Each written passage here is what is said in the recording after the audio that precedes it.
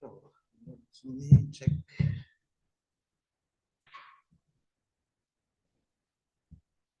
So we have just 1 minute to start.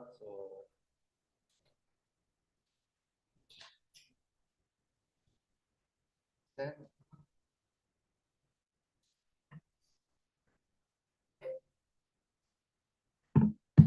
okay.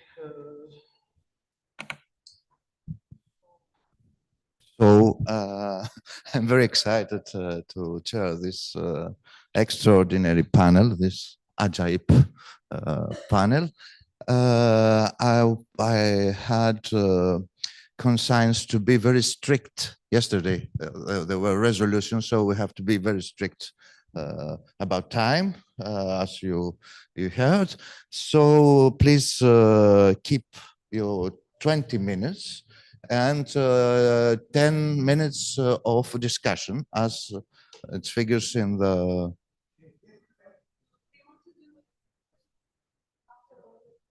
Okay, okay. So that was sorry.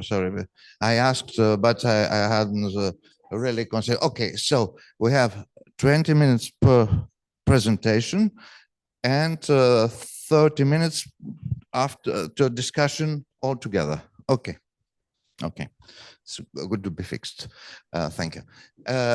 So our first presentation as speaker is Marion Patton.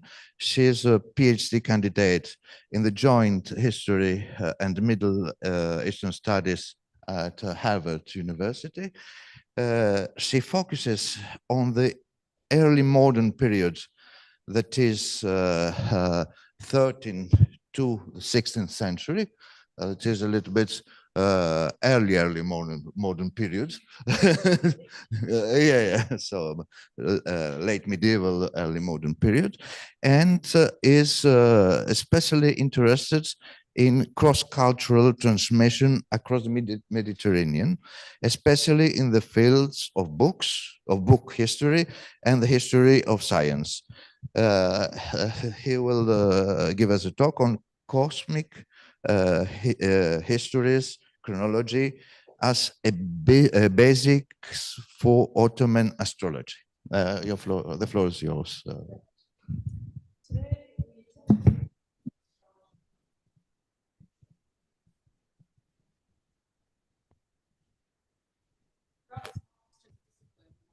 Astrology has always been intimately connected with the past, to be more precise, chronology.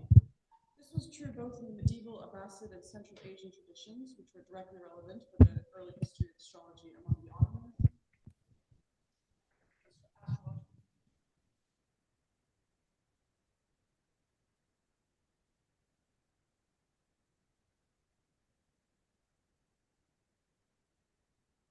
Between the historical discipline and astrology or astronomy has often been understood in a unilateral direction, where celestial data, occult or otherwise, offered something of value to the historian. There are ample cases, for example, of historians who used astronomical occurrences as evidence to help standardize and correct the chronology of the past, since ancient authors often noted phenomena like eclipses. This was especially a vibrant tradition in 16th century Europe when professional chronology became a well-defined field, and to which this quote by Anthony Grafton alludes. The other way that astrology and history have gone hand in hand draws more on the cosmological and philosophical significance assigned to the celestial patterns, and views history as the proving ground for astrologically ordained events. This view of astrological history also has a lengthy history, but medieval Baghdad offers the most direct source of comparison for the Ottomans. As Antoine Barrou and Dimitri Gutas have demonstrated, the Abbasids employed astrologers to demonstrate that their power was written in the heavens. Astrology thus became a legitimating tool, and the astrological histories written during this period also illustrate how astrology was a driving force for historical thinking. These astrological histories have yet to be fully explored as sources for Islamic historiography.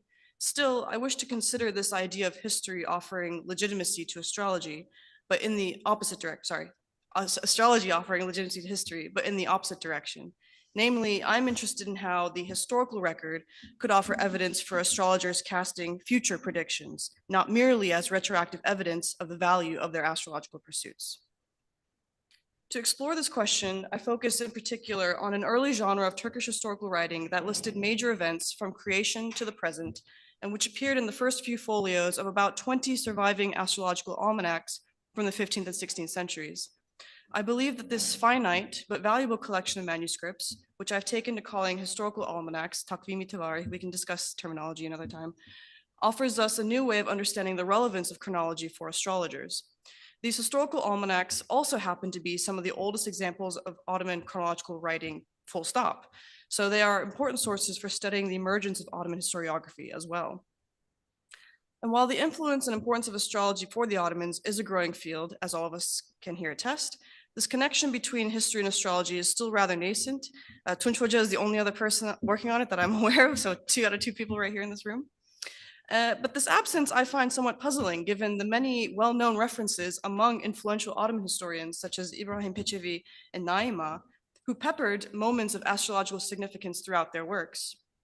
Naima went so far as to lay out a philosophy for historical methodology that incorporated astrology.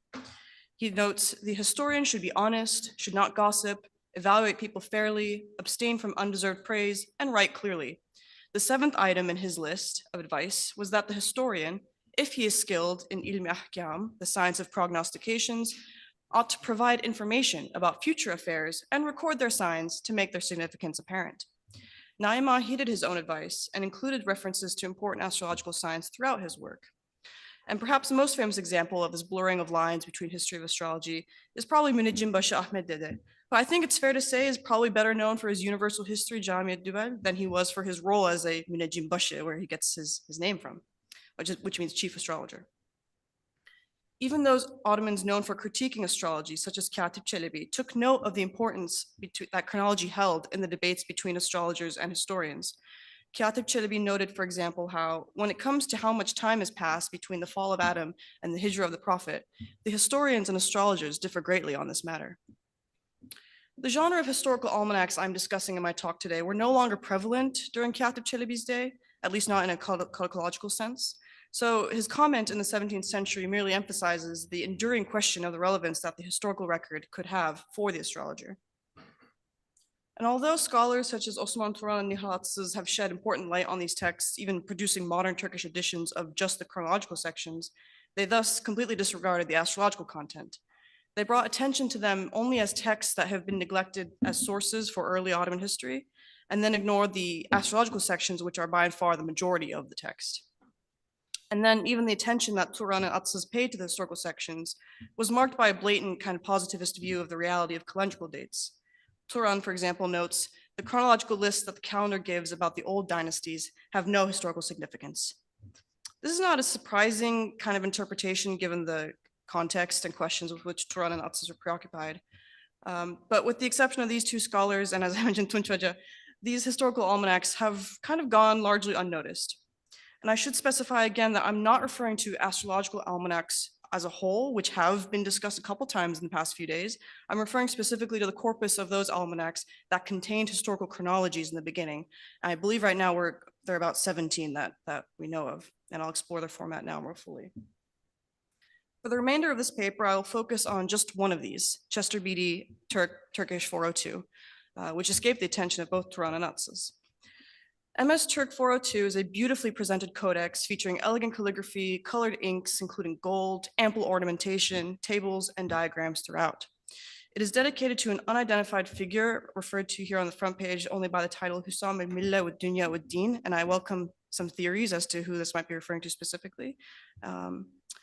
And the text begins really just straight away. This is the first proper folio after the title page, the cover. With 2 folios or 4 pages of historical information presented as brief statements expressed in terms of the number of years that have passed since the event, beginning with Adam's fall from paradise, Hubud. The main events of interest from this period are the births and deaths of the prophets, which is in keeping with the significance assigned to conjunction theory, as I'll address in a moment. And given the topic of Marinos' talk yesterday, I should also like to draw attention to Idris appearing here, not Hermes. So this text also maintains that distinction there. This ancient section occupies a quarter of the chronology, which progresses gradually through various noble sages and rulers and continues until the present day of when the almanac was composed, which is given in the final line of the chronology as the 5th of Rajab in the year 833, or the 30th of March, 1430, right around the spring equinox. The kind of history presented by this chronicle, which is really just a chronological accounting of the number of years that have passed since a given event, is kind of plain and uninspiring to modern historians like us who want to analyze motifs and narrative and symbolism. But furthermore, the lack of detail, we can't just simply explain it away as the historical remoteness of the events described in these early sections, like going back to the flood and the fall of Adam. The extremely plain and straightforward style continues even into the contemporary era, when presumably our anonymous author would have had access to more details. The only exception really is the final line, the florid praise granted to Sultan Murat Khan, son of Bayezid, the Sultan of the Ghazis, and presented as sort of the rightful ruler in the last line of the chronology. This plain chronological style is perhaps not the most exciting way of presenting history and invites limited analysis regarding narrative devices or analogies. But as a quick aside, I wish to highlight that 200 years later, when Katib Çelebi, who I showed out earlier on his slide, wrote his version of a historical almanac that he also titled Takvim-i Tibari and imitated this kind of plain chronological format, including the use of tables. One of the reasons this text was praised as an example of Ottoman historical writing in its time was that it was devoid of blatant bias, and that Enlightenment Europeans could appreciate the fact that it wasn't sort of a flowery Ottoman text. And so his historical almanac is one of the first Ottoman texts to be translated and printed in Europe around the same time as Keshf-i-Zunun. And this objective style is theorized as one reason why. So it's critiqued in the 15th century as being boring and plain, and then in the 18th century, like, oh, it's so nice and objective, so standards. But to return to our astrologer historian, the other key detail besides the plain style is, of course, the fact that the dating is given in terms of years that have passed since an event. And this is the point I wish to focus on for the remainder of this talk. Utzel suggested that this method of backdating, which appears in the other historical almanacs from this collection as well, is explained by the prevalence of dates of events or events from before the Hijri calendar, and the idea that there was no Hijri way of saying, -0, right? Negative years, basically. I might have been inclined to accept this theory if it were not for the ample number of events listed in the chronicles that are dated according, after the year 632, and not to mention the abundant astrological content later in the almanac that relies on all kinds of calendrical computation. So basically, it would have been a trivial thing to sort of date things in a different calendar rather than sort of do it as X number of years ago. But rather than explain this dating in terms of absence, I would like to suggest another way of interpreting the use of backdating that ties into this idea of historical chronology offering the kind of raw data that astrologers could rely on for formulating future predictions. Although it may seem like a tedious affair to add an additional year each time such an astrological almanac is updated, the significance of this yearly ritual, which would occur around the solar equinox in March, spring equinox, could be seen as upholding an apparent teleology connecting the events to the present day. That is to say, for the astrologer charged with organizing this calendar, the present moment is placed in an inevitable chronology where the spacing of events in the past carry meaning precisely because of the specific chronological distance that they maintain with the present moment. Had these events within the astrological almanacs been dated instead according to a linearly progressing calendar, like we would think of today, then their specific temporal relationship with the present when that almanac was written would kind of be lost or at least neutered. This relational aspect of dating the years of these events vis-a-vis how many years have passed can also be understood, I believe, in light of conjunction theory, which pervades the remainder of the astrological content of this work. I began this talk with a brief discussion of the possible utility that astrological signs offered historians as a source of cosmological legitimation or as a useful dating mechanism. The argument I wish to develop further is the converse idea that history, or more specifically chronologies, such as the one presented in this manuscript, offer the kind of raw data that astrologers could draw on to lend credence or historical basis to their prognostications. After all, an astrologer's prediction was not completely ungrounded without any previous examples. It was a kind of conservative discipline in that specific planetary arrangements vis-a-vis the zodiac and the ruling planets did limit what kind of interpretations one could make about the forecasts and the planetary arrangements. What mattered for an astrologer, or at least perhaps what was more practical, might not be the arbitrary numerical value of the calendar year that happened to organize past events, but rather the amount of time that separated the event in question from other events in the form of patterns. So I believe conjunction theory, which endows cosmological significance to events based on their temporal coincidence with celestial conjunctions, helps to explain this method of chronologizing. Conjunction theory argued that whenever certain planets visually coincided along the ecliptic, significant historical events would unfold. Some form of conjunction between Saturn and Jupiter, for example, occurs every 20 years. The more symbolically charged conjunction occurred even more infrequently, such as every 240 years or 960 years, where it went through a full cycle of triplicities. What is important to note about the conjunction theory is the emphasis on the repetitive cycles and patterns that reappear throughout history in fixed chronological intervals between each other. But I use the term fixed loosely, not to suggest sort of super precise, 240 exact, but roughly. And this is where I believe there may be more to this reverse chronological dating in terms of how many years since a certain event happened. So there's more, this is where I believe there's more to this reverse chronological dating in these almanacs that meets the eye, if we understand them in relation to patterns of years that have passed and not as attempts to date events according to a socially devised calendar. To give further credence to this explanatory value of the conjunctionist view, I'd like to briefly examine just the remainder of this manuscript. The subsequent two folios are also largely historical and contain neat tables listing the durations of the lives and regnal years of the caliphs in a double column format. The rightmost column lists the name of each caliph, while the middle column contains the lengths of their lives, and the left column lists the duration of the regnal years. Again, these periods of years are given without any reference to a calendrical date, just years, months, and days, rendering them not very practical as chronology, but useful in temporal relation to each other and in the sense of looking for patterns or similarities in terms of how often conjunctions occur. What follows after these tables of the regnal years of the caliphs, and there were others as well, not just the caliphs, but various rulers and Khans, are multiple tables of auguries. This one is for the moon and its conjunctions with each of the planets. The first column on the right lists the 12 zodiacs, one for each solar month, and the four main columns you see to the left refer to the different astrological aspects measured by the angular distance between the selected celestial bodies, so the various numerically measured conjunctions. And this table demonstrates rather literally the importance of the various patterns of conjunctions for determining the right times for actions and entries for suitable events, like now is a good time to hunt, good time to travel. These tables of conjunctions represent a view of the cosmos that is not tied to calendar dates, but operates according to the repeated patterns of conjunction and planetary arrangements. It represents an internal system of relations that repeats indefinitely, but in which value is placed on the relational positioning of events. And I believe the sort of artistic style of this planetary and tabular arrangement also lends credence to this idea. Before I conclude, I would also like to draw attention to the original meaning of the word takvim as another clue towards the significance of conceiving of the events presented in the chronicles in terms of kind of spatial relationship. Although today takvim is almost synonymous with the meaning with calendar, its original meaning denoted a tabular presentation of information, and its Arabic root had more of a spatial meaning related to the idea of standing up, erecting, or raising.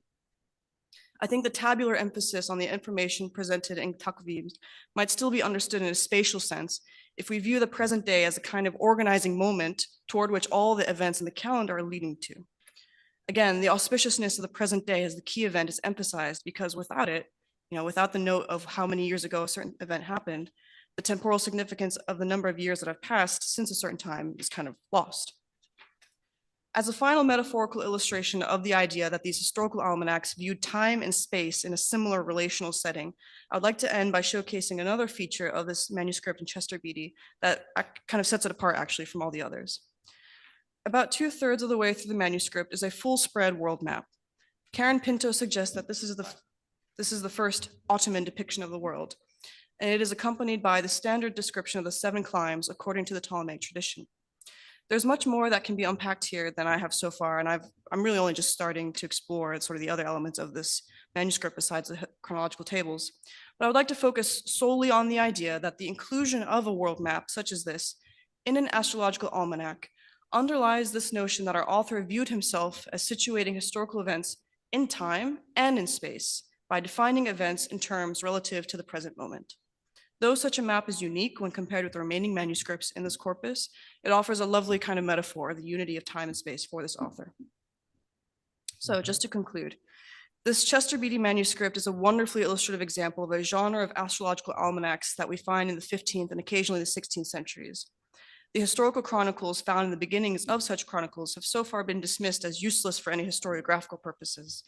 However, I think focusing on their role in the astrological text as a whole allows us to revisit the purpose of history for an astrologer concerned with predicting the future, ironically.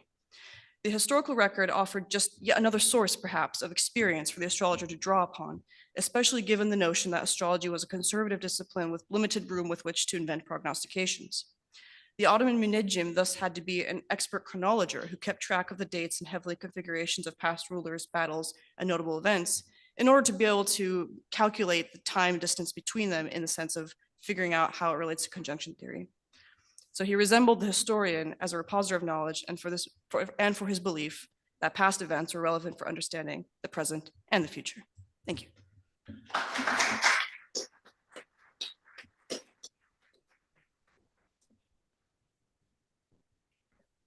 Okay, time and for this really interesting and presentation with a point and an argument. So I'll ask to Ahmet Tunç Sen, who is an assistant professor at Columbia University at the Department of History. And he is a member of the Ghost project from the beginning. Marino, do you want to? Okay. And who deals with manuscript culture, history of emotions, and social history of scholarship. He is about to publish, if he's not already published, a book on not yet, but it's forthcoming. Forgotten experts, astrologers and scientific expertise in the Ottoman Empire, 1450-1600, which examines what scientific authority and expertise meant in the early modern context, and he will deliver a talk on the role of the experience in astrology and the 18th century Ottoman court astrologers' take on experiential knowledge.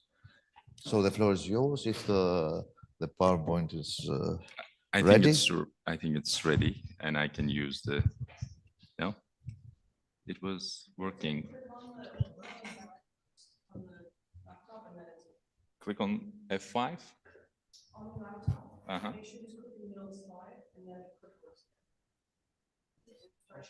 Oh, here we go. Yeah. Thank you. Thank you.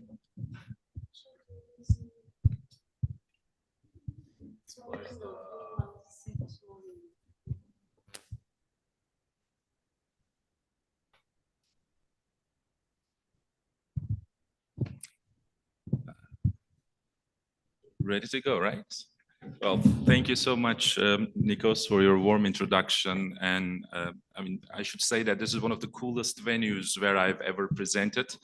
I'd like to thank Marino again for initiating and running such a wonderful project and for bringing together such a great set of colleagues in this beautiful town.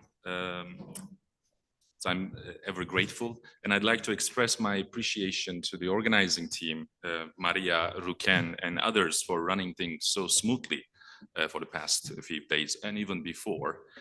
And of course, a special thanks to those joining us via Zoom on Saturday morning. So I've been working for quite some time on munajjims, those experts of the sciences of stars who are simply referred to in the literature as astrologers, though that would not be my first choice, and I'll be happy to discuss why I try to avoid using the term astrologers. My research has primarily focused on the period from the 13th through the 16th centuries, exploring what munajjims in the Ottoman and the broader Persian world wrote and read. As our conference program began to take shape, I decided to step outside my comfort zone and take a closer look at a text and a munajjim from the late 17th and early 18th century, who have been on my radar for a long time, but I didn't have a chance to delve deeper into the guy and his text. So today I will center my discussion around this particular text and its author, but I must disclaim again that this period, late 17th and early 18th centuries, does not fall within my immediate area of expertise. So I very much look forward to any corrections and suggestions you may have. So this is the text and the author who will be the focal points of my narrative today. The work is referred to in various ways among 18th and 19th century Ottoman readers, as well as 20th century library catalogers. So as you see, one copy describes it as a treatise for Ali Pasha. Another labels it as a work on the science of stars. And yet another says it's a text in the science of stars written by a chief court munajjim. And here you can also see how the work is listed in the Istanbul University Rare Book Collection under quite different names, but these are all referring to the same text. The author, Mustafa Zeki, was indeed a chief court munajjim active in the first few decades of the 18th century. And Salim Aydüz, in his work on Ottoman court munajjims, notes that Mustafa Zeki served as the chief court munajjim from 1722 to 1734. I should add that Mustafa Zeki's name is quite distinctive, sounding like the names of 20th or 21st century scientists or scholars who have actual surnames. Just as facts makes him really an intriguing case. But aside from that, the work, which became known as Mücerrebat Zeki, offers us important insights into the role of experience in astrological practice and munajjim's engagement with historical knowledge and their use of it as their primary data set, something along the lines of what Mariam just nicely presented.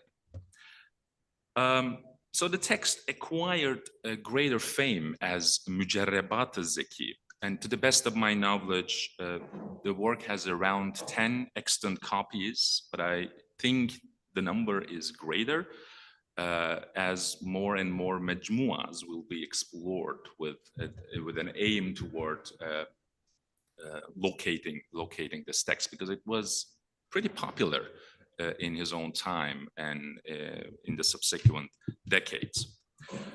So why Mücerrebat? As we already had the chance to visit yesterday, thanks to Professor Boturovic's and Professor Günergun's papers, Mücerreb was an important notion, even a genre, denoting the experienced and tested nature of certain methods and prescriptions. And we have ample evidence in the manuscript culture left by authors, copyists, or readers revealing how a particular prayer or a magical component or a medical recipe had a tested efficacy. So these are just two random manuscripts I was able to find in my own computer, strictly related to Nujum treatises. One is an early 15th century copy of an important astrological textbook where On the frontispiece, you come across a note on a tested nature of a particular prayer, which had an efficacy to repel bubonic plague. And on the right-hand side, you come across another, astrology-related treatise with a note by either a copyist or a reader on the tested nature of certain medical recipes. So I'd like to go over very briefly the concept of tecrübe in Arabic, tecrübe in Turkish, and its significance in medieval Islamic scholastic discourse. And by medieval here, I have a far broader time scope than usually considered, stretching all the way to the 18th century. So it's crucial to understand that tecrübe does not equate to an experiment in the modern scientific sense, where a theory or a hypothesis is tested to prove its validity or to observe specific outcomes. Rather, tecrübe refers to repeated experience of something. It's an articulation of a judgment that arises from repeated memories, repeated testimonies, observed regularities over an extended time period. So time here really matters for something being tested, being mujarrab. And we should also acknowledge that this form of knowing stands rather as a lower form of certitude or certain knowledge in the medieval Islamic scholastic tradition, because tecrübe is rather concerned with particulars, those contingent and changing facts, not with those necessary, exact, or immutable truth. That is to say, what may be considered true now based on tecrübe might not hold true in the future. And scholars in the medieval Islamic world, and again, by my definition of medieval is pretty broad, were well aware of the lower esteem of tecrübe as a way of knowing. But of course, it's an important way of knowing without any doubt. And it was particularly used in the so-called applied sciences, or we can call them terrestrial sciences or the natural sciences. I mean, I'll be happy to discuss what would be the accurate term to refer to those sciences, but those sciences including medicine or politics or history, astrology, and various occult sciences simply rely upon this idea of tecrübe. And in the case of astrology, predictions, as Mariam nicely put it, predictions for the future are often made based on the repeated experiences from the past. So in that sense, the practice of astrology was by nature tied to history, i.e. the data and records of celestial occurrences and how that data was affiliated by the previous generations of munajjims with certain historical events. So a question I have is whether there is any book by a munajjim bearing the title mujarrab or tecrübe.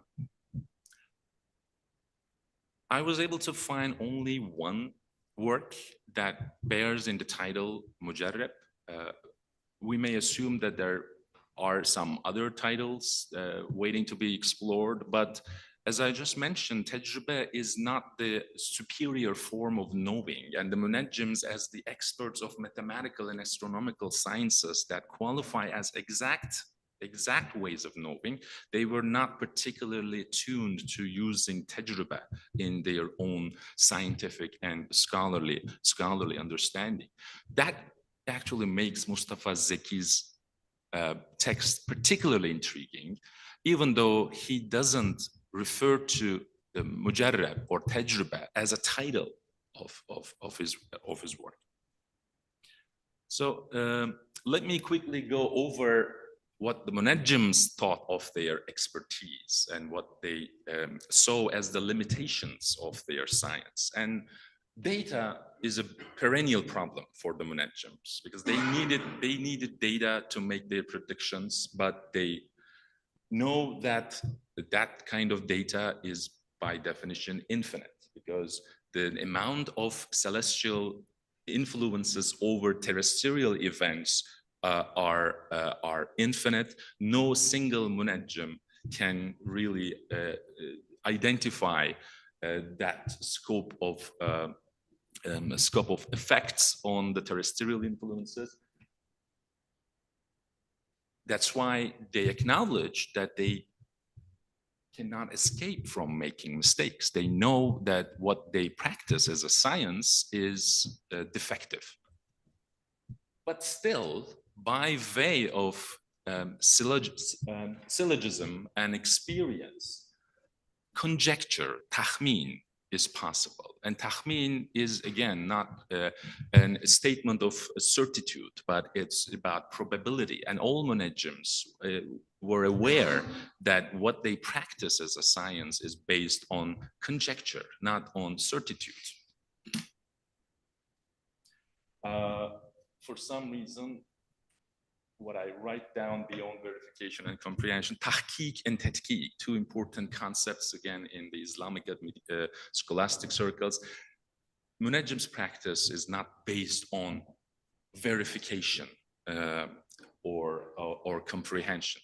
And this is what the Munajjims write in their texts. We often ascribe astral determinism to Munajjims, but Munajjims already knew that their science is defective and had certain limitations. So having said these, let me come back to my protagonist, Mustafa Zeki, and his work here. I would like to thank Marino again for finding in the last minute the copy of İrsika's Osmanlı Astronomi Literatürü Tarihi to share with you this information. We know that he has around 4 or 5 extant works, including this Mücerrebat Zeki, but also he had both Arabic and Turkish commentary of Cemşid el-Kashi, the famous Samarkand astronomer's astronomical treatise, Sulam al-Sama.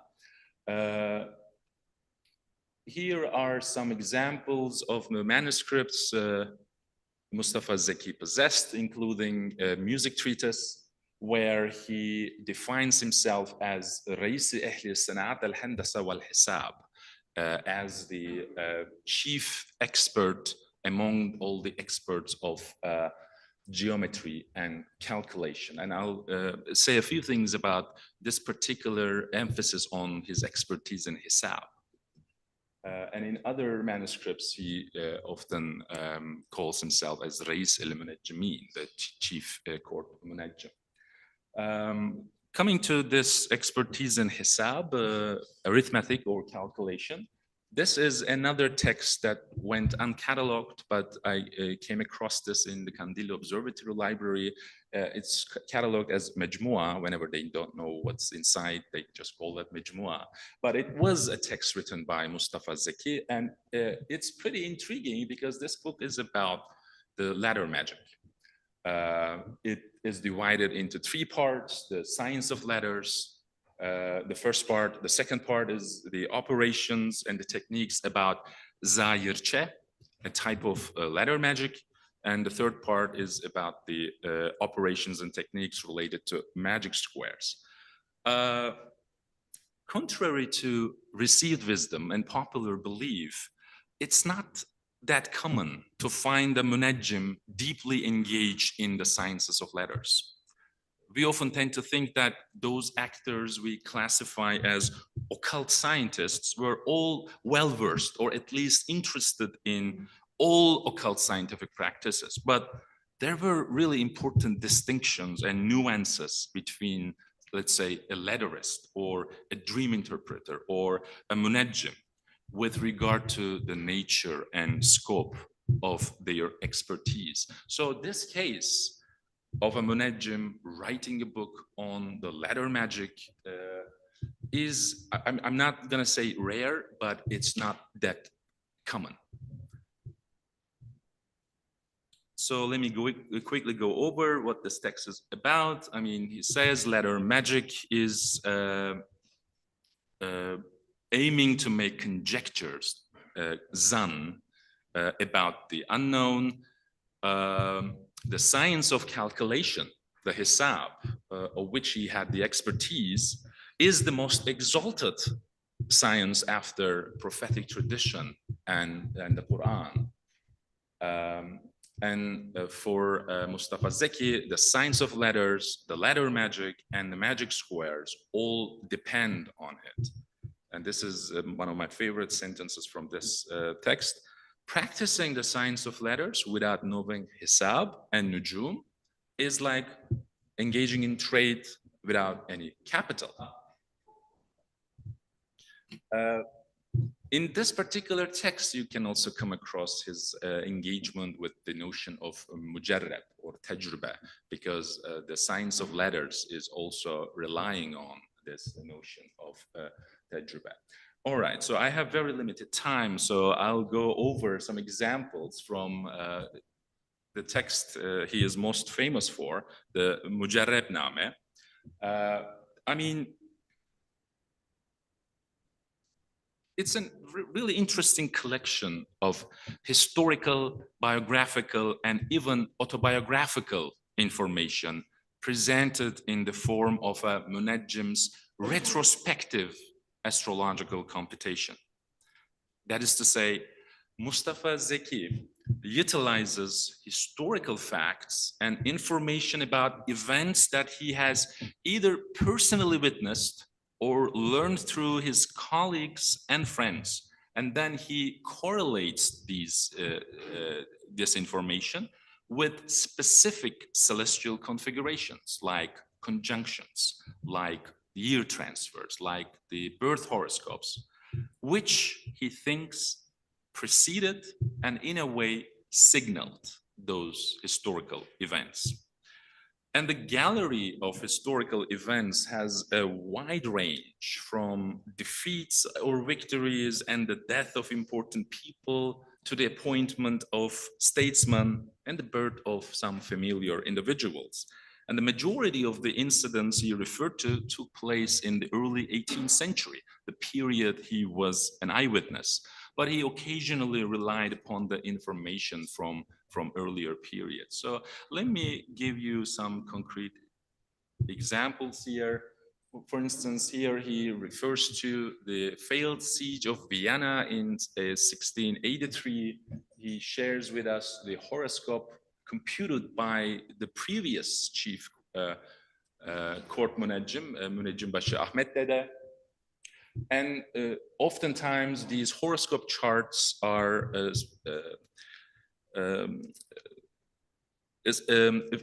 accompanied with long prose sections explaining what went wrong or what went well, depending on the type of event. So in this case, there was a military defeat, and its reasons are lying in the astrological signs at the time or right before the time.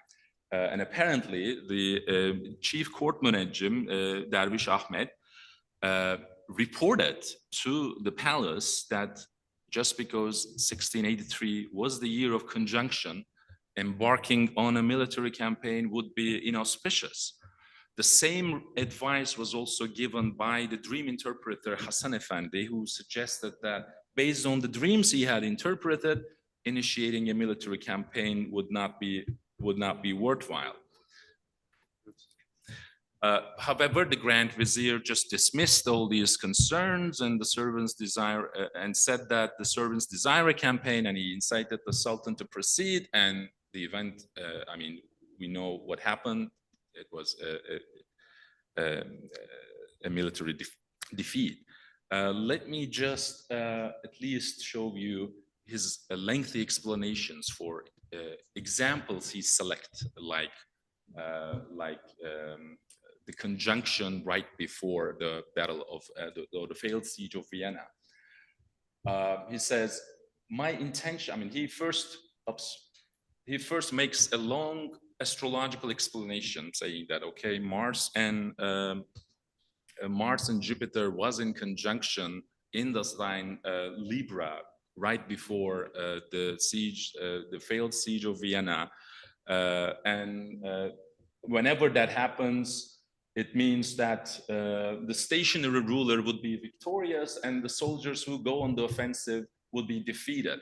But this was dismissed by the decision makers, political makers. So he makes all these explanations and he says, my intention in documenting these details is to make this treatise serve as a guidebook for generations of astral experts. So when similar celestial configurations arise, they may advise decision makers in a manner consistent with the essential rules of their science. So he basically composed this text as a sort of guidebook, as a reference work for all his colleagues or future generations of Munajims. That's partially explaining the relative popularity of the text in the manuscript culture. And let me just quickly show you the examples of the horoscopes related to some long distance past events like the Mohatch campaign, or the time Mehmed II died, or the Saturn and Jupiter conjunction that occurred 3 years before Suleiman's death. He links all these historical information with the astrological celestial realities in order to make a statement as to the relevance of the expertise he has. Let me just finish by showing you an archival report written in the year he composed the text Mujarrabnameh. He composed it in the Hijri 1146.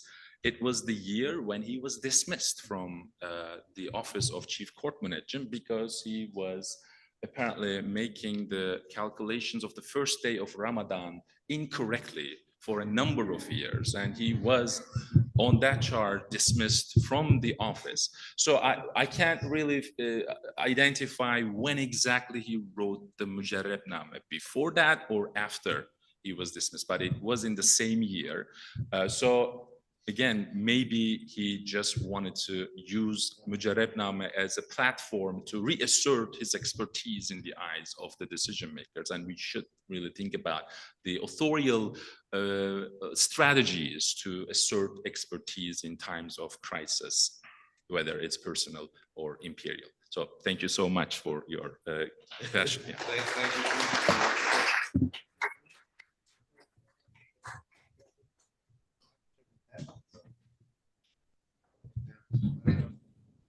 So I'll ask Yasemin Akçagüner to come to the floor, and Marinos to deal with the PowerPoint, because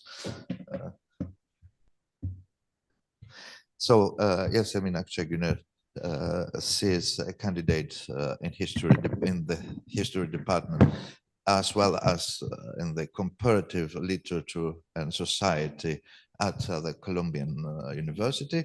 She deals with the well-known physician turned historian Sanizadeh Ataullah Efendi that you all know. And she deals with she deals with how his, if I well understood, his previous experience as a physician reflects in his judgments of the body politics. Okay, and she will give us a speech on crisis and critical days, medical astrology in the work of Sanizadeh Ataullah Efendi, who died, as you know, in 1826 out of fear.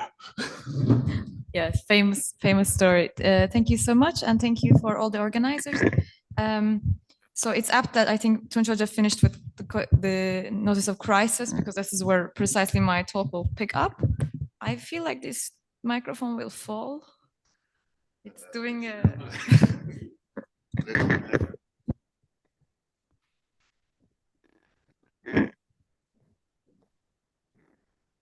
Come on, Is it catching my voice now? I don't know. I'm very short. Hold this. Come on, and we'll deal with it. Please. Okay. So almost a year ago, I titled my talk "Crises and Critical Days: Şahzade Atollah Efendi and Medical Astrology at the Turn of the 19th Century." With the intention to write about the alleged medical astrology Şahzade was dabbling in, and which again allegedly took him out of the running for the position of chief imperial physician, according to historians such as Osman Şevki Uludağ. So he's an early 20th century, sort of early Republican historian. But the more I read Şahzade's works over the past year, I actually found evidence that presented a far more complicated situation. So this is what I want to talk about today. Is there a clip? We have a clip. Did you keep it?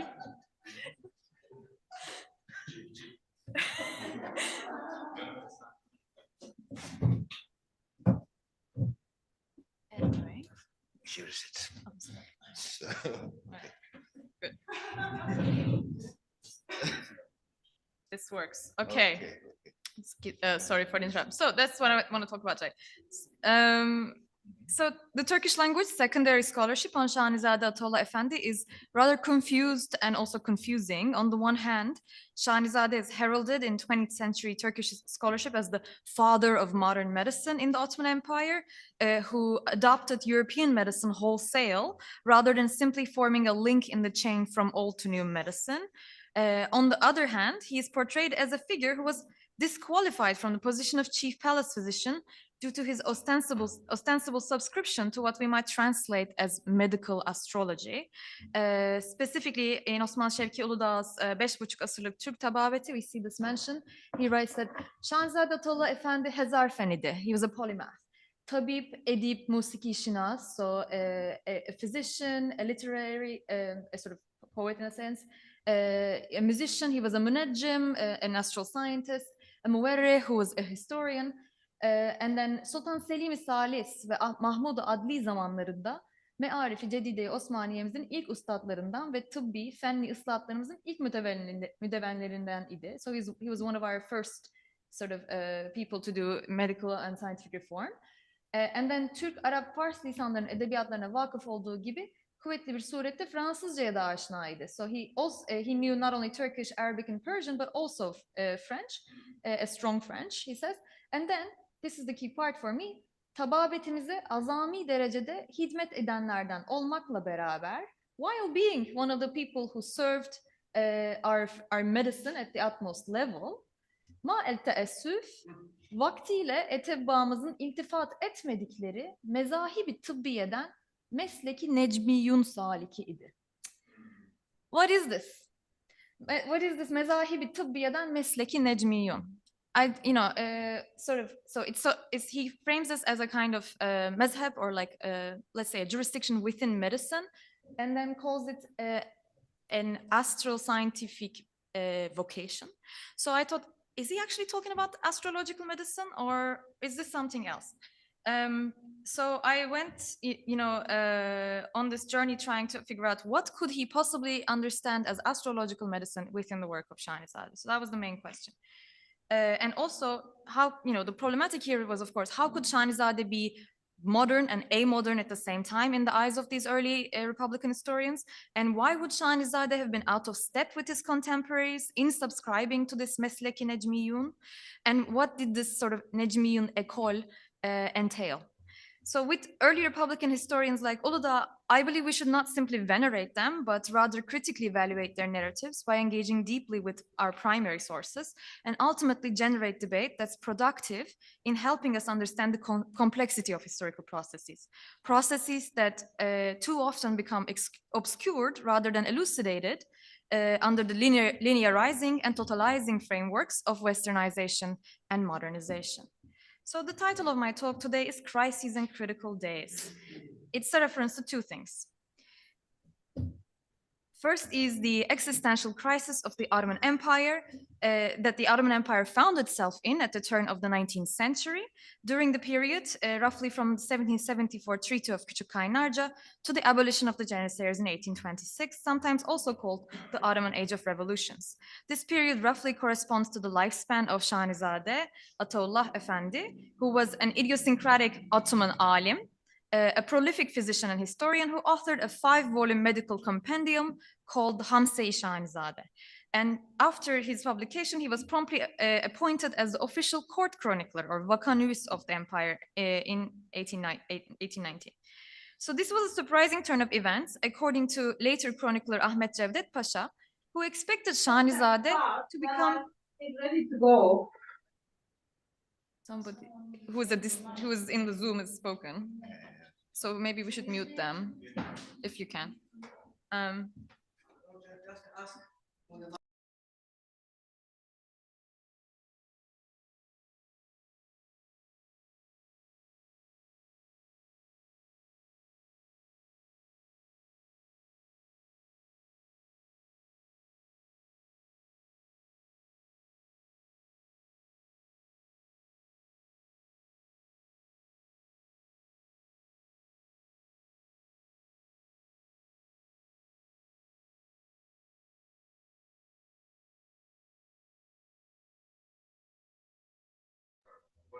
Okay. Now you can keep on. Okay. Okay, so despite adversity, we will keep on going. Okay. All right. So this period, as I mentioned, roughly corresponds to the lifespan of Şahnizade Ataullah Efendi, and it goes mostly. So Cevdet Pasha was very surprised to find in later on that why is this guy who's written all these works on medicine suddenly becoming the court historian? And then at the same time, another Ottoman alim, Mustafa Behçet, who had written a bunch of works on history, was appointed as the court physician. So this is something that later historians remarked on. Nevertheless, Şahnizade wrote the history of the period from the assassination of Sultan and dethronement of Sultan Selim III in 1808 up to the Greek Revolution of 1820. So this is the part that we have. And then he continued to take notes of the period 1820 to 1825, when in 1825 he was terminated from his position and exiled from court for his what the archival documents call inappropriate words and behaviors against the Sultan, the contents of which are unclear. So he was exiled to Tire, a provincial town close to Izmir, on account of him being involved in the Bektashi Sufi movement, which was seen at the time as in allegiance with the Janissaries. So his was really a time of crisis, and he lived through critical days leading up to the 1826 abolition of the Janissaries, whose configuration as a sort of labor union, as argued by Ali Yağcıoğlu, had by the 19th century come to pose a counterpower to the Sultan's authority. So their elimination was a turning point in the history of the Ottoman Empire, and it concretized the violent consolidation of Ottoman state power in the 19th century. So the second reason why my talk is titled Crises and Critical Days is actually a reference to an article by Glenn Cooper titled Medical Crises and Critical Days in Avicenna and After, Insights from the Commentary Tradition. In this article, Glenn Cooper explains the doctrine of medical crises and their associated critical days, which was mentioned first in Hippocratic writings, but formulated theoretically for the first time by Galen.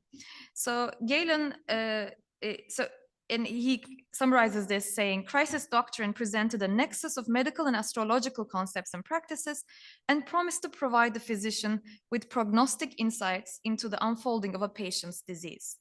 So in its original Hippocratic formulation, the crises were thought to occur more frequently on specific days after the illness began, known as the critical days. So the most important of them were the 4th, 7th, 11th, 14th, 17th, and 20th day, which feature prominently in the patient's case histories of the Hippocratic epidemics. So Cooper writes this. And then Galen's approach was natural astrological, meaning only the physical effects of the planets were considered, and the critical days template was applied from the beginning of the date of the illness when it was determined, and then This was in opposition to, for instance, doing an actual judicial astrological judgment, likes of which Tunç Hoca has just shown. So you can also make a horoscope on whether someone is going to die or live when they contract a disease. But this would be a kind of more labor intensive, I guess, way of doing every time someone got sick. So you have more of a template in the form of the natural astrological branch of prognostication. So Ibn Sina, who, as we know, was, the overarching sort of formed the overarching canon of medicine in the Ottoman Empire, more or less followed this Galenic tradition of natural astrology in medicine, and then also more broadly Galenic humoral pathology. We talked a lot about the humors, so I'm not going to go over that. Balgam, Sevda, etc. So the phlegm, humor, blood, yellow bile, black bile, which, they also, these humors were ascribed with a seasonal character. They gave a seasonal character to diseases, such that, if a disease was understood to stem from, let's say, too much choler in the body or too much phlegm in the body, this would also be associated with a particular season that would cause that the excess in that humor. So in this way, each season was associated with one of the form humors and their characteristic qualities of hotness, coldness, dryness, and wetness.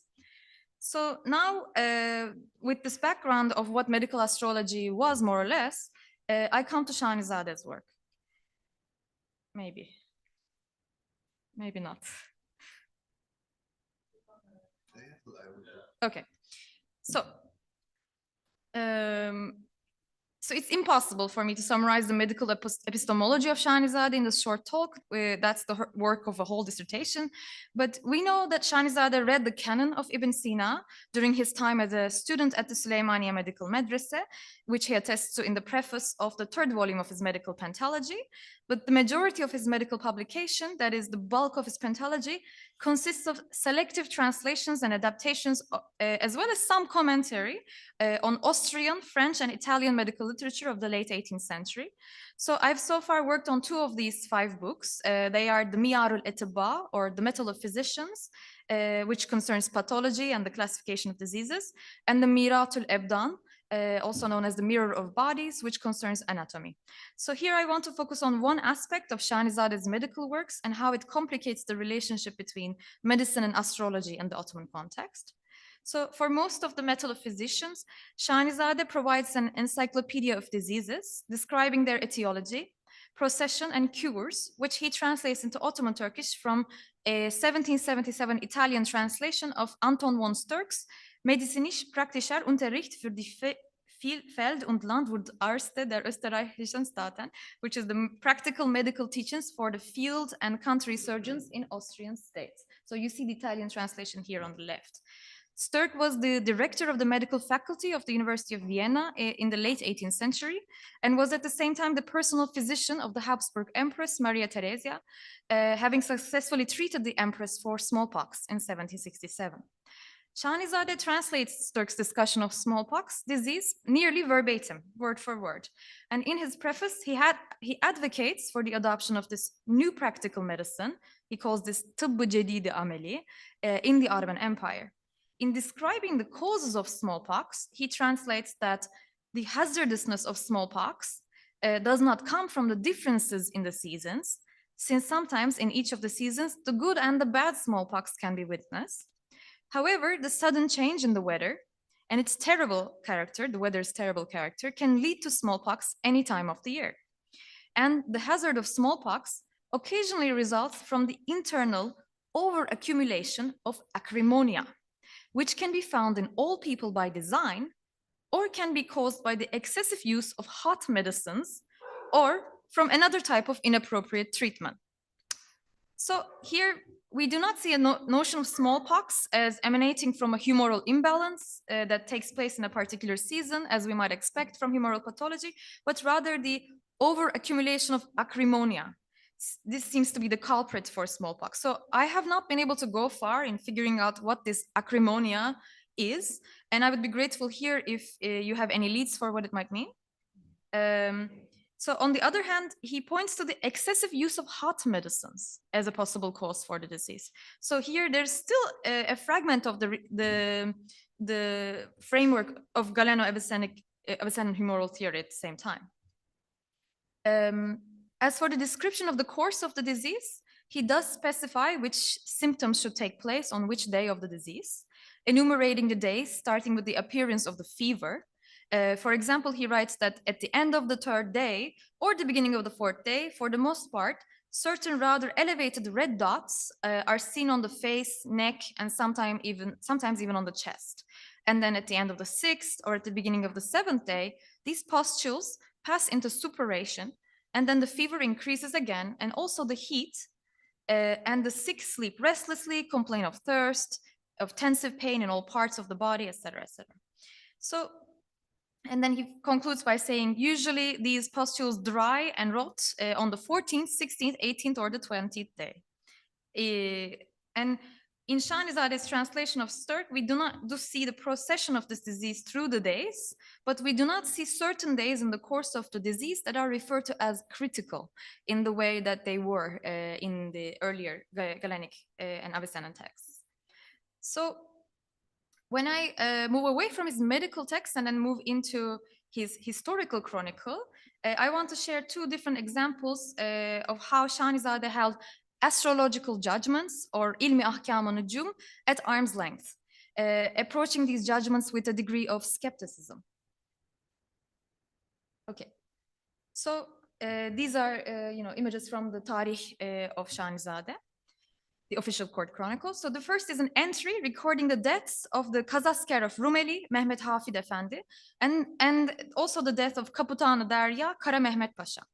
The Rumeli Kazasker, he died on the 21st of December, 1811, after some days of being feverish, that is mahmum, and experiencing an unfavorable crisis, buhran redi, when the ill-making matter rose and rushed in the direction of his head, Shahnizade wrote.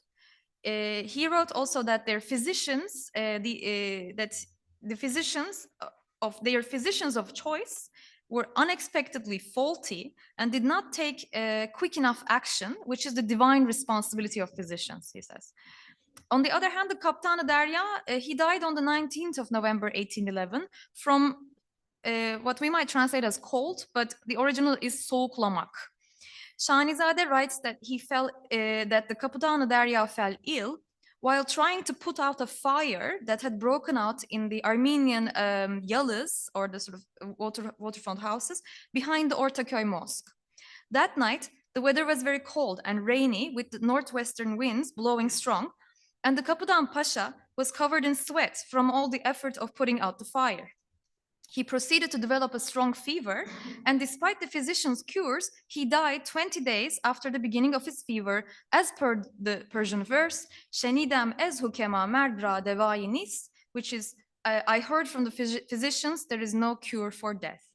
So Shahnizade wrote this and recounts these deaths, and then concludes with a point about the astrologers who were interpreting these deaths. He writes that the astrologers were predicting death and great catastrophe around this time due to the Saturn-Jupiter opposition taking place. It is a bizarre thing, it's emri garabet nüma, that these astrologers considered the coincidence of these statesmen's deaths as evidence of their claims. So here it's interesting because Shahnizade on the one hand is saying, I don't really believe that, this is a result of the astrological judgments or that the astrological judgments are correct. But at the same time, he is, subscribing to the Galeno-Avicennan crisis theory, especially with the use of the phrase buhran redi, the unfavorable crisis. So we see at once a kind of, skepticism of the astrology, but then a kind of sort of evocation of some of the terminology of medical astrology. And then the second example I have is found in another section of his Tarih concerning the reasons for the disrobement and execution of Selim III. He calls this explanandum of the reasons for the previous disturbances. Everything is very obscure in this part of the Tarih. He's saying a lot of things, how do we say, in üstü kapalı, like covered over. Yes. And then he writes that in this section, he actually displays a very deep knowledge of astral science in his summary of the judgments of the astrologers, and even affirms the general principle of occult causes for terrestrial events.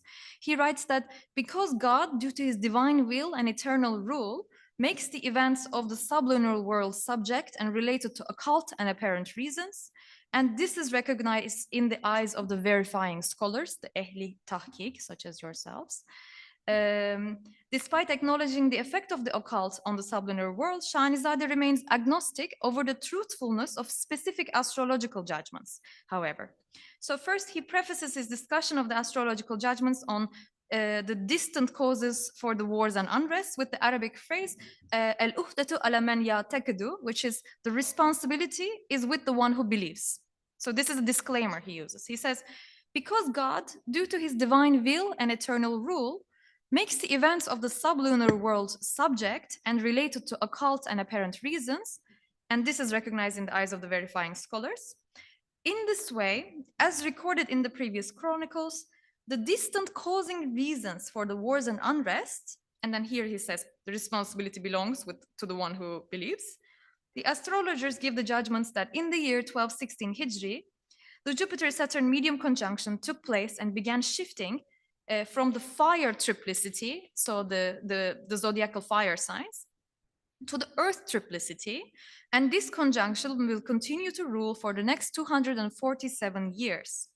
On Sunday, the 16th of the month of Zilkade, which is the Nevruz Sultani, which is the 9th of March in the Julian calendar of the aforementioned year, 3 hours, 26 minutes from the sunrise, a horoscope of the ascendant of the year of conjunction, calculated according to the horizon of Constantinople, and based on the new astronomical tables of Cassini, has been cast, and it shows that the fortunes of other states and millets and the specialized astrological judgments on the enterprise of sovereignty, that all of the aforementioned events, including the dethronement of Selim and the ensuing violence, were predestined.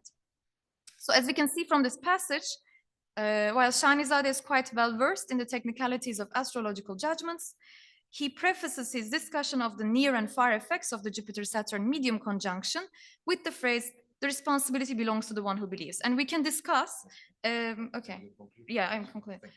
And we can discuss to what extent this is a stock disclaimer or whether it actually implies a skepticism on the part of Shahnizadeh around these astrological judgments. And the craft of Nujum more general, I think. So in conclusion, Shahnizadeh's pathological translations and history, in Shahnizadeh's pathological translations and history, we do not find evidence of astrological medicine in a Galenic Avicennan sense directly. And further, we find a rejection of the seasonality aspect of disease within humoral pathology. We also find, however, a retention of heat and cold as causes for the body's illness. You know, too many hot medicines maybe are causing smallpox.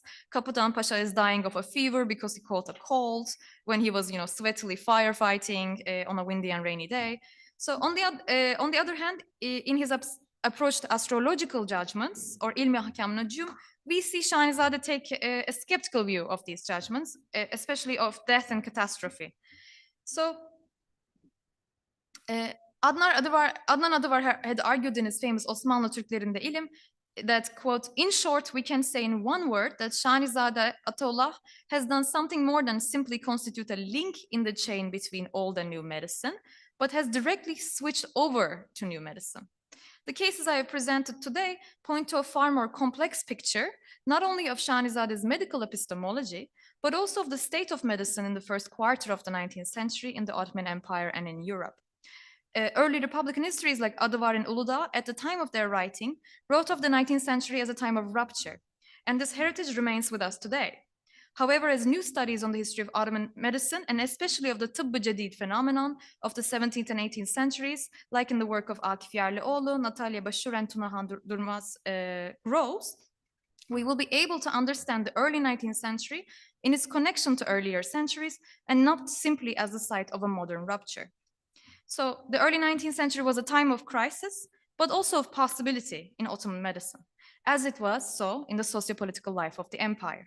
I believe that the Ghost Project's mission is extremely valuable here because it generates a language for us to talk about and grapple with this very complexity without falling into totalizing categories of analysis, a case that Tunahan made very well yesterday. And I thank you for the opportunity to present this preliminary work, and I look forward to the thoughts and comments from the Ehli Tahqiq. Thank you very much. Thank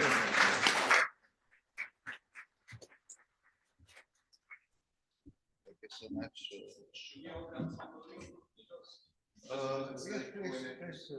Okay. Maybe one chair. It don't manage. Please, but yes, of course. I can't. Oh yes, I don't know. Who wants to stand? Will be more visible. It's an advantage.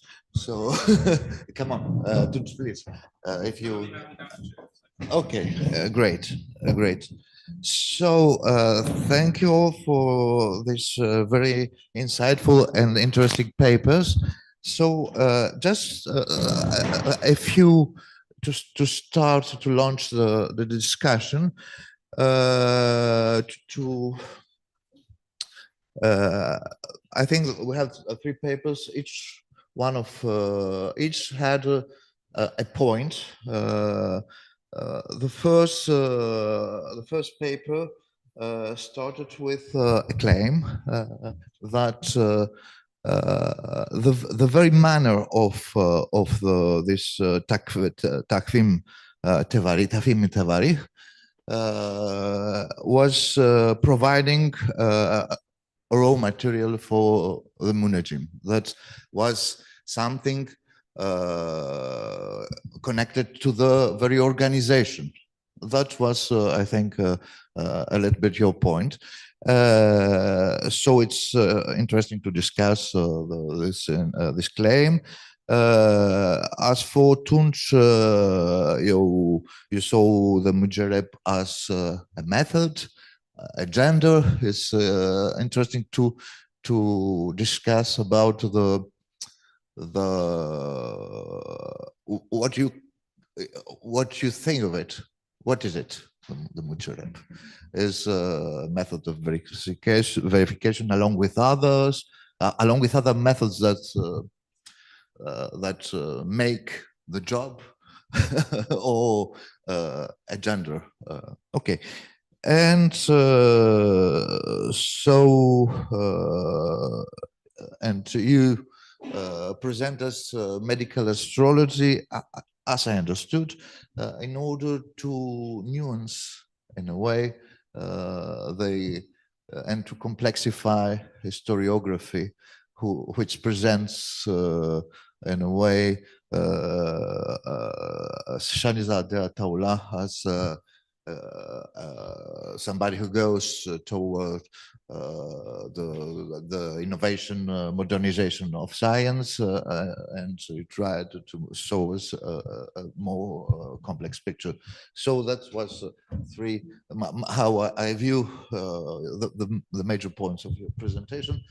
The floor is open. We have 20 or 25 minutes of discussion. We have okay. So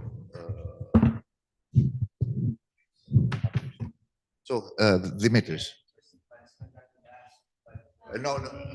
We have to do for the audience. For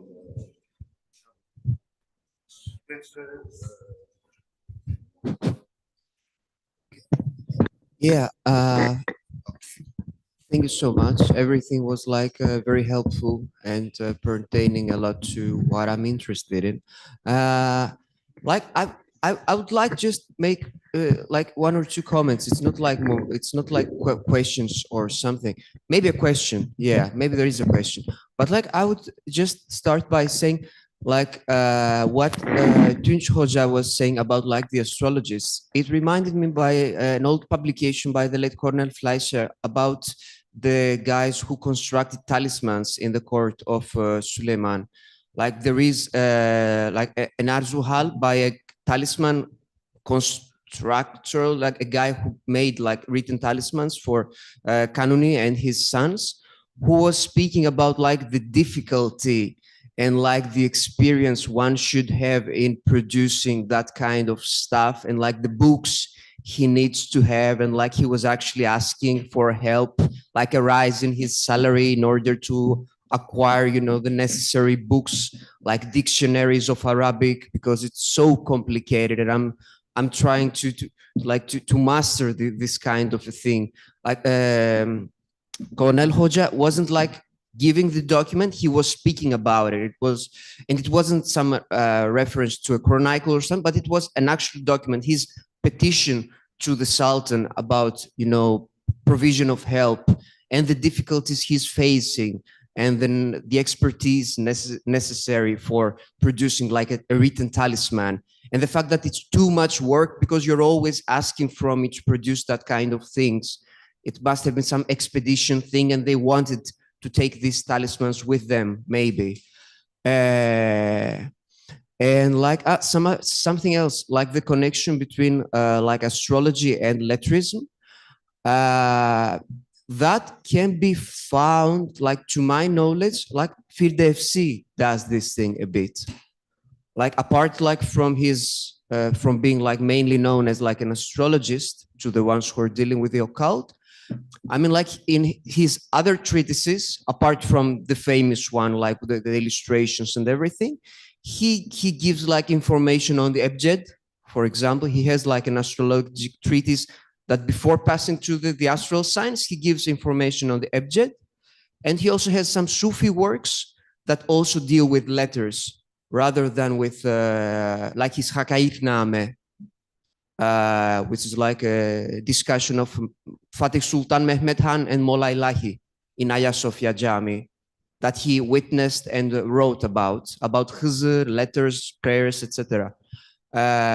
So that could also be like an example of an astrologist slash letterist slash historian slash whatever. And Saruhani, in his corpus, like there is actually for the connection between mathematics and like letters and everything, like there is actually like a mathematical treatise attributed to him, like existing in only one manuscript in Ankara, which I'm like a bit suspicious about it. But again, it's been like in the forward, like the guy could have been Saruhani, who wrote like a brief mathematical treatise, like strictly mathematical treatise. And what the thing about being like fired from his job, like maybe Marian, it's pertaining more to her period. Naima is mentioning such a thing about like an astrologist who was let go, I think, fired or something. Could he have? Examples like that, yeah. Yeah, maybe one of them, I don't remember. It was like before something about letters. That's why I came. Could have been, because it was in the period of Murad IV. So, I don't know. Maybe, I don't know if that could have been him. Yeah. And like one last thing about like what Yasemin was saying. Shirvani is closing his treatise by speaking about the divine will. Like he says, I presented everything to you. These are all like very serious things, and we are practicing them, and they are like, it's serious knowledge, you know, with rules and everything. But in the end of the day, it's all pertaining to the will of God. I mean, like it's whatever God decides. Like he says it in a much more elaborate way. He covers like 1 or 2 folios with that. But like he says, I put a lot of effort to present you all these things like talisman, silmi havas, silmi fev, silmi huruf. I spoke about that, but like at the end of the day, it's whatever God says, you know, like it's I can't do nothing about that. Thank you so much for everything. Can I add something?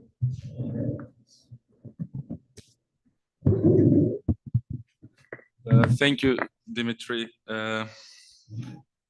So the point I'm trying to make, or the question I'm trying to raise here is, would the ability to use the simple correspondences system, associating letters with the planets and 4 substances, make someone an astrologer or a munajjim.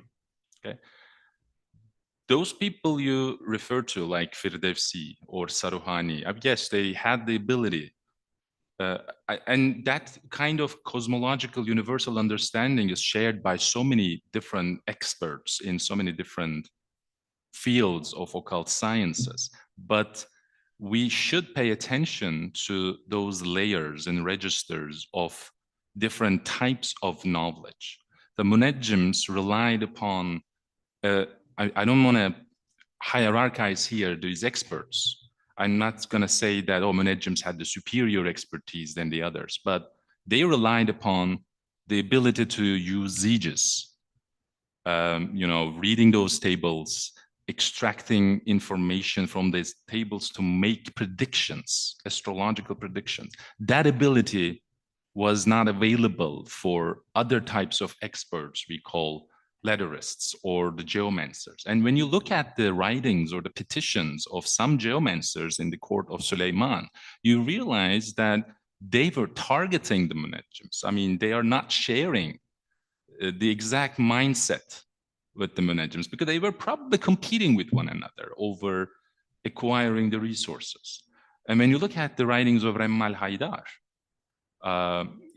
we often think of him as an occult scientist. Yes, he was an occult scientist, and he always refers to, oh, Suleiman is the Sahib Quran, the master of the astral conjunction.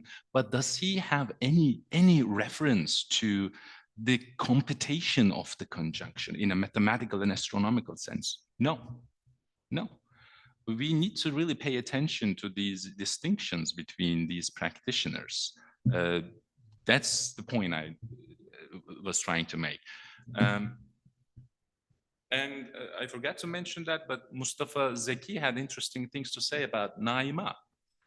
And he makes fun of Naima because he thinks that Naima pretends to be a munajjim, even though he lacks all the qualifications and capacity to be a munajjim.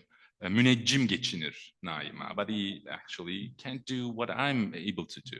Again, these rivalries and the clashes between these different registers and layers of knowledge, I think we should pay more attention to these nuances instead of lumping everything together and saying, oh, occult sciences.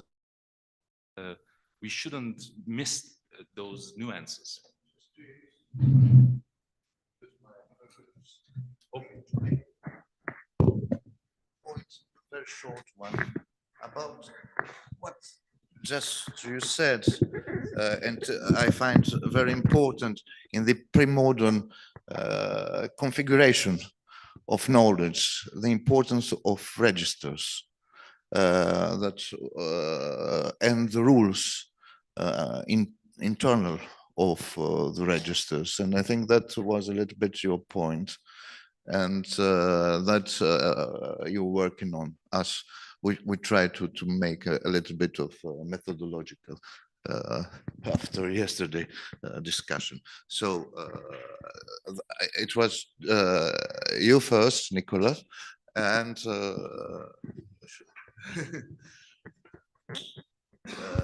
no, that's mine. That's yours. Guys, thanks to all three. Very informative and very entertaining presentations in general. And since we were talking about this ever since yesterday, and especially over dinner and so on, I think that you, especially Tunç's presentation, but also the others, opened an interesting question about the methodological approach to what we actually study, or what we're discussing here is the topic of the conference. The very term occult sciences and all of its equivalents in Arabic and Turkish and so on and so forth. How artificial does it seem from your material? And would you be able to find the classification as it is in the time contemporary to the sources or even before? Or would you feel that we are just trying to kind of force categories into this super branch of occult sciences without properly even defining some of those? I would just say occult science is science. But, like,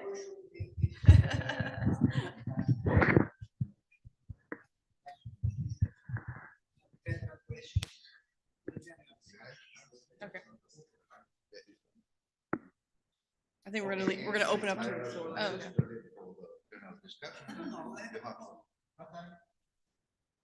okay. Okay. be a bit.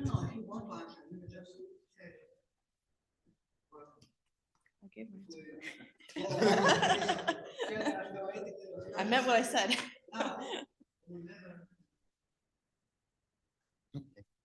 So again, towards Tunç, my remark, because I think you have made the important division, or you haven't made, but you have just alluded. I think first for the munejims and some other practitioners of other sciences. First, then there is the tecrübe, then it bifurcates. Then for some other, it's tahkik, and some other is tahmin.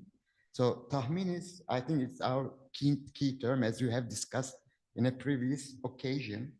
And in order to have a tahmin, we have to have, or for the tecrübe results with the tahmin, you have to have the time. But what do you mean with this time? This is the question, because for the other, and I will come up to your other important point, but I have slightly different interpretation on the nature of some sciences that you have evocated with the astrology. I think it's about always the sublunar world and the inner classification of the sublunar world, which enables the scientists or experimenters to do some experiment, which is, I think it starts with the stones, then comes up with the herbs, and then with the mizaj of the animal and human bodies. That's why there is I think the alchemy, it's the iatrochemical or iatromedicinal experiments, then some mujarrabat of the 15th and 15th century medicine. So I think I would have rather, or I would rather present the Shin from the very down to slightly upper things, but I cannot formulate something, but astrology is a bit, how to say, inconvenient to this classification, because I always thought, and perhaps I'm wrong now, that it has to start with the lowest layer and come and stop with the human as a category, and must not go up to the lunar and ultralunar phase. So for the experimentation to be, how to say, valid, etc., because one cannot have time or control of the universe or the ultralunar universe. So that's, I don't know, because I'm a bit confused with my classifications, and each classification is, how to say, always has to be in our domain now, to be precise more and more in order to have a better idea. So it's just, there's no question, but I don't know, perhaps everyone that you can add.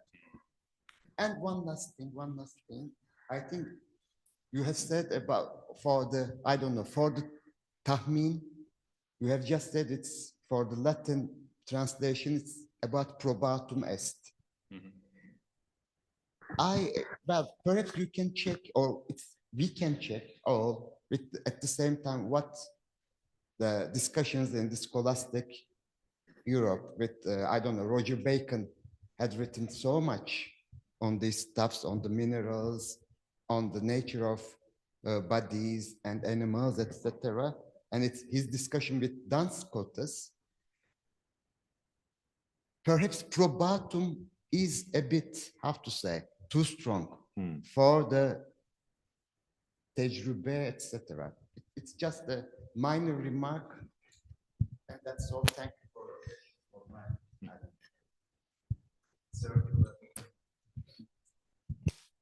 I don't have much to add, Güneş, but regarding your question about time, the scope is eternal.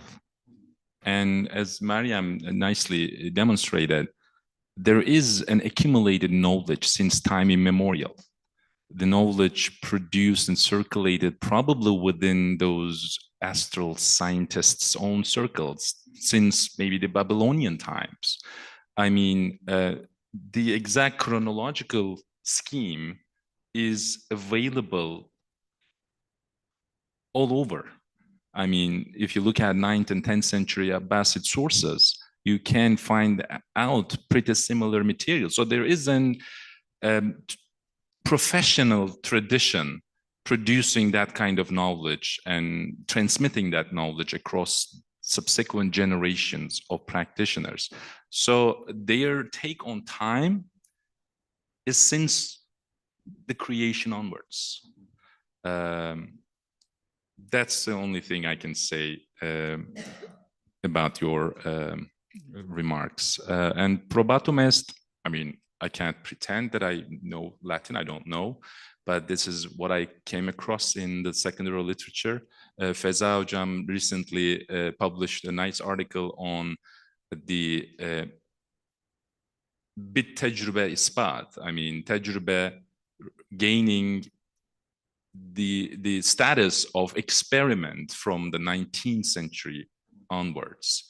In earlier periods, we can't really find the association of tecrübe with the experiment as we understand it today. So yes, I know, but maybe.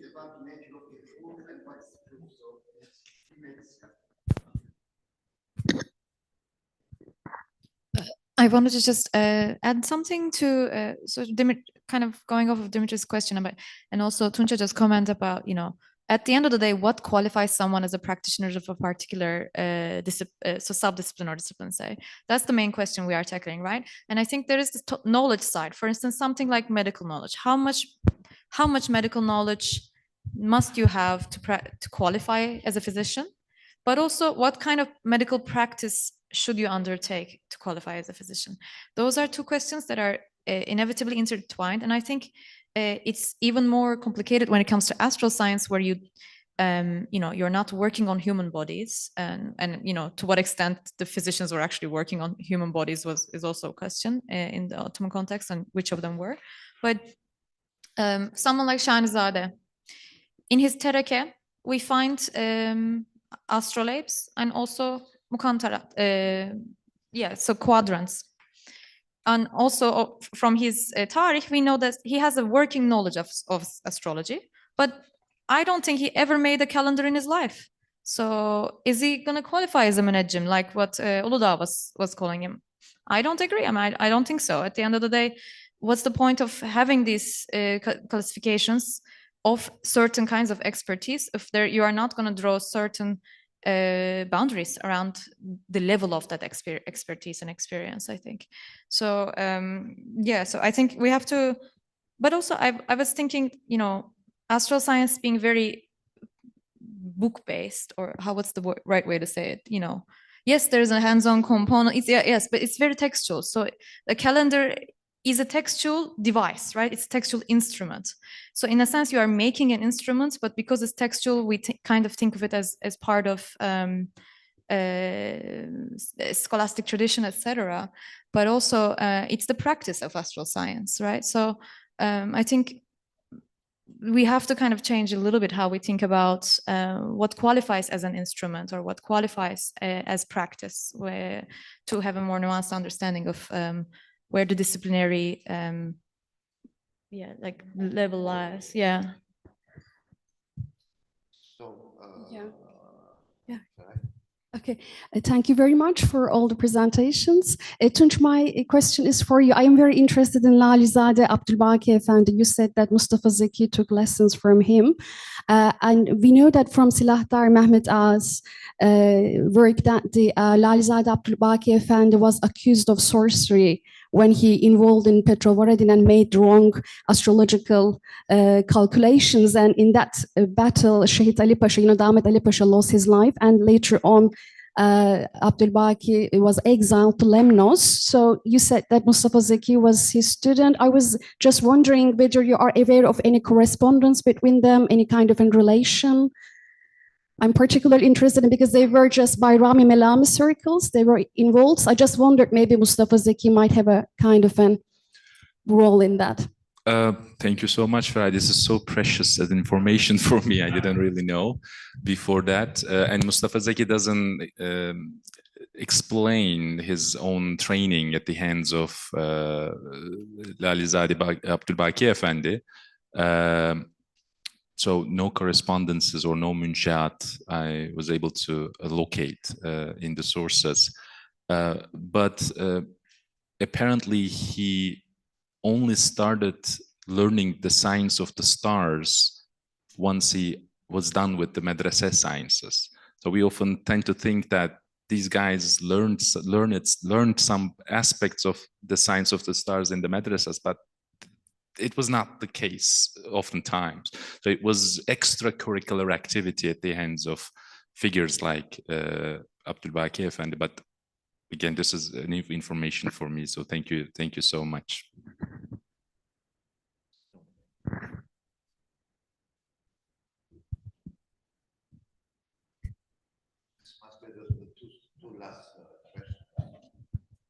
Well, thank you so much for all these presentations. Mariam, how big a wrench does the kind of material that you analyze throw in the standard understandings of historiography and the flow of time? I know it's a very big question. I'm really interested in it because I see formulations of history done in various different ways based on, whatever text you look at. You might have addressed this in your presentation. I got lost this morning because I didn't have internet and just couldn't locate. So if you can just speak to that, like how big a wrench do you think, do you think that this kind of reformulates our understanding of the kind of range of historiographical possibilities that might have existed at that time? No, thank you. I wouldn't go so far as to suggest it's like a huge paradigm shifting suggestion, but I also would like to suggest that I didn't read the last paragraph because I don't want to go over time, but basically I would conclude that these kinds of sources should be incorporated within a broader historiographical base of what constitutes not just Ottoman astrology, but what constitutes Ottoman history, like the historiographical tradition. And there are some theories about sort of why these almanacs chronicles kind of fade away by the mid 16th century. And one of the theories presented by Tunç is that a new kind of historical consciousness around what constitutes history and how to sort of place the Ottomans within their own historical tradition becomes more popular. And if you think of these texts as being sort of ceremonial, or at least presented in a dedicatory format, then you want to appeal to what's popular to the core, what the court sort of sees as okay, yeah, this is the kind of history we can get by. And perhaps this is no longer appealed. That is one angle. Antoine Barru's, Borut, I'm not sure of the pronunciation, his idea for why the similar kind of genre disappears for the Abbasids is pretty different. It has to do with the fading away of zijes as a result of the rise of muvakkits, which I find really fascinating and I want to explore further. And also this idea that religiously ordained and politically sanctioned views of sort of the rise of Islam become more justifiable views of history than the astrological sciences. So I think there are interesting parallels there that should be explored for the Ottoman case. I couldn't begin to comment on the broader historiography of time that this sort of alters, but that is a question I'm exploring in my dissertation more broadly. So I'll get back to you in May. So yeah. May I make a comment on probatum est? Because I think in alchemy, in the alchemical experiences, probatum can be an equal to mücerreb, because Ali Çelebi says, I have a stick of iron, I put it in a liquid, then in 2 hours it melts. And he says it's mücerrebdir. So I have proved it or tested it. So probatum is, for alchemy, I think it's okay. But for bit tecrübe ispat means demonstrated by experience. It's much more later. It's 19th century term, which was translated from French to Ottoman Turkish, when translating textbook, French textbook from French institutions to Turkish. So maybe for astrology, I don't know if probatum est is okay, but in chemistry, you can use it. I mean, medieval or late medieval alchemists use it. A similar word for mücerrep. Thank you. So I think we have to stop.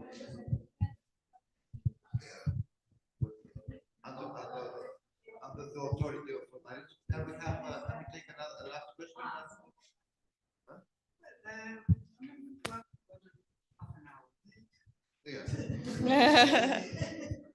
They can ask during coffee.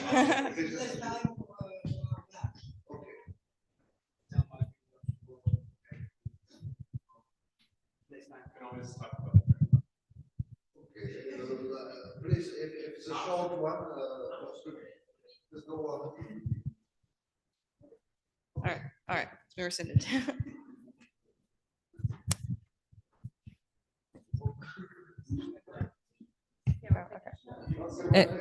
Am I on or no?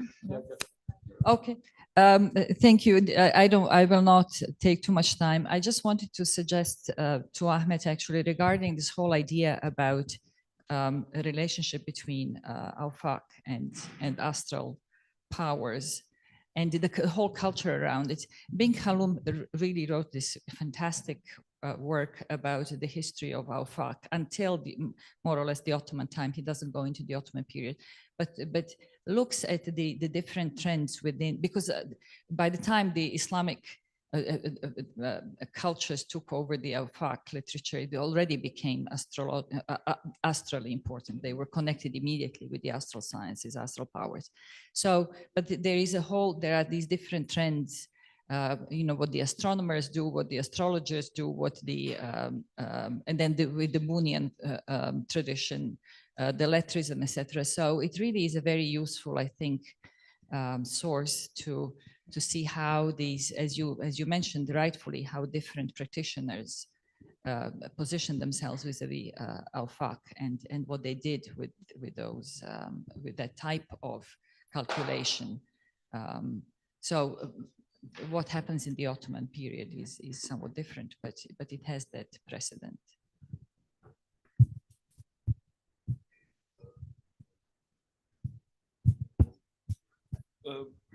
I don't have anything to add other than just thanking for reminding the pre-Ottoman important tradition of Kitab al-Afaq. Let's stop here. Thank you all.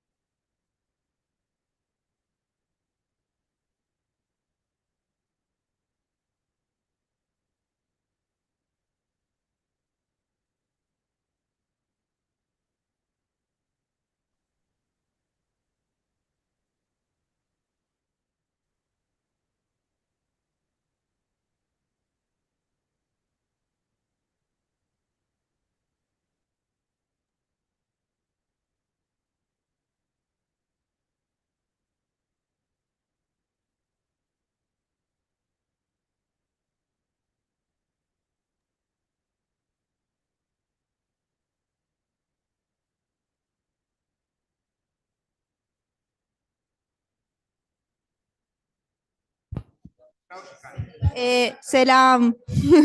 Can, yes. Hello, Saranur. Okay. Can you Sorry, hear I me can't. fine? We can't hear her though.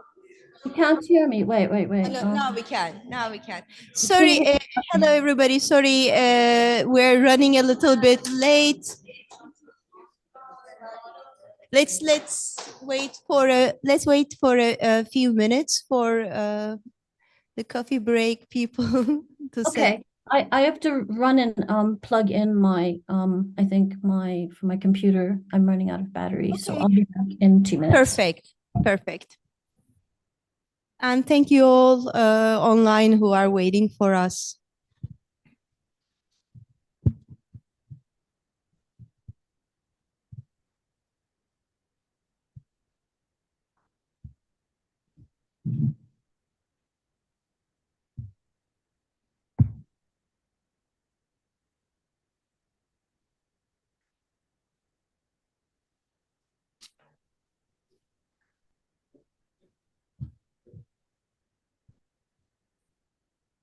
Tabii bir de zaten şehir edecekmiş. Tamam.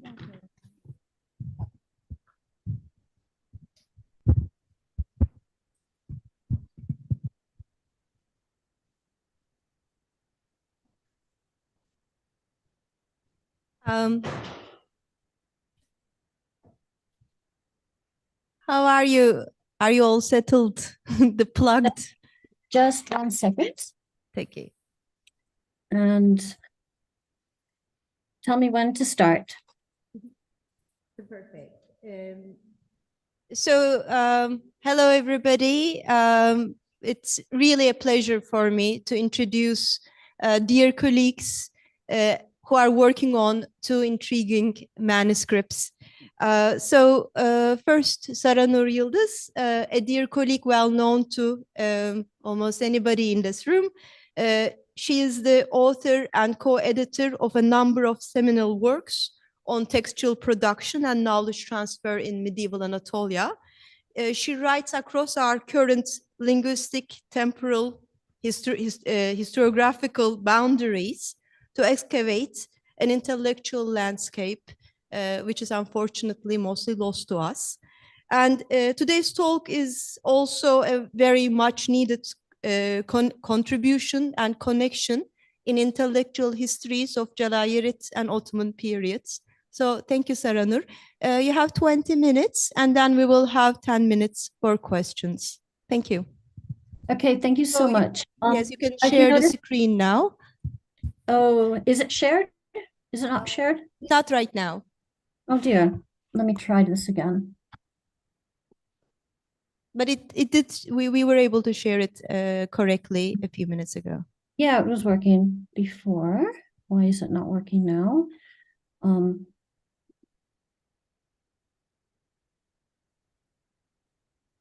Okay. Perfect, thank you. Just a second. Yeah, it is just taking a little bit. It's now we can see it. It's in the power. Okay, fantastic. Okay. All right, great. Sorry about that. Yeah, I changed my title. It's a bit of a different focus. First of all, gendering prognostication. Mehmet Suudi's Metala as I'm going to make this small. Okay.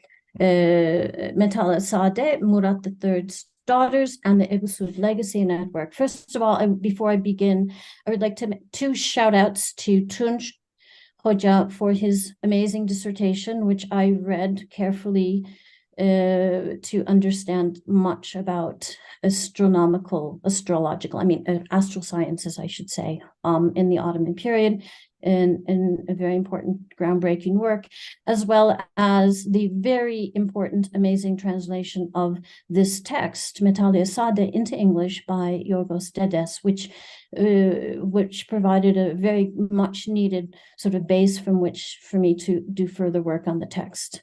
Okay, so I begin. The Metalia Sade showcases astrological and other related prognosticatory practices with full folio illustrations of the highest artistic quality, and richly illuminated charts and diagrams. It was compiled in 1582 upon the orders of Murat III by Mehmet Suudi, an influential courtier and member of the Ottoman religious establishment, a mudaris at the Süleymaniye Medrese. It is a remarkable work of wide-ranging encyclopedic format based on an earlier Jalayir era Arabic compilation, of which a bit more will be said. The production of this opulent work at a palace atelier indicates an attempt to endow prognostical knowledge with high status in a religiously sanctioned format, and to give it a stamp of approval as an intellectual pursuit worthy of the Ottoman court and members of the royal family, and, as I argue, especially among powerful women of the royal family. I provide here a gendered perspective in understanding the production of this text, set within its various networks of patronage. Rendering the title, Metali as-Sadat ve Yenabiya Siyadet, into English presents a challenge, for it is laden with symbolic meaning and wordplay, which gets lost in translation. Various translations have been suggested, such as Ascending Fortunes and Fountains of Sovereignty, or Where Good Fortune Rises and Sovereignty Springs, or The Dawning of Good Fortune and the Sources of Sovereignty. Yet the simplified title, Book of Felicity, as suggested by its English translation, by Yorgos Hocam, resonates well with the original's meaningful wordplay and encapsulates the book's major theme of felicity, saadet. The astrological term, the ascendancies, metali, that is, the points from which auspicious celestial bodies rise, is combined with the conceit, harking to the Ottoman imperial harem as a source of sovereignty, the Darul Saadet, or the Gates of Felicity, as the imperial harem was known, which constitutes the site where the noble lineage of the House of Osman was propagated. Further wordplay in the title may be seen with the name of its compiler, Mehmet ibn Hassan, who is known as a Suudi, the auspicious or felicitous one. The sumptuously illustrated Metali as-Sadat survives in two manuscripts dating from 1582, copied for the personal libraries of two daughters of Murat III, who reigned in 1574 to 1595. These two daughters being Aisha Sultan and Fatma Sultan. Intended for the private use of the two Ottoman princesses, no other copies are known to exist, indicating a rather limited circulation of the work. The text was prepared as a Turkish translation, both textually and visually, of another illuminated and illustrated unique codex, an Arabic miscellany compiled in Iraq during the late Jalayir period, sometime in the very late 14th century to the early 15th century, a work known as the Kitab al-Bulhan, which has been somewhat problematically translated as the Book of Surprises or Book of Wonders, because really the word Bulhan is unknown in Arabic, actually, according to Stefan Carbono, who did the seminal study of this work. Yet, the Book of Felicity was not a translation of the book of the Kitab al-Bulhan in the strict sense of the word. While certain sections have been translated closely to the Arabic original, in other sections there is no correspondence, with some material deliberately left out and other material added. Its compiler, Mehmet Suudi, oversaw the production of the Metali in conjunction with the famous Ottoman painter Osman Nakkash, whose imperial workshop executed the book's illustrations and illuminations. This study contextualizes the Metali within two interrelated aspects of its patronage, as well as the networks behind the work's production. First is the work's gendering of astrology and other prognosticative practices in the immediate context of its patronage. I propose that the two manuscripts prepared as gifts for the two daughters of Murat III may have been specifically meant to serve as dowry gifts. This should be seen also in the context of gifting during the Shehzade Mehmet's circumcision ceremony, a sumptuous affair of some 52 days. Events which, of course, the composition of this work coincides with this amazing ceremony of the Ottoman state. Furthermore, the two manuscripts gifted to the daughters may be seen in parallel to the Sorname Humayun. I will say more about that later. But secondly, I would like to argue that the production network we must see the work produced within the context of a powerful palace network consisting of Ebu Suud's protege, Mehmet Suudi, along with his student, Ibrahim Pasha, later known as Damat Ibrahim Pasha, after having been wed to Aisha Sultan, who was a recipient of the particular manuscript from Paris. Ibrahim Pasha was betrothed to Aisha Sultan during the circumcision ceremony. It should be added that Murat III placed Ibrahim Pasha in charge of organizing the circumcision ceremony.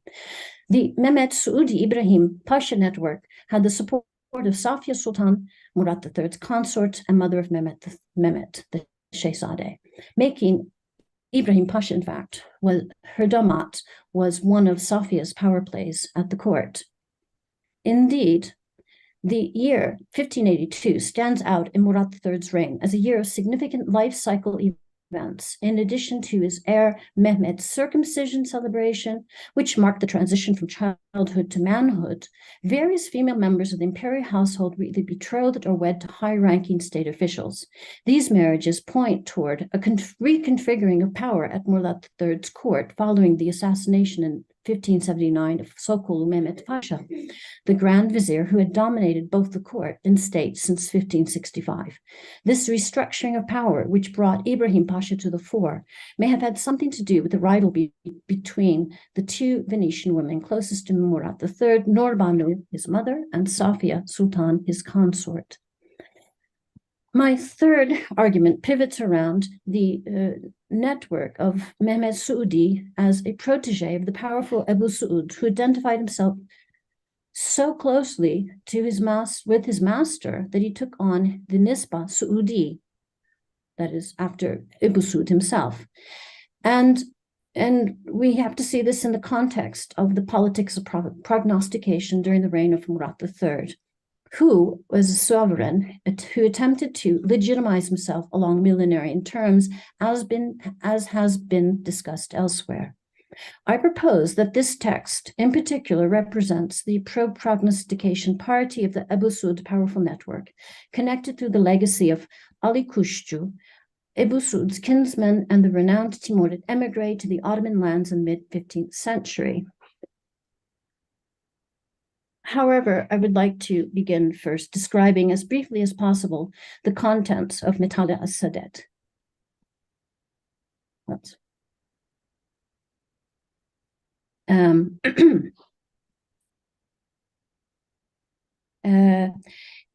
Which were drawn mostly from the Kitab al-Bulhan, a late 14th century Arabic compilation from Jalayirid, Iraq.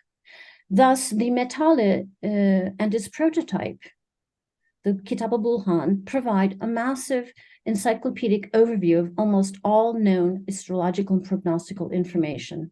The works may be described as collages of textual and visual material compiled as a manual and reference work for casting and interpreting horoscopes and other prognostical and divinatory practices. The multiple jadwal or tabular charts, as well as circular diagrams, daire, point to its use as a reference work, set in the middle of the text in between the astrological horoscopic information and the prognostic game sections are 32 double folio illustrations, album-like without explanatory text other than brief captions.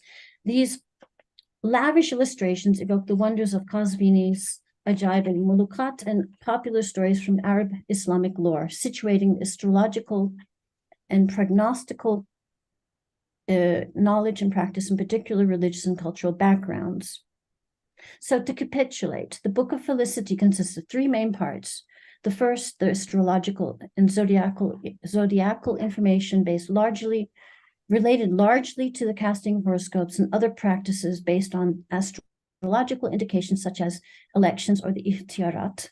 The second section being the 32 illustrations, which resonate with the trend of illustrated falnames or book of omens at the Ottoman and Safavid courts in the 13th century, and a final third section which covers several different forms of prognostication modeled on geomantic concepts and which take on a game format. Now let us begin with the Shamsa dedication of the Paris manuscript. I only worked with the Paris manuscript. I had no access to the other manuscript, one in New York. Anyway, this was for Fatima Sultan. And the question is, why was this compilation combining horoscopic astrology, cosmology, and prognostication made specifically for one of the Sultan's young daughters? I think the Shamsa is a good place to start in understanding this with its succession of laudatory titles that echo the gendered context and themes of the Metale. So we have the Lord or female, Malika, of grandeur and magnificence, the pearl of the royal crown. She is also called the star of the imperial forehead with these astrologically related terms, and she's also referred to as the first fruit of the orchard of esteem and exaltation, and the fruit and progeny of the tree of the caliphate. Finally, the sapling of the rose garden of the family of the Ottoman dynasty. And here we see also the importance of the munajim, the astral expert who is skillful in casting the horoscopes, the natal horoscopes, for which this work begins. And so central to the gendered context of astrological knowledge is the interaction between the court, munajim, or astral experts, as Tunç Hoca has redefined the term very aptly, and the interaction of the munajim with royal women. Since the astral configuration at the moment of birth was believed to have had an enduring influence on a person's fate, one of the munajim's most important tasks would be drawing up nativities.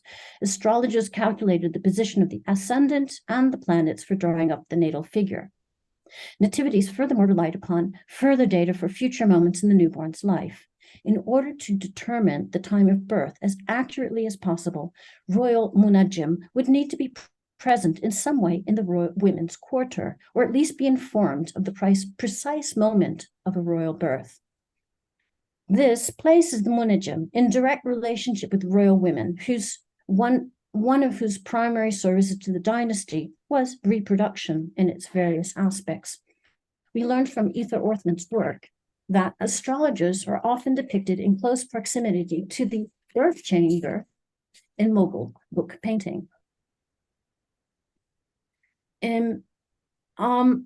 Now, before I go on to the contents, I would just like to mention that the presentation of these lavish books to Aisha Sultan and her younger sister Fatima Sultan are related to the life cycle celebrations of the prince's circumcision, as well as the prince's subsequent betrothal. The organization of the circumcision festival, a public display of Ottoman magnificence lasting 52 days, was overseen by Ibrahim Pasha, the future husband of Aisha Sultan. Indeed, he had a role in its production, I'm assuming, considering that his mentor compiled it, Suudi. And the Metali parallels, as well as complements, the Sorname Humayun, which was also produced in the context of the circumcision ceremony. Whereas the Sorname is concerned with recording the material and human resources of the Ottoman realm, which were the patrimony of the heir apparent to the throne, Prince Mehmet, the Metali focuses on a more intangible realm, the spiritual and psychological one, which provided the necessary support for the material realities of Ottoman power and everyday life.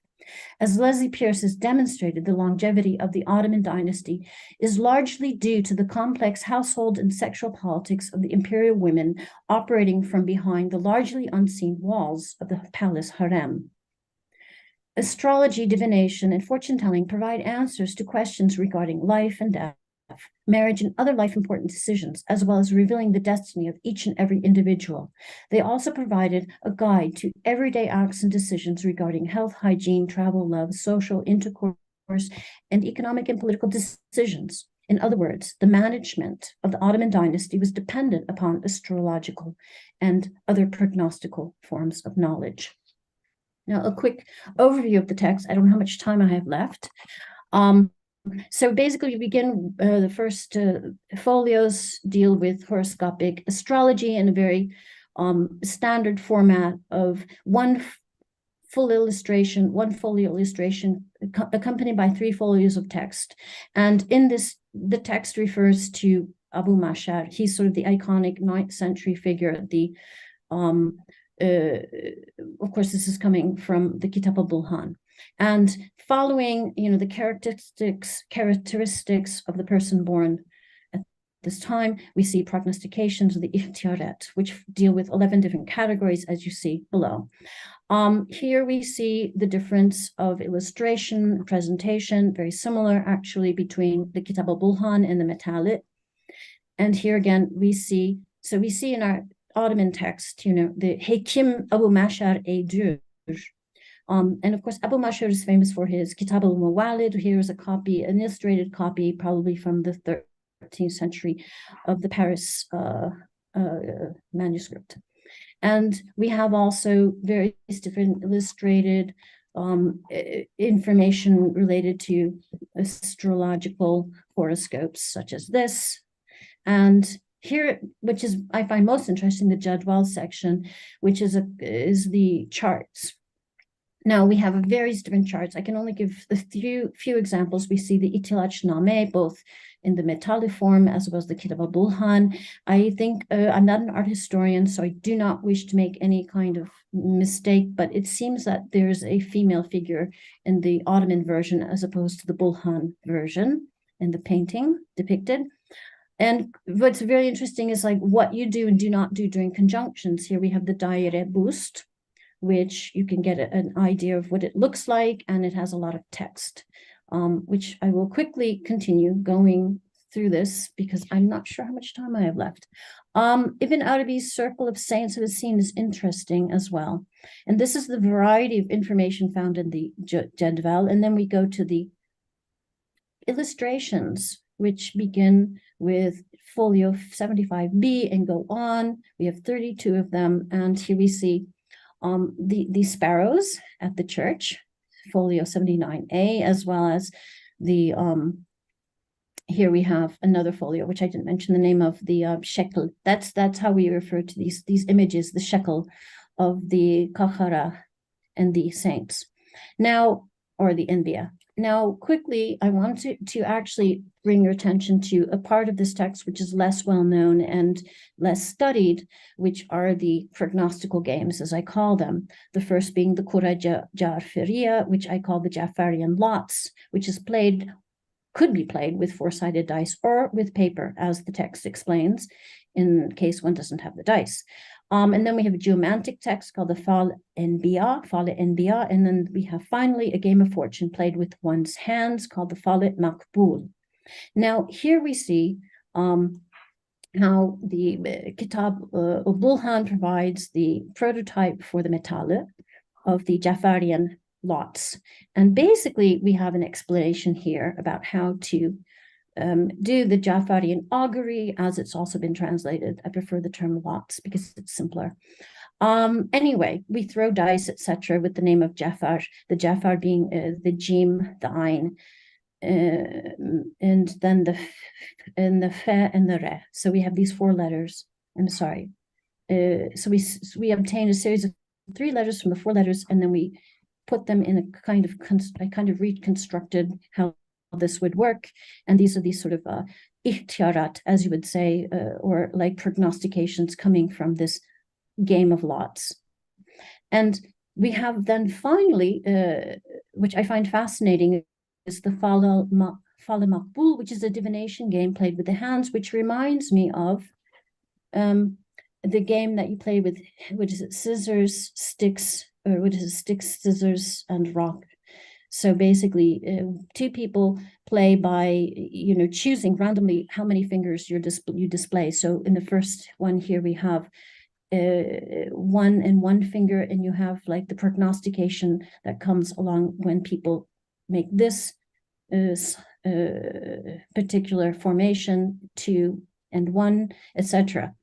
And this seems to be a very ancient game, and I've tried to trace it, and you can see that it's mentioned in a Tibetan text, which dates back in the early medieval period, and also we see it in an old Turkic text as well, the Irk Bitik, which is a 9th century manuscript from the Duhang Library Cave.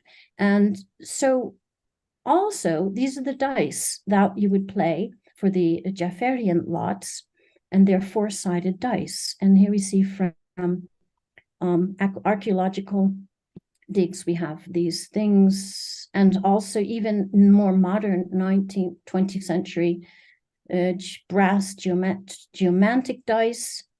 And here we have an ivory dice from the 1st to 3rd century, which looks very much what we see in our text, actually, for our Makbul, Fala Makbul. So clearly there is this Eastern origins going way back, and it is my suggestion that these games are incorporated into this prognostical knowledge, probably during the Mongol period, dealing with these very Eastern practices.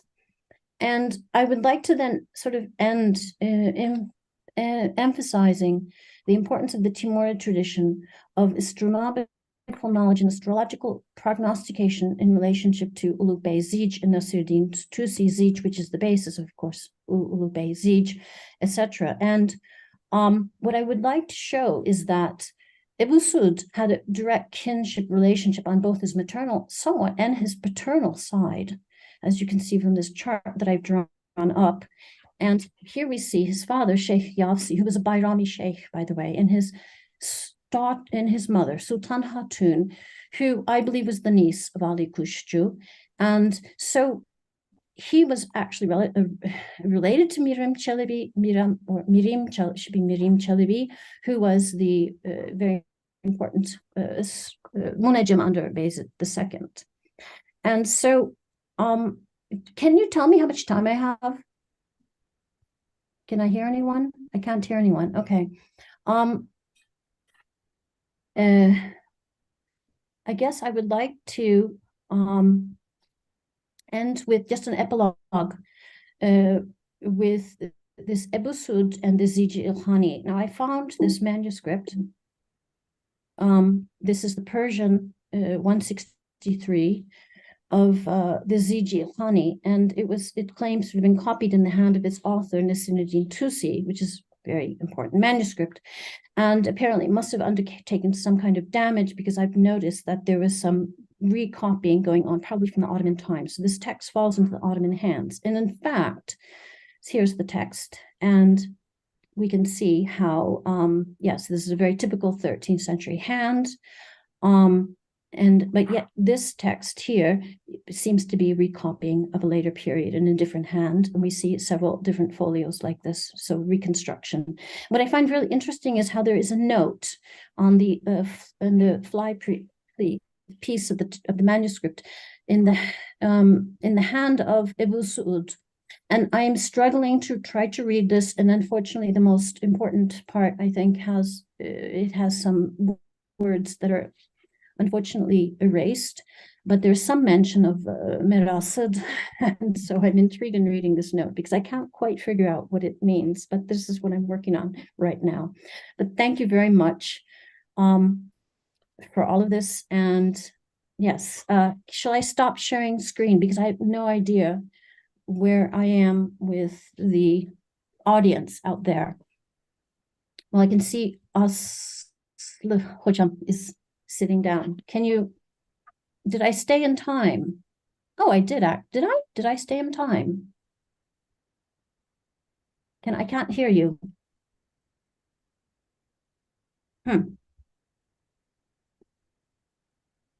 I can't hear you, actually.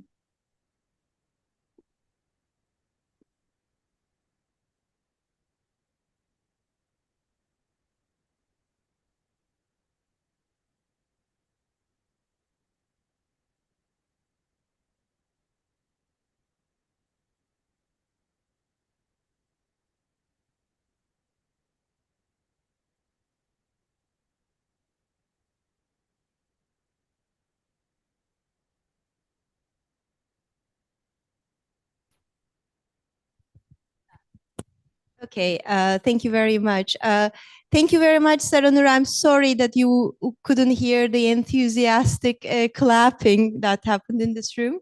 It was extremely rich, very interesting, and I already saw the hands. I can hear now. Okay. A few hands have already been raised, so I will begin with the questions.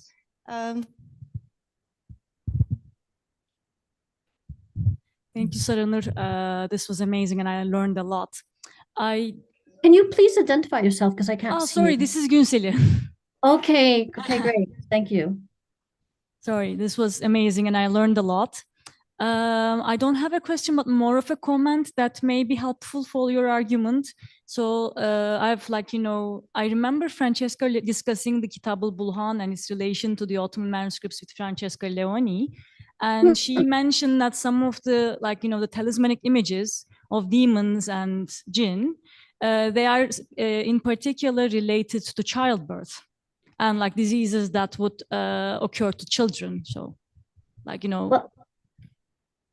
yeah, thank you so much. Yes. I mean, of course, I had to gloss over so much information there. I mean, they're related to also kabus, when you see nightmares. I think there are 5 depictions of the devils, and they all have different things. But yes, definitely childbirth is very important, and that's definitely something I should stress in a paper that's actually for future publication. Thank you very much for bringing out that point. Very important. So maybe a related question, and then Tunç. So the production context you shared with us was wonderful, the gendered and as well as the author and the possible patrons. So this is a difficult question. Do we see, maybe following Günseli's question, do we see the effect of this group of patrons and interest when Kitab al-Bulhan was used to produce Metali?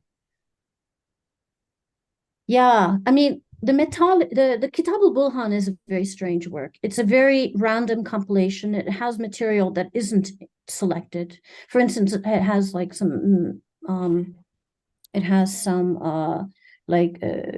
illustrations from a Sufis, the Book of Constellations, which is not included in the Metali. And furthermore, it was a work which the folios, many seem to have been lost, and the exact place in which they fall in is very difficult to understand. And I believe that Carboni's work was to sort of try to reconstruct the text, because it was such a mess through the Metali, actually. So yeah, I mean, it's a unicum, and that means it was sort of a random miscellany put together sometime under the reign of the Jalairid Sultan Ahmed, and we see various different authors and names and dates from mid-14th all the way up to I think 1410 was the latest. I can't remember. But yeah, so it's I don't see a gendered anything to that extent. It's more I see it in the framing and in the like we see in the Shamsa, how it's dedicated to the Sultan, Aisha Sultan in this particular Paris manuscript. And I see it in. But I do think there is this, I mean, what Eva Orthman talks about, this sort of gendered aspect of childbirth and nativities, so that something, I think, more work can be done. But it's a difficult question, because the Kitab al-Bulhan is a mystery. And furthermore, I mean, we don't even know where this title Bulhan comes from. And we do know it was in Ottoman hands, and it has an ownership seal from 1609, 1610 from the madrasa in Edirne, some kind of a Sheikh Mehmed ibn Yahya or something like this, if I can remember offhand. So, I mean, yeah, I would say the gendered aspect is emphasized in the Metali, unlike in the Bulhan. Does that answer somewhat? Perfect. Thank you. Yeah. So 2 questions, Tunç and then Muhsin, and then we'll continue to the next panel. Thank you so much, Saranur Hocam. It was wonderful. I'm not sure if I can formulate a question, but I just want to share my own confusion about the period and some of the names you mentioned, because only 2 years before this work was commissioned, another student of Ebu Suud Efendi, the Sheikh al-Islam Qadzade Shamseddin, issued the fatwa to destroy the observatory and expel Taqiyuddin from the capital. And we know that so many other high-ranking ulama were so skeptical about the guy, Taqiyuddin. And then 2 years later, we have this book commissioned by the Sultan, composed by another high-ranking scholar who is a student of Ebu Suud Efendi. Is it a kind of statement made by the imperial authorities? Or, I mean, I really want to hear your take on what's going on in the early 1580s and that rivalries between people from more or less similar intellectual backgrounds. Yeah, no, exactly. You hit the number one question, the great mystery, because I mean, in another version of this paper, which I took out for time reasons, I mean, I do begin discussing the sort of paradoxical situation where you have the raising of the observatory, and yet then you have this production of this text. So there's definitely some serious polemical rivalry going between the prognostical groups, and I think is being led by someone like Saudi or other people in his network, and versus, as you mentioned, the fatwa producing Sheikh al-Islam, who in a sense, I would say in a way is going against the Ebu Suud legacy, which we, and the reason I wanted to show you this Zij al-Ilkhani at the end with Ebu Suud's seal is to show that Ebu Suud was very much, I mean, he obviously looked at the Zij of Ilkhani, probably was his own personal copy, I would assume, considering the fact that it may have come from Samarkand with Ali Kushju. He's famous for his library of 200 or so camels carrying his library to the Ottoman lands, etc. So, I mean, I definitely think we need to sort of try to understand this period, but definitely you see that there's this huge switch, and I'm not sure exactly how it happens. But thank you for raising this very important question, which I wanted to sort of avoid in my presentation since it was so complex and I had so little time. But thank you. Thank you so much for the presentation. I'm Mohsin, by the way, Dr. Nouri Yildiz. You made a very intriguing suggestion that there seems to be a kind of companionship between the Surname Humayun, as produced by Intizami, and then this text that you're looking at. And I seem to recall in some of the folio versions that I saw, that were produced by the Italian kind of publishing house, that there were tables of professions, different professions, I think, arranged according to the horoscope. I don't exactly remember how they were. Yes. That's yeah, I think is that the children of the plant. Wait a minute, is that? Yeah, I'm trying to remember exactly. Yes.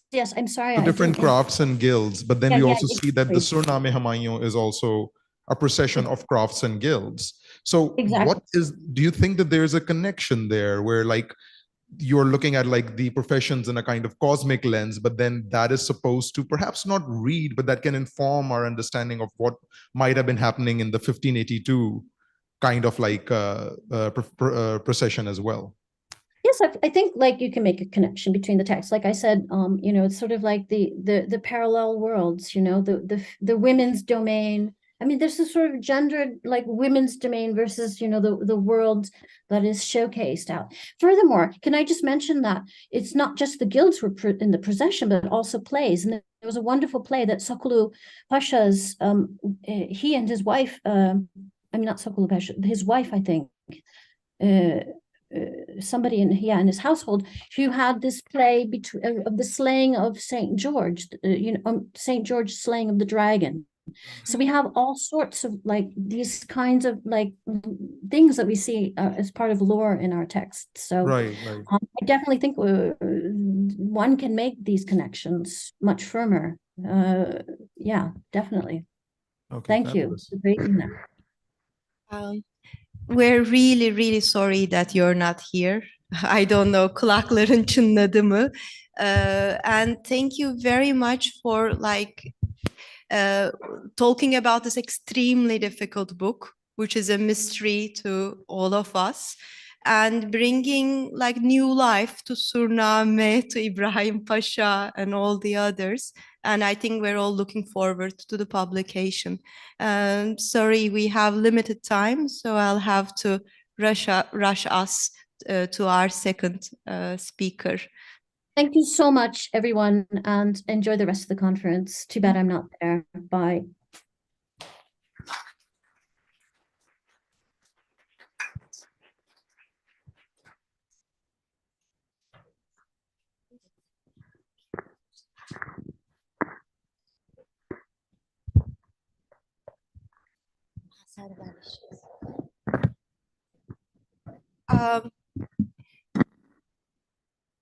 It's a really great pleasure and privilege to introduce Günseli Gürel, DPhil candidate at Oxford and a fellow at IMS. Günseli is completing her dissertation on late 16th century Ottoman courts, interest in illustrated occult magic wonder manuscripts.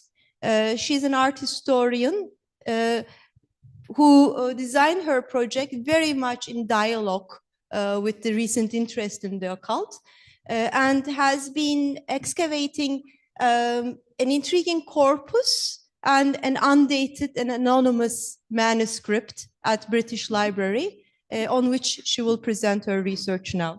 Thank you, Günseli.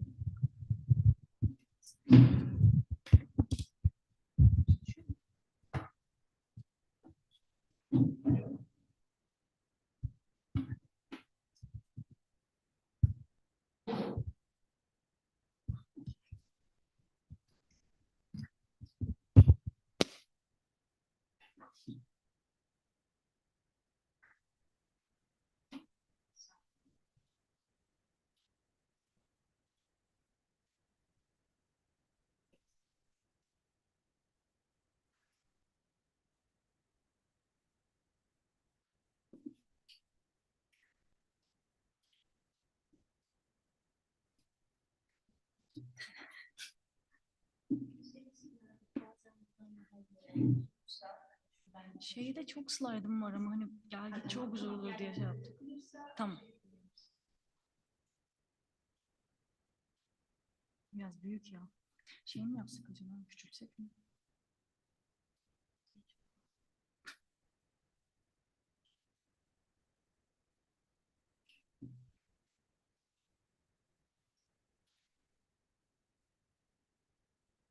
İstersen küçült şimdi.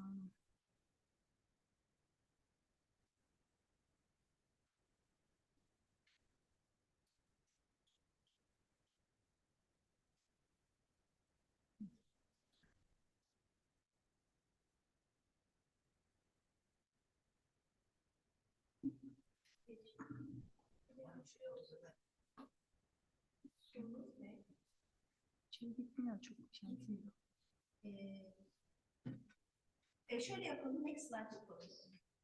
Hocam çok zor olur ama yani çok zor olur. Hani şey...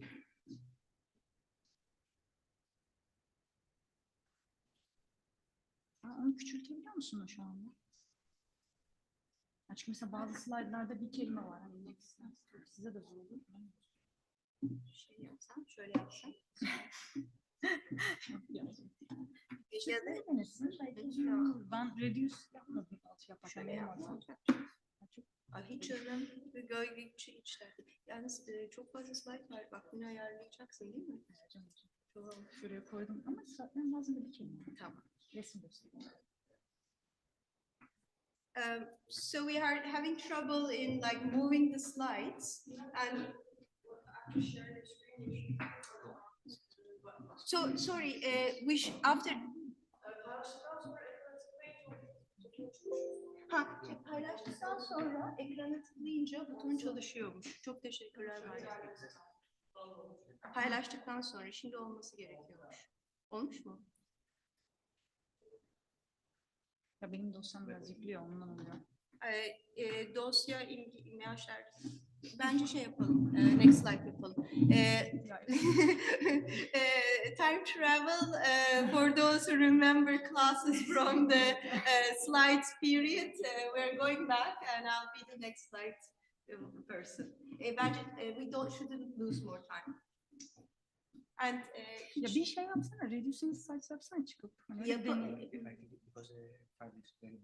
but if you reduce it, I'm sure it's, maybe let's try it at least.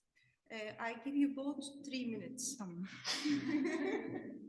And I'm very serious about the 3 minutes.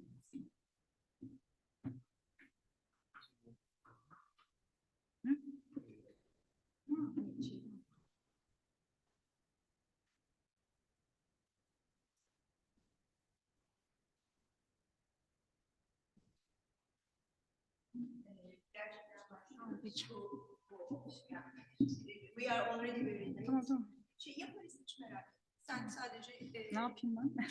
Kalemini vur, ben geçeceğim. Peki tamam. Şunu alayım.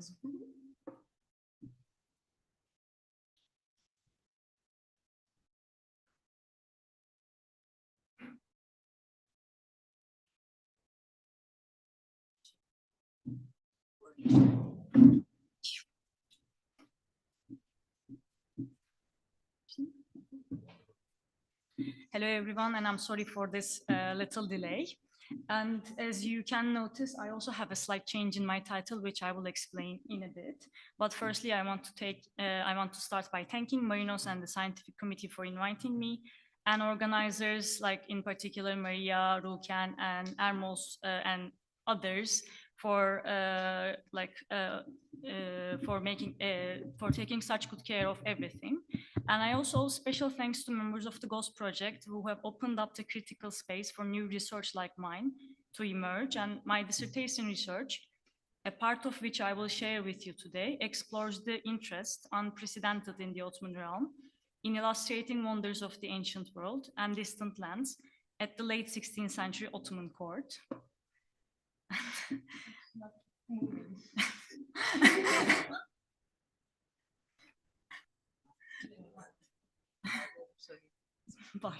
Now I understood the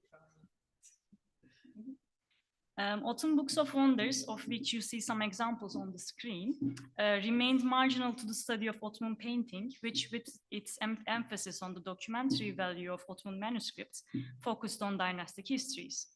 Engaging with this material, as all of you in this room very well know from your own sources, requires us to move away from our post-Enlightenment impressist ways of thinking about reality versus fantastic. And seen in this way, far from just nice-looking pictures of bizarre beliefs, Ottoman Books of Wonders are crucial sources to better understand the little-known religious beliefs and intellectual practices of the Ottoman court. And I will try to demonstrate this by focusing on late 16th century courtly depictions of ancient monuments, which have been overlooked as curious fancies, entertainment, or mere superstition.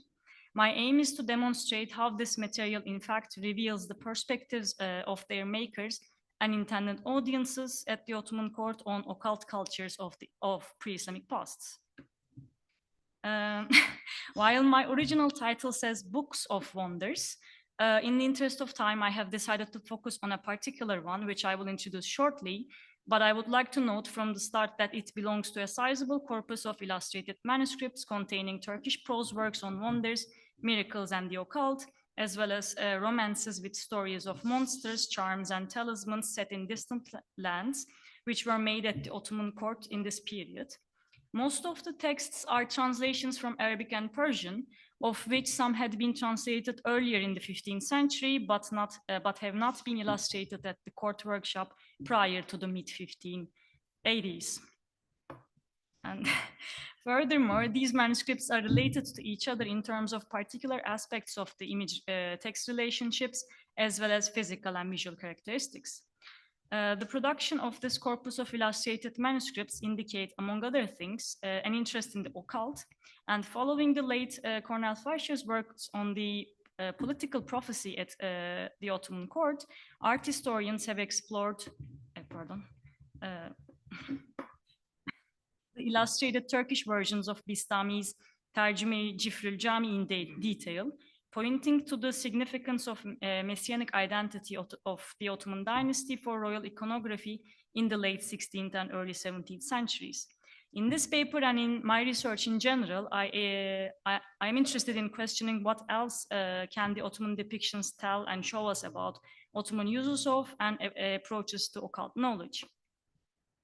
Now, the source that will be our guide in this discussion is held in the British Library under the shelf mark Harleian 5500, and the illustrated manuscript is dated on stylistic grounds to the period between 1595 and 1600 by Zeren Tanındı.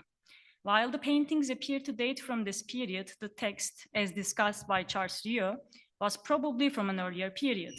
I will not go into the details here, but note that in my opinion, it's a Turkish translation of a medieval Persian text called the Acaib al-Dünya, Wonders of the World. And in fact, an archival record that is dated 14 June 1596 states that an illustrated book named Acaib al-Dünya, that is again Wonders of the World, was rewritten and illustrated at this date. Given the dating of Harleian to circa 1595 and 1600 by Tanındı, I believe that it is the illustrated book referred to in this register. Regardless of its identification, the text written in a simple Turkish provides a picture of a marvelously diverse world with a variety of strange places, beliefs, practices, beings, and monuments from distant lands and times. The remaining portion of the manuscript contains 90 images, which emphasize occult phenomena described in the text, and this can be seen clearly when we look at the subject of today's talk, the depictions of man-made wonders, which are shown in at least 33 out of the remaining 90 illustrations.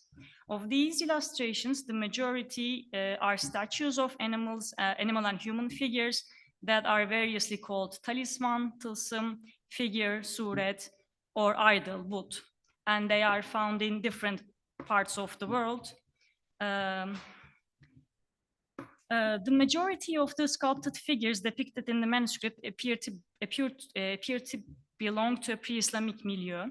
Some, like the monumental columns and the starling talisman that was introduced by discussed by Aslı Hoca yesterday, in Byzantine Constantinople, predate Islam and Ottoman conquest of the city.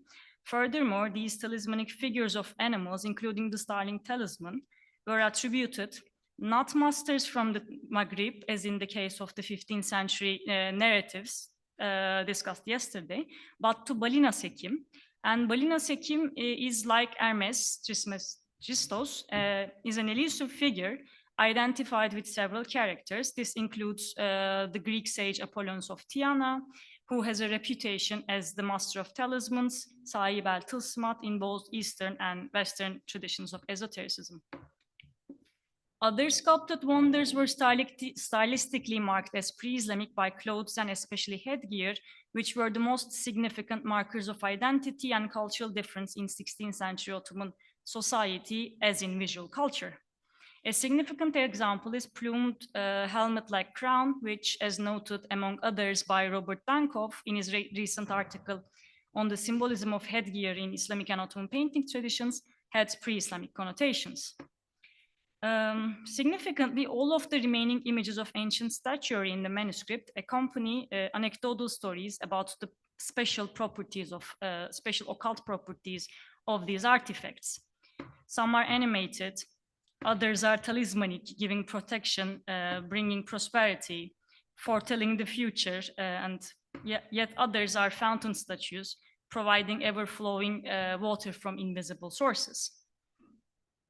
And such association between magic and sculptural wonders is commonly found in the Islamic world as well as Byzantium. However, it is still interesting that all of Harleian's remaining images of ancient statues have such objects as their subject, because in the centuries-old lore, such artifacts also take on aesthetic, historical, political, and commemorative significances, which are not absent from the manuscript's text.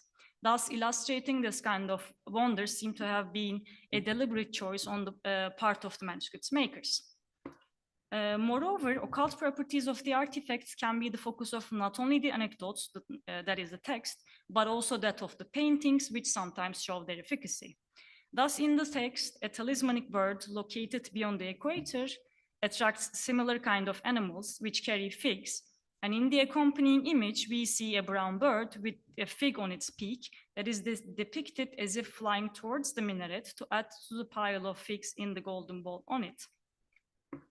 Furthermore, some of the images in the manuscript seem to represent the assessment or experience of the special effects of the talismanic figures, which in my opinion act as visual expressions of the term mücerreptir that was discussed in the last 2 days. One example is this image depicting human and animal figures in a stone chamber near Constantinople. As described in the text, whoever suffers from pain comes to these figures, and if he's a man, he rubs his hands 3 times to the male figure, and if she's a woman, she rubs her hand to the female figure 3 times. When she or he then puts his or her hand on the aching part, the pain is dispelled instantly. The moment illustrated in the images when a man and a woman are assessing this efficacy, and significantly the male and female figures who are experiencing the wondrous objects wear Muslim clothes that were also in line with the 16th century Ottoman fashion, as you can hopefully see from these 2 images of contemporary court histories, at least for the male figure's clothes, even though the scene takes place in pre-Islamic Byzantium. And by showing the figures using the objects as contemporary Ottomans, the makers of the manuscript seem to have invited their audiences to identify with them and recognize the validity and legitimacy of what appears to me to have been natural magic. Indeed, there is no implication of science of letters or letters knowledge anywhere in the text or images of monumental talismans. Still, I know it is difficult to distinguish between these categories, so I'm happy to discuss this tentative argument further in the Q&A. But in general, as compared to other sources narrating tales of successful talismans, for instance, like the Anonymous Chronicles from yesterday, the stories in our manuscript provide very little information about how the objects were made. Still, in some cases, particular materials, namely stone and bronze, are named, and more significantly, talisman maker is identified. For instance, in this example, the talismanic bird is attributed to Marinos Sariyannis in the last line of the story, which I forget to highlight, and I'm not sure if you can see because of the zoom. But it says that, the bird is made by the talisman maker, who is responsible for the other talismans in Constantinople, including the starling talisman and serpent column and the other talismanic columns. So these ones. And while Marinos Sariyannis who is associated with the talismans in Istanbul or Constantinople, is the only talisman maker identified by name, there are several references to wisdom and sages, hikmet and hükema. One such sculpted image associated with ancient wisdom of the sages is an animated Indian idol with 2 faces of gold and silver. According to the text, the idol's animation is taken as an omen by seekers who would ask in prayer what's in their heart. Namaz kılsa ve hacet dilese. In the image, unlike the idol wearing the golden helmet crown, there is no indication of the pre-Islamic or culturally foreign status of the man praying before the bronze human statue. The kneeling man is wearing a long, loose green robe and white turban, which are again Muslim clothes and headgear in line with Ottoman fashion. This is significant for 2 reasons. First, the text does not indicate the man's identity. Second, there were other stylistic choices available to the makers of the manuscript, evident from the depiction, for instance, of the priest to the left of the painting. Moreover, neither the painting nor the text it illustrates seem to have passed any judgment on the extra-Islamic belief. But this is not always the case for depicting idols in Ottoman illustrated manuscripts. For example, the opening image of the illustrated Falname, the divinatory book compiled for Sultan Ahmed I, sometime between 1614 and 1616, illustrates a story in which the Persian poet Sadi, when traveling in China, encounters with an animated idol. It occasionally raises its hand when worshippers rub their faces on its foot. Astonished by this, Sadi hides in the temple overnight and discovers that it is manipulated by a monk hidden behind it, pulling a rope. Thus, the ability of the idol turns out to be a fraud. As a result, people leave their incorrect practices and beliefs, and in the accompanying image, as noted by Serpil Bağcı and Masume Ferhat, the idol, although it is the main subject of the story, is of secondary interest. Here, the idol can be seen as an instrument to highlight the power of Islam over pagan past. The painting is rather dominated by the imposing figure of Sadi, who is an exemplary model illustrating the correct religious practice and human relationship with God. As such, the painting reinforces the moral message conveyed by the story. As Bağcı points out, this moral message is related to the religious sensibilities of the patron of the divinatory book, Sultan Ahmed I, who is known to oppose practices and objects that he perceived as idolatrous. One such object was the organ sent by the famous story about the organ sent by Queen Elizabeth of England, which had figural automata, but the Sultan reputedly destroyed the organ with his own hands. And the apparent lack of interest in making a moral distinction between Islam and pagan past on the part of Harlian's makers can be related to different proclivities of their intended audiences. However, this striking depiction can alternatively be explained by the place that sages of antiquity came to occupy in Islamic thought through a long process of assimilation of pre-Islamic knowledge rooted in the Abbasid translation movement of 8th and 10th centuries and later texts of universal history as well as Islamic Neapolitanism. According to these traditions, which were fully assimilated by Ottomans by the time Harlian and the related corpus were illustrated, the teachings of the wisest ancients were compatible with that of the Quran and the prophets, incorporating flashes of the divine truth. This seems like a view shared by the makers of Harlian, as the image they created in the late 16th century context of production shows ancient wisdom as compatible with Islam and with the Ottoman present. The compatibility of pre-Islamic occult knowledge with Islam is further reinforced by the illustrations of buildings in the manuscript. These include Kaaba and 2 shrines, one Imami and one Sufi. As in the case of sculpted wonders, these images accompany brief entries about their occult properties. For instance, here is the description of the Kaaba. It states that birds cannot fly over it and wild animals cannot come nearby, and that it always rains on one side of the building, forecasting good fortune and prosperity for lands in this direction. While such brief notices of the building's special properties also appear in many other examples of wonders literature, such as versions of Tusi's text, here they were usually preceded by a lengthy description and history of the building with anecdotal material drawn from early Muslim history.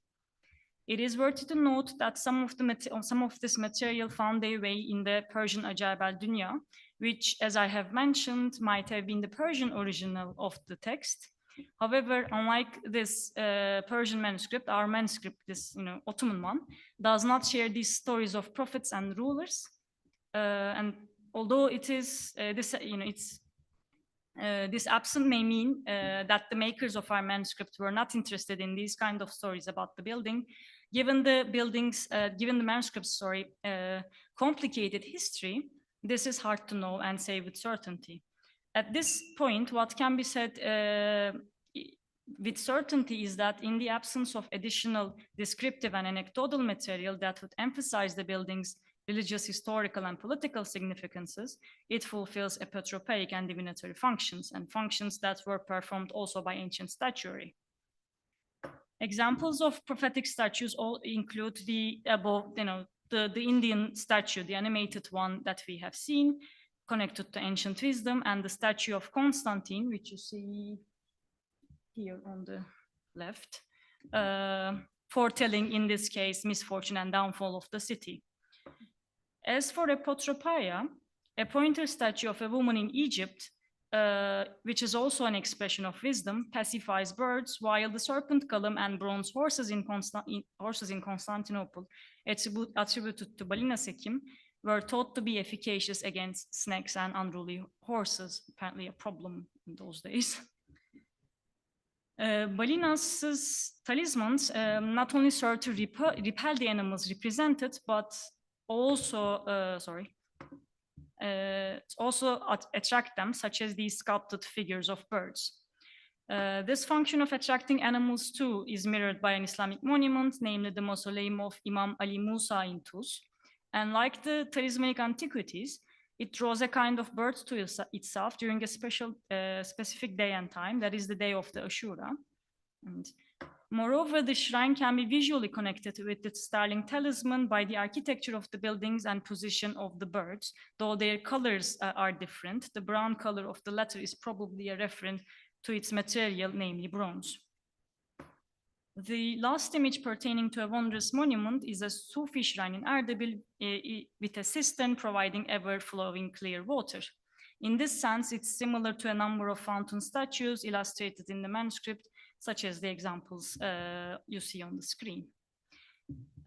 Based on the preceding, it is tempting, at least for me, to argue that the Islamic past provided a familiar framework to understand and absorb the cultural legacy of the ancients into contemporary Ottoman imagination. Illustrations of wondrous monuments seem to have been chosen to associate ancient knowledge with Islam, and informed by Islamic Neoplatonism, the underlying message may be that the Ottomans were heirs to ancient learning and culture as well as Islamic traditions. And this was the last one.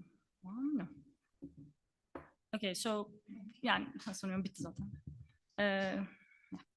yes, by way of conclusion, I would like to make 2 points that would require further research. One is about the kind of occult knowledge validated through images of working talismans and association with Islam. As I mentioned, I mean, they seem to have embodied a natural philosophical conception of occultism, drawing on sensory experience as a source of knowledge. And this is, again, something we can discuss. And this form of occultism, as argued by Marinos Sariyannis, harkens back to an older tradition that was largely eclipsed by spiritual forms of occultism flourished in the Sufi circles. Although Asloja's talk yesterday revealed how natural occult knowledge continued to play an important role in the creation of Istanbul's talismanic antiquities, during the 15th and 16th centuries, the palace's intellectual life was greatly influenced by lettrism. And it also played a central role in state policy and political intrigue. In this context, it may be argued that the makers of Harlean were expanding and diversifying the thriving occult scene in the palace by promoting an alternative way in which their royal patrons could control and alter their circumstances. And the question remains whether different epistemologies of occult knowledge were used in competing claims of prestige and authority at the court in this period, and their role in in power relations at the time. The second point, and that I want to finish with, is the imagination of ancient past as an alternative world reflected in the manuscript. And it may have been informed by the concept of renewal or tajdid. As Cornel Fleischer has clearly demonstrated, both sides of the Mediterranean were preoccupied not only with the end of times, but also millenarian anxieties, which raised expectations of political and spiritual rejuvenation.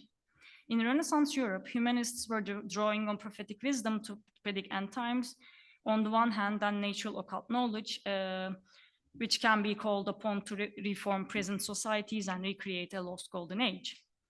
During the period in which Harlean was produced, a similar longing can be observed among Ottoman intellectuals.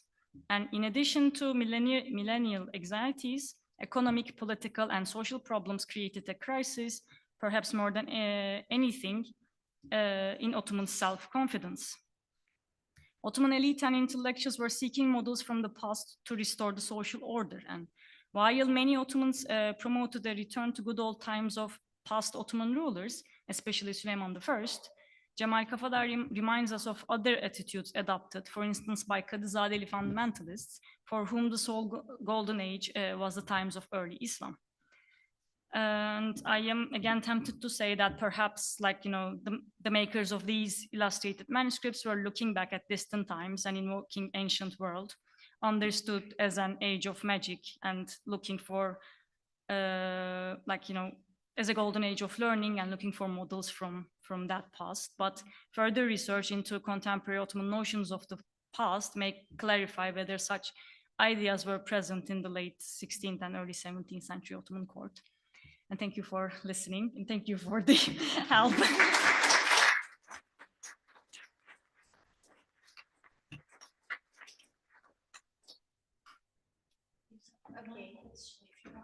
Okay. We can start. Sorry. I think I'll be we can start from the room. I saw two hands, and meanwhile I'll look at the questions. I first saw Muslim's hand and then Nicola.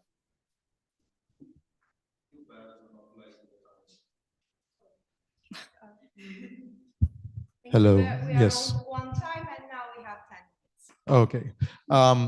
Thank you so much for this. This was sparking all kinds of thoughts and ideas in me, and I thought the use of images was multiple copious images like makes for a very good art historical presentation. I always enjoy such things. Do you know the exact colophon date on this manuscript at all?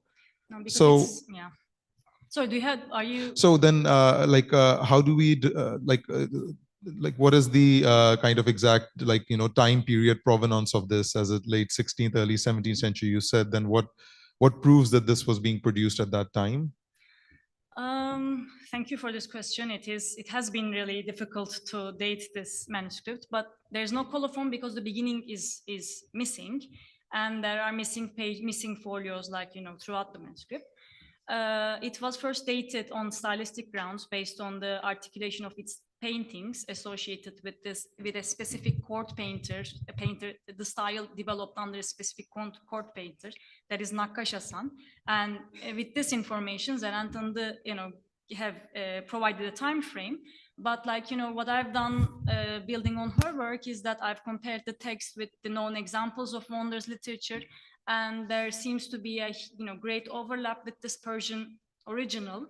And after this, I found this, like, you know, archival document which was giving the date of 1596, and the names are close. And I mean, this is still a tentative identification and dating, but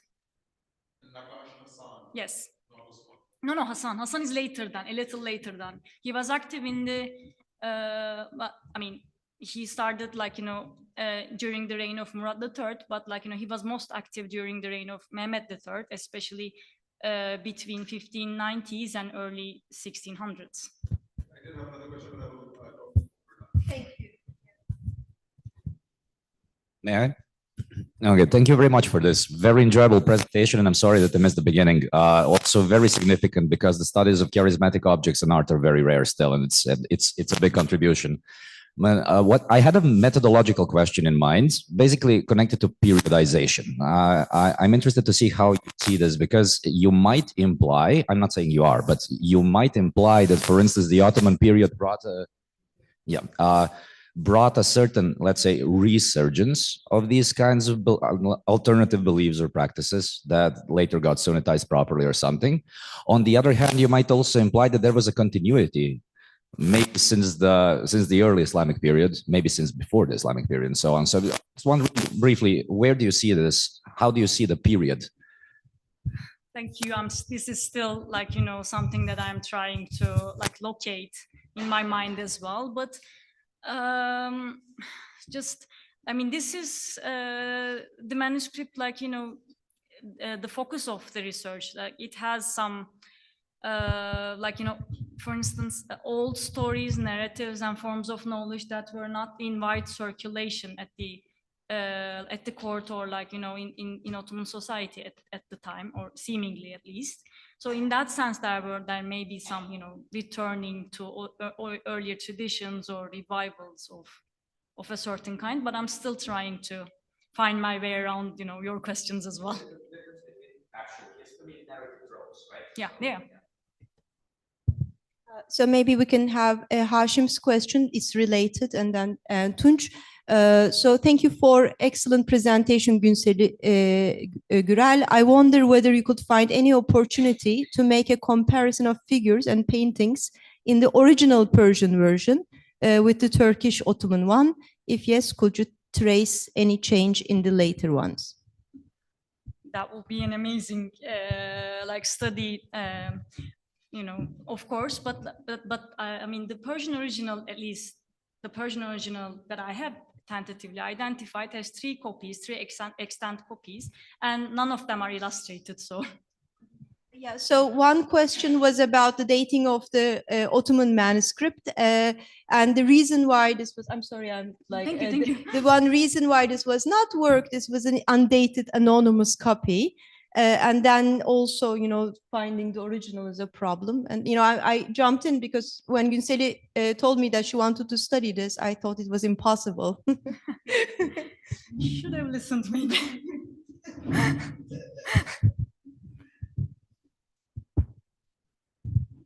Thank you so much. I mean, my question is out of mere ignorance. You presented us an extremely rich visual tradition depicting occult scenes. I wonder whether there are depictions of the practitioners themselves, other than the well-known image of the observatory that we have. I mean, when we compare, for example, the Ottoman miniature tradition with the Mughal tradition, I mean, you can find so many depictions of practitioners in the Mughal art legacy, whereas I personally have a hard time, and I keep asking all my art historians colleagues, did you find any depiction of a practitioner, be it a magician or a geomancer or a fortune teller or an astrologer? So yeah. Except for the well-known depictions of the observatory, depictions of the practitioners are quite rare. And in fact, the Kitab al-Bulhan that Sarah Nur discussed in detail, the Kitab al-Bulhan, like the original one, has Abu Mashar depicting Abu Mashar, doing some alchemical or something else, some kind of operations. But the Ottoman copies does not include this image. This may be an issue of survival, I don't know, because the Ottoman manuscripts lose some folios, but it may be the case that they have they chose not to include this depiction. Having said this, this manuscript that I'm studying is, and I haven't shown you examples of that kind, but it has another major focus of its illustrations is customs and rituals from different parts of the world. And there seems to be at least divination sessions and practices that can be associated with magical feats. And I would be happy to share that with you if you want. We have time for one final question, if there is any. If not, I won't stand between us and the lunch. I can see Marino ready to gather the people. So thank you very much, Günseli. Thank you.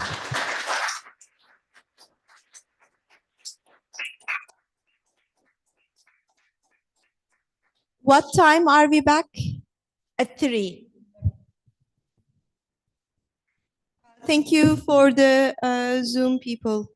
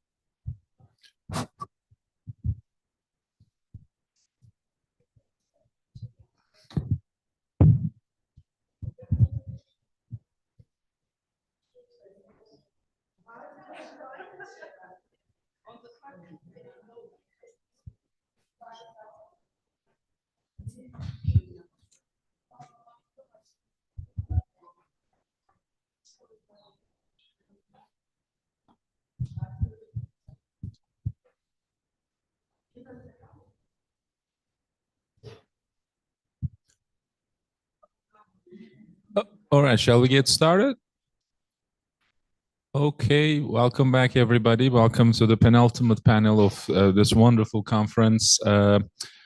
We may have a different setup than announced. We're going to see if we will have a third speaker on this panel or we will only have two speakers. What? Okay, we will have three speakers, but we don't know who will be the third speaker. Or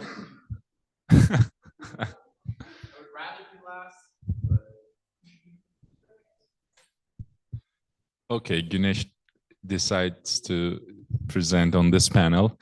So after hearing so many excellent papers using sources written in Islamic languages, I think it's time to hear some other nice project using Greek sources. So I'm extremely excited about this opportunity. We're going to hear first Marinos Sariyannis, who is a PhD candidate at the University of Crete. He is a member of our GHOST team, and it's so good to see him after so many years. The subject of his thesis, funded by the GHOST project, is esotericism in the works of Ottoman Greek Neo-Aristotelian scholars in the 17th century, which is about to be finished, I believe, right? So we all look forward to reading it, Marco. So yes, the floor is all yours.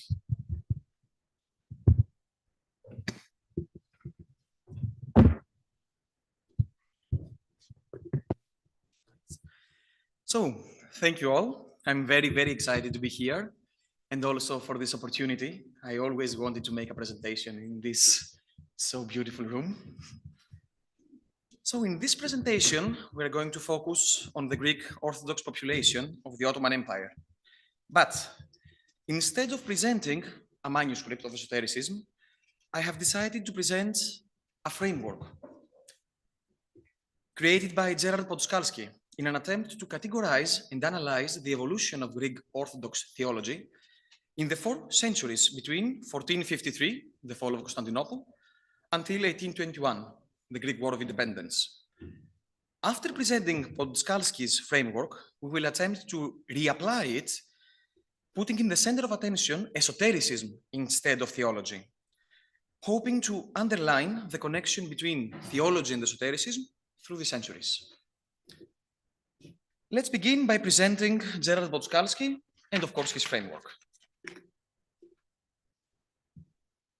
Renowned theologian and historian Gerard Podskalski, an academic whose focus shifted towards the Greek Orthodox Church, dedicated his research to studying its evolution during the 4 centuries, from the fall of Constantinople to the Greek War of Independence.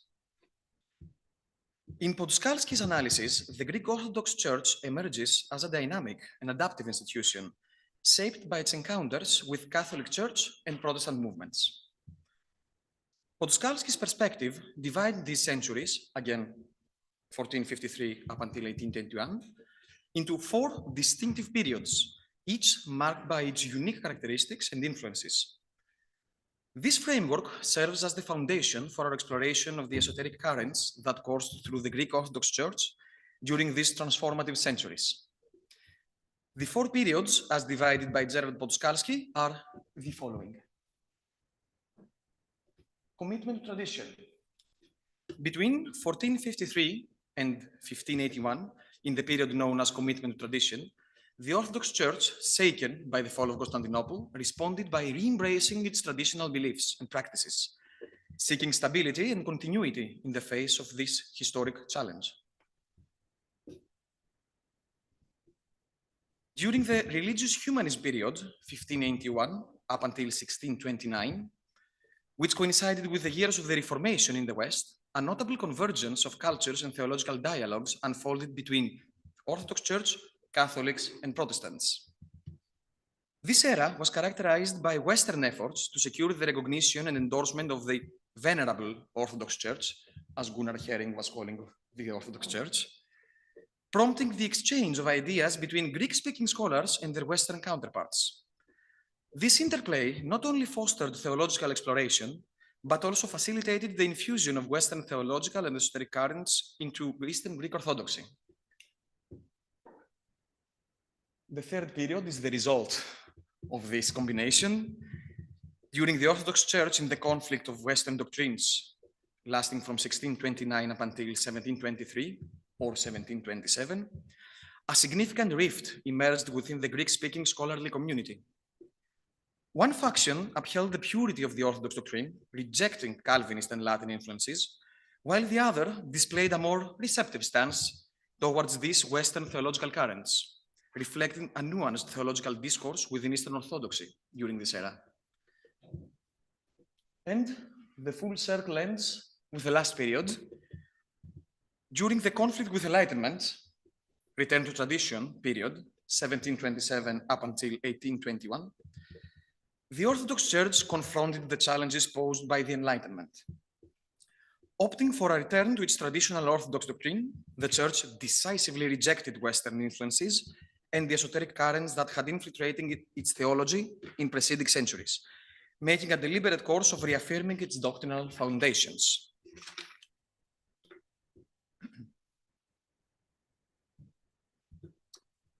Within the context of Gerard Podskalski's 4th century framework, this paper attempts to unravel how esoteric currents, of course including alchemy, astrology, Hermeticism, and Neoplatonism, took root and flourished within the Greek Orthodox Church. The central focus lies in understanding the important role played by esotericism.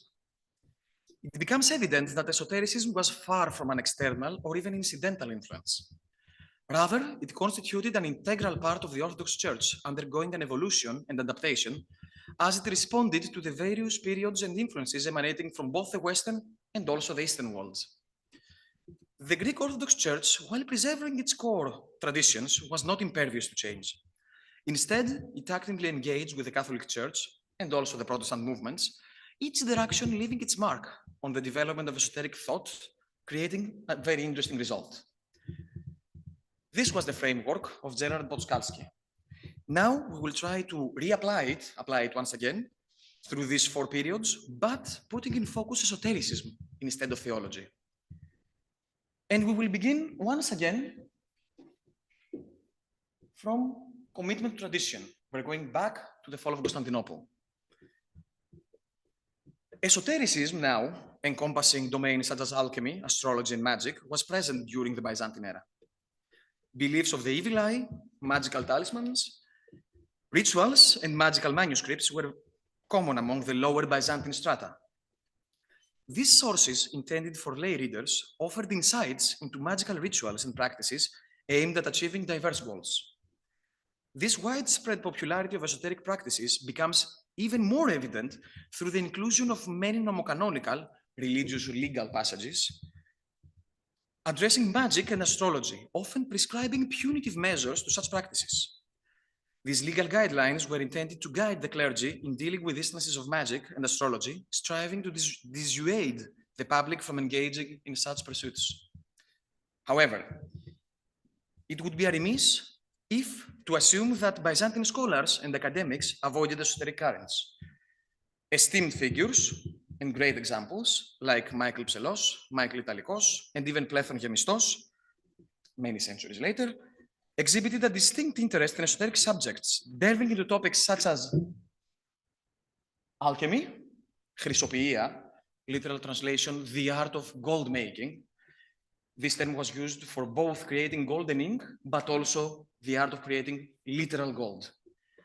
Magic, and of course, Neoplatonism.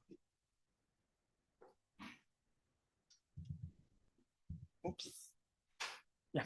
These scholars' endeavors highlight that esotericism was not confined solely to the lower strata of society.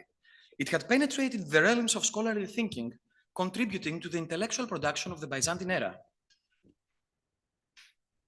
The aftermath of the fall of Constantinople witnessed a noticeable decline in academic production related to esotericism, an understandable, of course, consequence of the significant exodus of Orthodox academics and scholars who sought refuge in Italy and other regions.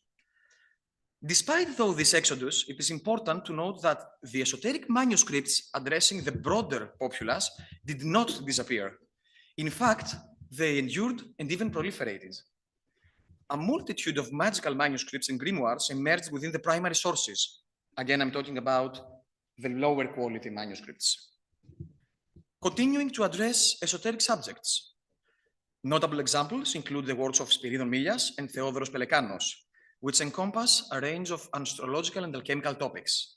However, it is essential to recognize that the majority of these works primarily served as copies of earlier Byzantine works, without any substantial addition or innovation in the realm of esotericism. I love this image. This comes from Marinos Sariyannis, 2327, copied, not produced, by Theodoros Pelekanos. It's a great depiction. It has color. It has some attention to detail as well. And it is the only documented appearance of Ouroboros in the Greek sources and literature. Ouroboros means the one who eats its own tail. It proliferated in the West, and we can find many instances of this sigil, this drawing, but regarding Greek sources, this might be the only documented instance and the only documented appearance. With that, we're going to move to the most important period, religious humanism, 1581 up until 1629. The second period, spanning from the 16th century to the early 17th centuries, emerges as an important period marked by two major factors. First, a resurgence of Neoplatonism and Neo-Aristotelianism within Western Catholicism and Protestantism, particularly in regions such as Italy and across Europe, sparked renewed interest in the realms of astrology, alchemy, and also Hermeticism. This revival incentivized Western academics to re-engage with these esoteric subjects. The second influential factor can be attributed to the emergence of Protestantism, which prompted both the Catholic and the Protestant denominations to seek recognition and endorsement from the venerated Orthodox Church. This outreach resulted in an exchange of ideas between Orthodoxy and the Western world, reigniting interest in esotericism in the Orthodox circles. Furthermore, Greek Orthodox scholars and clergy found themselves pursuing higher education in Greek-speaking universities, primarily in Italy. These individuals acquired first-hand knowledge of esoteric topics and brought this newfound wisdom back to their Orthodox communities. The consequence of this exchange was a revival of scholarly Greek Orthodox esotericism, characterized by a proliferation of erudite scholars and clergy producing numerous manuscripts. These manuscripts delve deeply into the topics of Hermeticism, alchemy, and magic, interwoven with the Neo-Aristotelian and Neoplatonic currents and philosophies. Of course, the most notable examples include the works of Theophilos Korydaleas, who exhibited a profound interest in astrological divination. This was a spoiler. The work Meteorologica by Gerasimos Vlachos, which entwined Neo-Aristotelian philosophies with Hermeticism, astrology, and Ptolemaic astrological currents, and also the contributions of scholars like Athanasios Rhetor, showcasing a keen focus on alchemical processes. These works were authored by erudite scholars who had ascended to high ranks within the clerical hierarchy, even the highest at some points. What sets this period apart is that the manuscripts produced were not mere reproductions of Western historical works as observed in the preceding period. Instead, they represented unique creations, unique amalgams, expanding the topic of alchemy and astrology while integrating them with the established Orthodox doctrine and theology. This is a very interesting page from the National Library of Greece, manuscript number 49, produced by Gerasimos Vlachos. This comes from the manuscript Meteorologica. Gerasimos Vlachos, in his work, combines the zodiac constellations with Neo-Aristotelianic and Hermetic views to create an interesting result. Gerasimos Vlachos, in his very core, was a natural philosopher, a Neo-Aristotelian natural philosopher. But not only this page has some fancy details, that's why I included it. On the top part, we can see that Gerasimos Vlachos focuses a lot on the 12 zodiac signs, separating them by their 4 attributes, by their 4 essences. Below that, we can see that it includes some medicinal astrology as well. I'm not going to focus anymore on this page because we have the time limits. And we're going to move to Orthodox Church in the conflict of Western doctrines, 1629 up until 1727. The third period, triggered by the Calvinistic Confessio of Patriarch Cyril Lucaris, marked the pinnacle of theological conflict within the Greek-speaking Orthodox communities.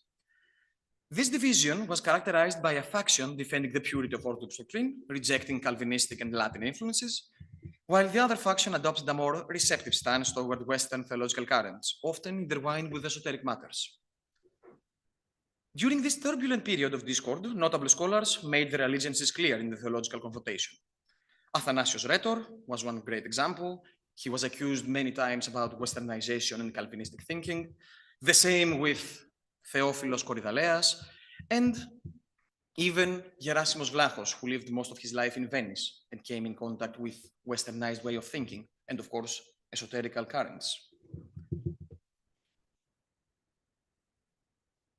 The last period is esotericism in the conflict with Enlightenment, return to tradition. During the final period examined by Gerard Podskalski, it became evident that Orthodoxy adopted a hostile stance towards scholars and academics with modernist views carrying the Renaissance ideals. Rather than engaging in an academic discourse with the emerging Renaissance, Greek Orthodoxy chose to reject it outright and retreated to traditional patristic teachings. Consequently, discussions and exchanges of opinions with Western churches ceased. This rejection of the Renaissance had repercussions, of course, for the fields of astrology, alchemy, and Hermeticism. Since patristic teachings categorically rejected magic, astrology, alchemy, and math, the patristic manuscripts produced during this period reflected an outright dismissal of these fields. Scholars characterized them as studies of the devil intended to lead the faithful astray from the pure doctrine. Notably, Nicodemus Haiorites emerges as a prominent figure in this demonization of esotericism. His work Against the Types of Magic places alchemy and astrology within the broader category of magic and also math, rejecting their effectiveness and attributing their studies to the devil's attempt to disorient the faithful. Similarities, of course, can be observed between Nicodemus Haiorites' views on esotericism and the perspectives found in the nomocanonical manuscripts from the first period, almost 4 centuries back. In either case, the academic production of esoteric manuscripts waned in the period between 1727 up until 1821. While lower quality astrological and magical manuscripts addressed to the laity and lower strata of society remained relatively unaffected, continuing to be popular until the early 20th century, academic research on alchemy, astrology, and Hermeticism came to a standstill. Of course, there are exceptions to every hypothesis, as we will all see in the next presentation by Mr. Saris, who will present us the esoteric works of Kesarios Dapontes, who actually lived during this exact period. Of course, every hypothesis has its exceptions. This is a page that I found very, very interesting. This is the index from Against the Types of Magic, the work coming from Nicodemus Haiorites at the book Χριστοήθεια των Χριστιανών, literally the good ethics of the pious Christian.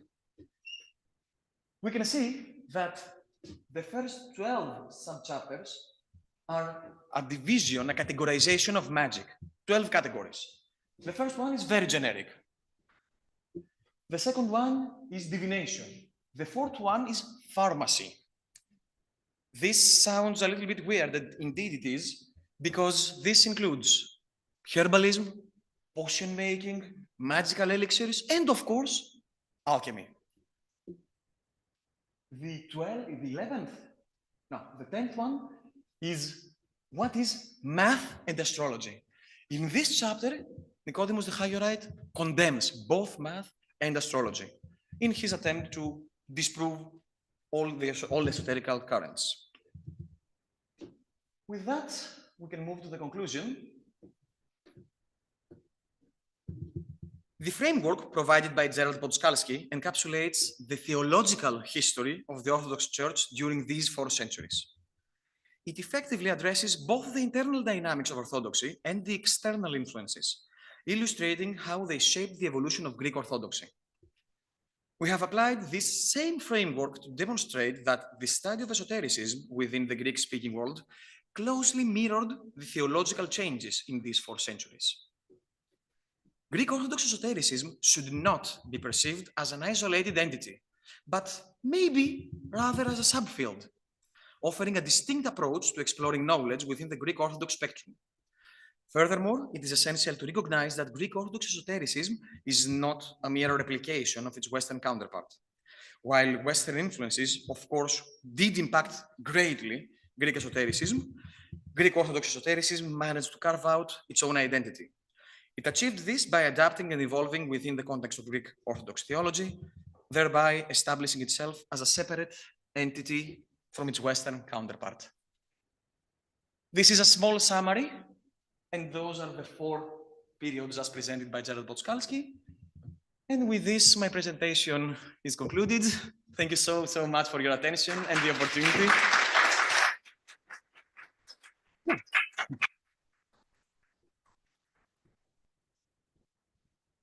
Thank you so much, Marcos, for your excellent paper and your punctuality. We have 11 minutes for discussion. Yeah, great job, great job. So, floor is open for questions.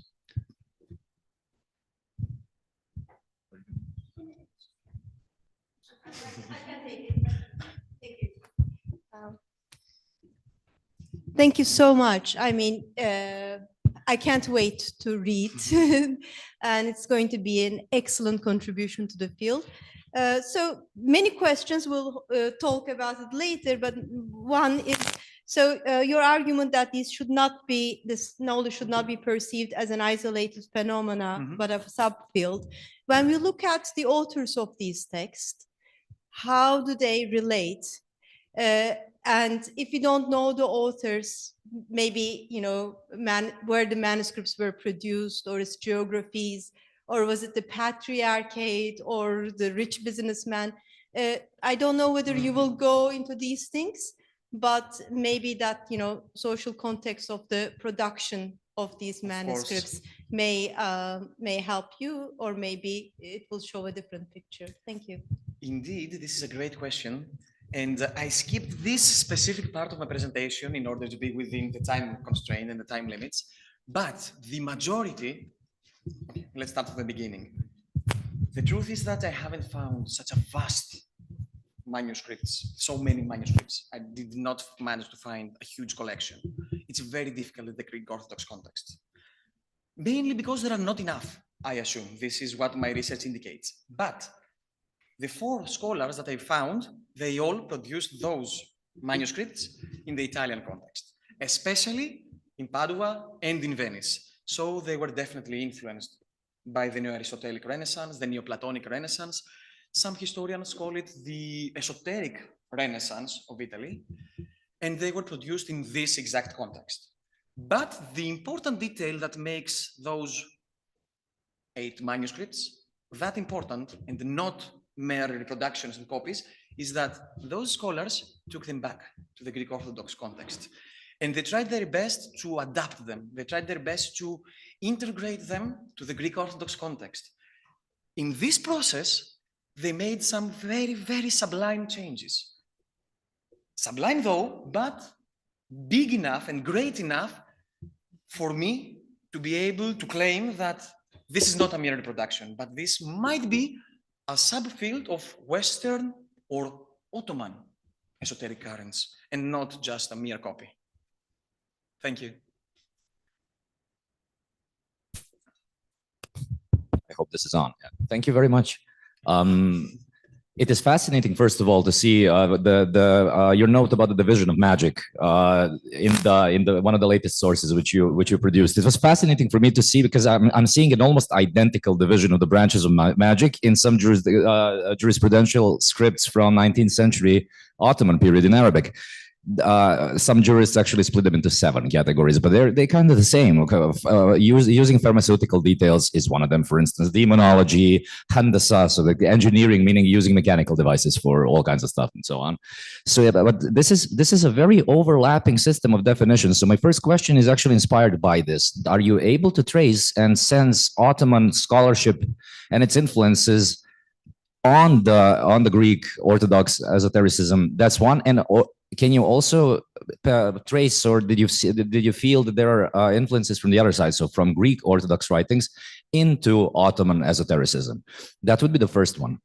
The second thing is, which I'm really wondering about, is would the earlier authors who wrote a lot about esotericism, would they have any intention or any necessity to kind of back up their scholarship and try to make it as orthodox, as much as belonging as possible to orthodoxy, to proper, let's say, exercise of faith and of religion, right? As there, for instance, the Muslim counterparts had to do this a lot, the Catholics as well. Anyone from Albertus Magnus all the way to John Dee, they were talking about divine magic, right? So it's something that God granted to the people, and that's why they defend themselves. We're not demoniacs or something like that.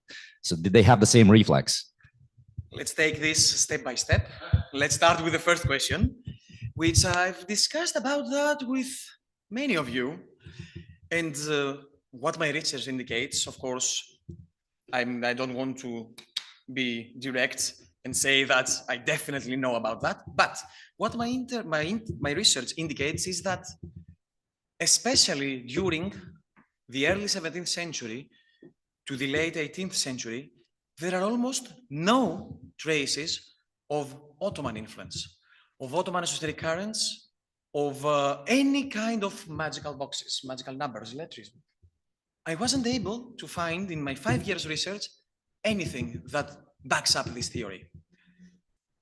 Now I'm just going to share my impressions. I'm not pretty sure about that, but my first impression is that during the 17th century, Ottoman Empire and Islam was not a threat. Orthodoxy did not feel threatened by Islam. Instead, Orthodoxy felt threatened by Protestants and Catholics.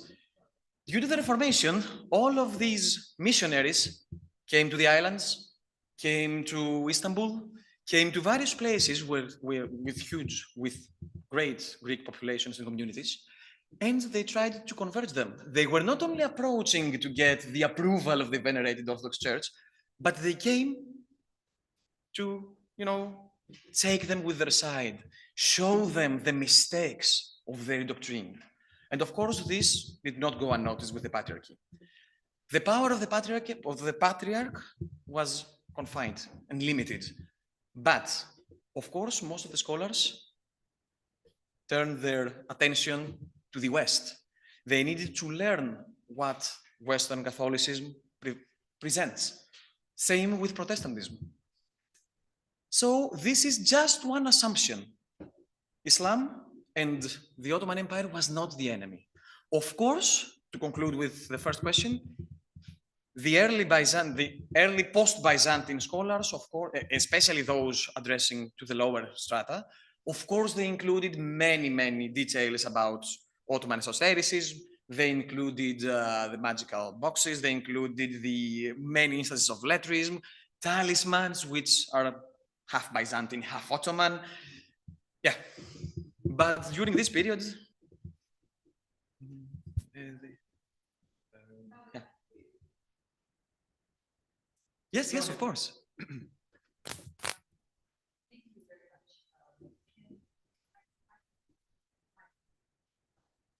Yeah, if you can open the mic. So there it is. Okay, again, yes. So I'm wondering about, given that we are talking about influences, I'm wondering about intra-Orthodox relations in that sense. Is there a record, or is there a link with other Orthodox church, other Orthodox communities? What's happening? I mean, particularly given the split around this time with the Serbian Orthodox Church and Slavic sort of orthodoxy. So is there anything happening there in terms of the esoteric tradition traveling between Greek Orthodox Church and the Slavic Orthodox churches, and production of some similar material? Unfortunately, I don't think I'm the right person to ask to this question. I do not specialize with Russian Orthodoxy or other Russian denominations and other Russian churches. I can only assume that, of course, there would be some influences between all these Orthodox different churches? Unfortunately, I don't know about that. I was not prepared for this question. But thank you in any case. I will get on that because this might be a very interesting. I'm pretty sure that there will be many influences. And actually, this would be a very interesting chapter for my PhD or future papers. So thank you for this insight. We have two more questions. Let's first hear Marino. And this will be the last question. Yes, I will be very short. Okay, I have. There are some cases where we have Islamic influences in Christian grimoires, but these all concern the vernacular grimoires, not the learned ones, not scholarly ones, and also they are all. I mean, all the cases I know are from the later period, the 19th century. So we have, for instance, a very interesting codex in the Academy of Athens, the Bernardakis Codex, which is a compilation of Western and Eastern sources. It's very interesting. And they also, this was copied in the 1890s, presumably. There are at least two Armenian manuscripts of the same period, the second half of the 19th centuries, which have snippets of Arabic script and diagrams of the Islamic kind, or Arabic spells. And there is also a manuscript on Arabic with notes on astrology, omancy, and other occult sciences, which was penned or copied in the early 19th century by a Christian, presumably a Copt author. So these are all vernacular, they are all meanwhile, as Marco said, the high, the learned magic, the scholarly, scholar esotericism. Christian esotericism was predominantly Western oriented, and there are some works of Ottoman, of Muslim occultism, which do contain, for instance, there is an astrology. No, sorry, I can't find it. I have to change my glass again, which has Latin sources, and it presents the zodiac signs with their Latin, Frankish, and Arabic names. I will send you tell you the reference. And if I can I'm elaborate, mainly looking to Tunç, but to you as well. This is, I think, the first decade of the 17th century. if I can elaborate a little bit more on that, yes, I did not make that clear. I was talking about the scholarly side of esotericism. When we're talking about the vernacular esotericism and magic astrology, my PhD would be way easier. Apart from Vernadakios Kodikas, there is this huge collection, Anecdota Atheniensia by Delat Armande. It is more than 1,200 pages long. It includes so many grimoires, manuscripts, astrological maps, alchemical recipes, all vernacular, but those recipes, those manuscripts span from early Byzantine period up until 15th, 16th, 17th, 18th, up until the 19th century. This is very interesting because the vernacular side of esotericism was greatly influenced by Orthodox currents and Orthodox apocryphal currents. At many recipes and many manuscripts, we can notice that the letters are even mingled or exchangeable. You can see 3 Greek letters, 3 Arabic letters, and suddenly you can see some Hebrew thrown here and there. It's very interesting, but I don't specialize on that, but I needed to clarify. Astrologer. This is Minajim Bashim Mehmet Shalebi. I'm gonna need that. Usul Yahkam Isali Alem.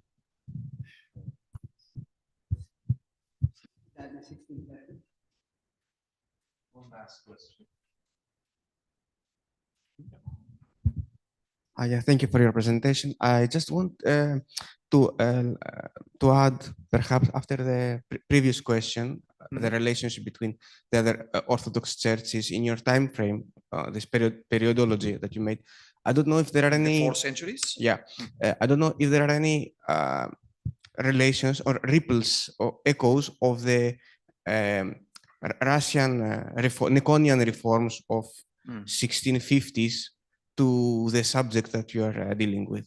And perhaps you could also check into that. I will definitely have to check on that because this topic, this insight sounds very, very interesting and it might have some hidden gems inside. Thank you so much. Well, thank you, Marcos, for this excellent paper. So we need to move to our next speaker, who is Dr. Let's clap.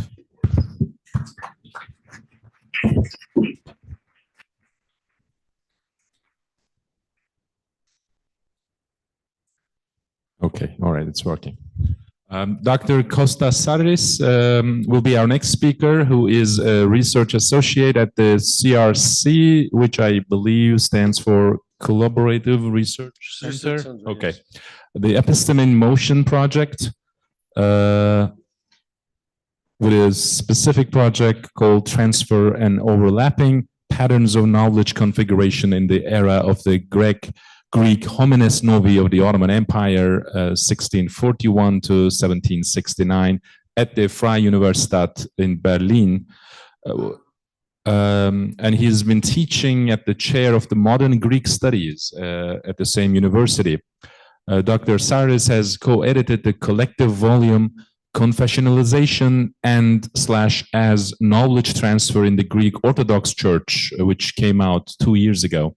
His research interests encompass, along with many other topics, the early modern historiography, the history of book and ideas, as well as the social history of knowledge in the early modern Greek world and the Ottoman Empire. So, thank you very much. I will exploit my opportunity here, my privilege here, and I would remind you that the first Greek Orthodox dragoman of the Ottoman Empire, Panagiotakis Nikousios, was a Kabbalist. He knew letterism, and I think there is a study in French from George Koudzakiotis concerning this part of a connection between the Greek Orthodox and the Ottoman esotericism. So let's start with an exotic creature of 18th century, the Greek Orthodox 18th century, Konstantinos Kesarios Dapontes. There.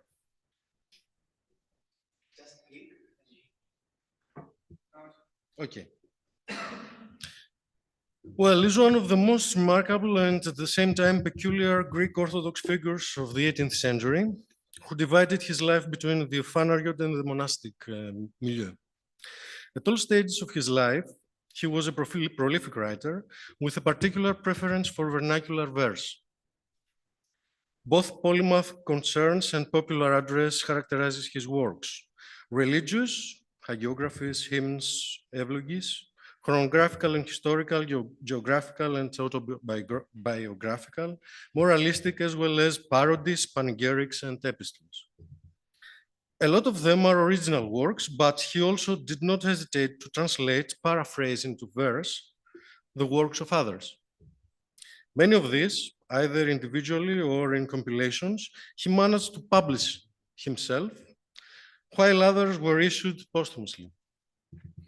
Although research has shifted from early on to the figure of Dapontes, the numerous relevant literature focuses more on the literary and more recently the religious dimension of his extensive work.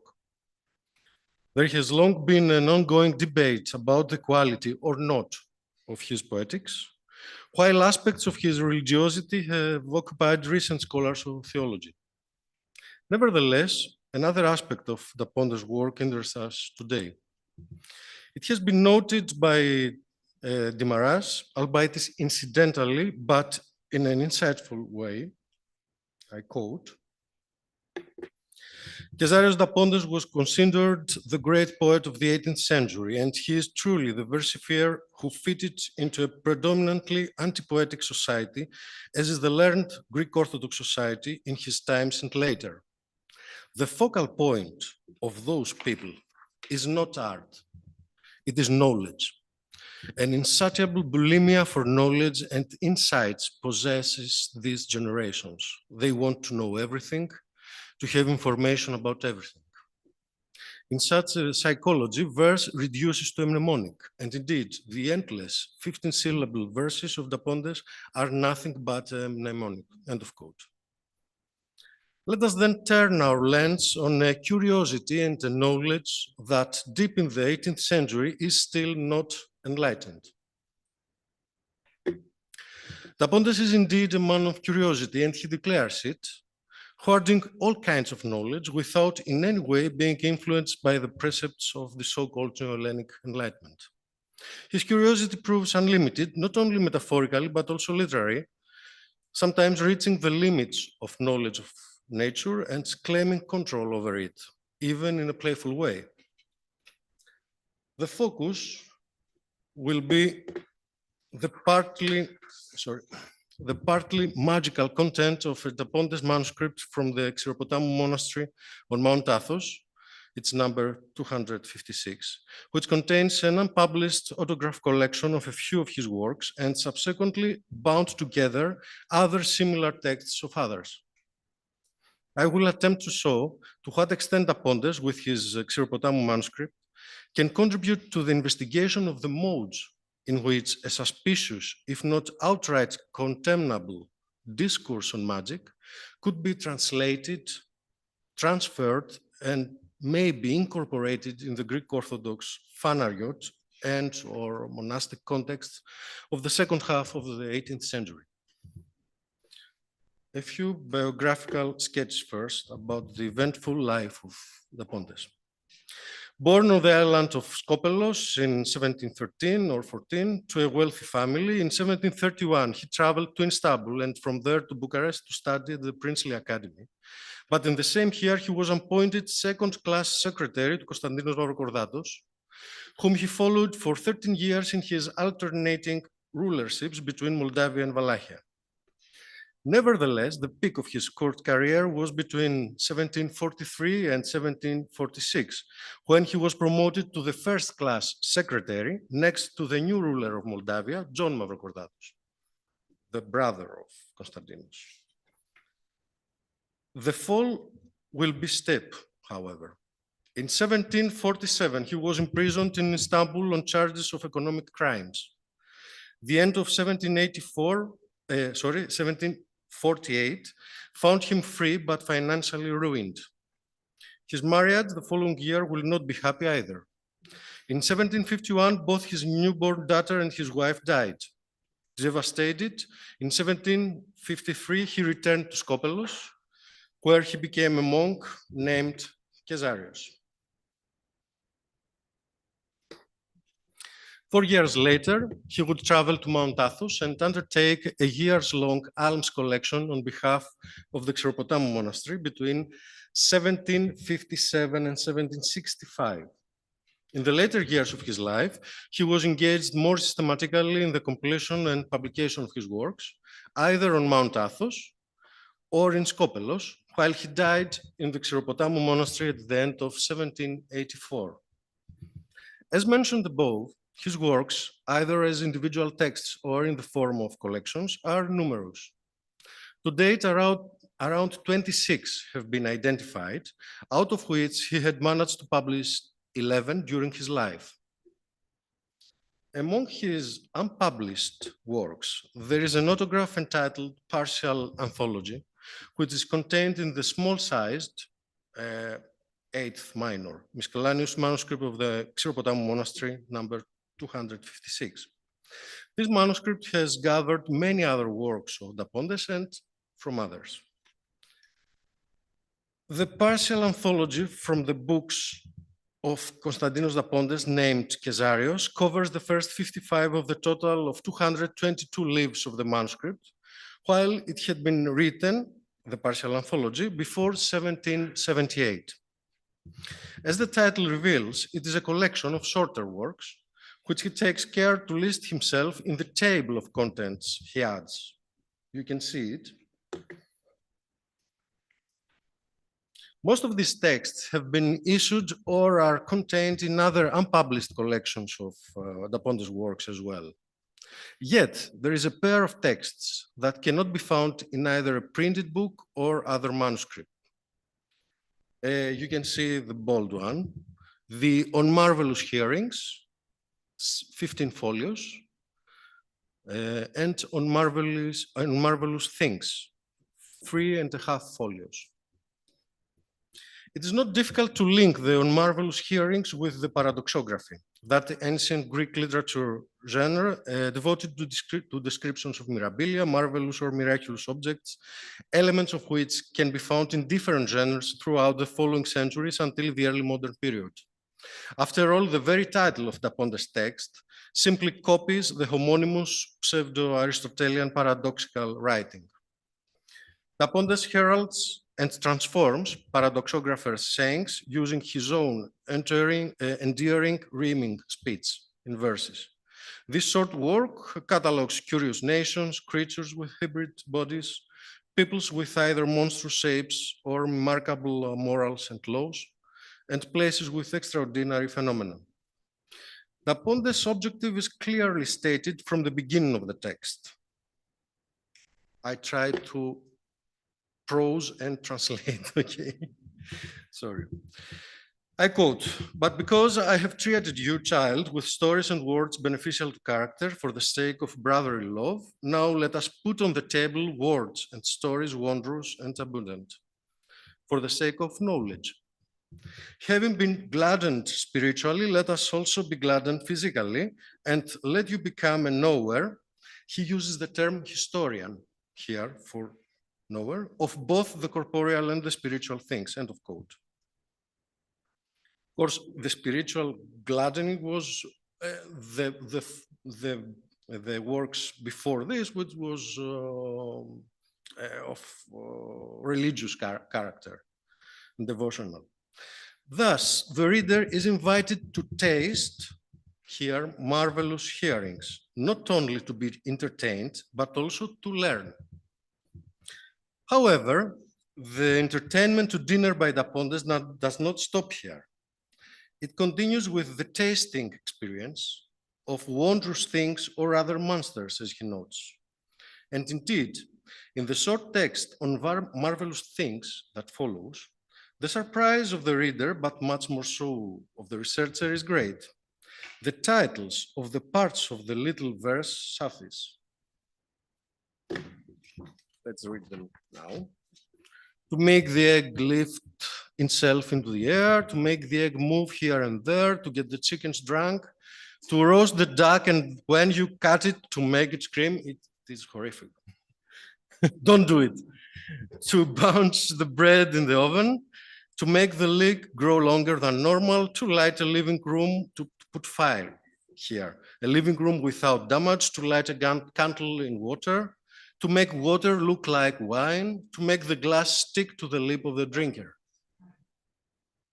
It is striking enough that apart from the sixth part, maybe, which today would be reduced to a horticultural method of grafting, the rest could be described as a playful version of natural magic. And I say playful because we are dealing with 9 tricks and jokes, mostly related to feasting entertainment, flying and hyperactive eggs and breads, drunken chickens and loud ducks, flames that do not burn, water that looks like wine, and sticky glasses. In fact, this text seems to be one of the very few, as far as I know, in the Greek Orthodox literature of the Ottoman period where some rather harmless aspects of natural magic have been depicted. Natural magic may be defined as the use of hidden or occult forces to manipulate nature and produce marvelous effects. Its intellectual origins have been traced back to the Hermetic tradition, but although Hellenistic intellectual origin, natural magic was preeminently a Renaissance science, with Giambattista della Porta its most prominent representative, with his book Magia Naturalis of 1558. In particular, the material that constitutes On Marvelous Things by Da Pontes seems to go back to the Phanariot period of his life and to be closely associated with court culture, where curiosity of any kind was considered a basic quality of the idealized learned prince and hence of the ideal courtier, like Da Pontes himself. On the other hand, since virtuosity in the form of dissimulation was the other essential courtly virtue, natural magic was courtly science par excellence, as William Eamon notes. Like the art of courtly self-fashioning, natural magic used art to bring nature to perfection. Da Pontes seems to be well aware of this world of courtly discourse, where the playfulness of nature is rendered into parlor tricks, namely a usually simple trick or demonstration that is used especially to entertain and or amuse guests. Illusions also, and practical jokes. Beginning in 1731 at the age of 17 and continuing until 1746 for 16 years, Konstantinos would be a courtier in the princely Mavrocordatos family. There he would have the opportunity, in the breaks between his secretarial duties, to read all kinds of books from the household's famous library, the Mavrocordatos library, including books of natural magic, from which he seems to have drawn for his unmarvelous things. First and foremost, from Giambattista della Porta. There is an edition in this library, in Mavrocordatos library, De Miracoli e Maravigliosi Effetti dalla Natura Prodotti of Venice, 1679, but also from Leonardo Fioravanti's Tesoro della Vita Umana, Venice, 1673 too. It goes without saying that his paradoxographical collection on marvelous hearings comes also from the courtly world of curiosity. In the same library, we can find, of course, the Pseudo-Aristotelian on marvelous hearings, as well as Phlegon of Tralles and other paradoxographers. However, the aim of today's talk is not limited to point out a text of natural magic from the so-called Phanariot's century. It sought, on the basis of the Xiropotamou manuscript, to investigate the modes in which a suspicious, if not outright contemptible discourse on magic could be translated, transferred, and incorporated in the Greek Orthodox, Phanariot, and or monastic context of the 18th century, as I said above. Besides, not even Da Pontes gives us a break, since On Marvelous Things doesn't end with the 10th practical joke of the sticky glass. Immediately afterwards, but in prose now, it follows the 11th Marvelous Things and the last, which is significant and infallible and a needful medicine for the plague, with sulfur and salt without great expense and the need of other cures. The plague could not pass Da Pontes by. In one of its periodic epidemics in 1751, he would lose his wife, Mariora, and his newborn daughter by plague. What is interesting, however, is that in his autobiographical work, Garden of Graces, the death of his loved ones is presented as his divine punishment. Whereas regarding another epidemic, during his alms collection in Moldavia in 1758, he maintains in his correspondence that it was the relic of the Holy Cross that saved Iași from the plague. In fact, the Pontes iatrochemical recipe for the plague is found only here in Xiropotamou manuscript, and it is not the only one in this manuscript. As mentioned, the Xiropotamou manuscript is a miscellany, but it belongs to a set of autograph personal manuscripts of Da Pontes kept in the library of that monastery. Based on internal evidence, we estimate that the various individual texts compiled in it were compounded by Tapontes himself. Among these texts, therefore, there are 3 more recipes for the plague. The title of the first and most extensive one was Brief Interpretation about the Pestilence, that is the plague, written by the priest Michael from Ioannina. Marinos gave me the opportunity to present it at the first ghost workshop. Very briefly, it is an amalgam of theatrochemistry, paracelsianism, occult concepts of Van Helmont, and of course, plain magic.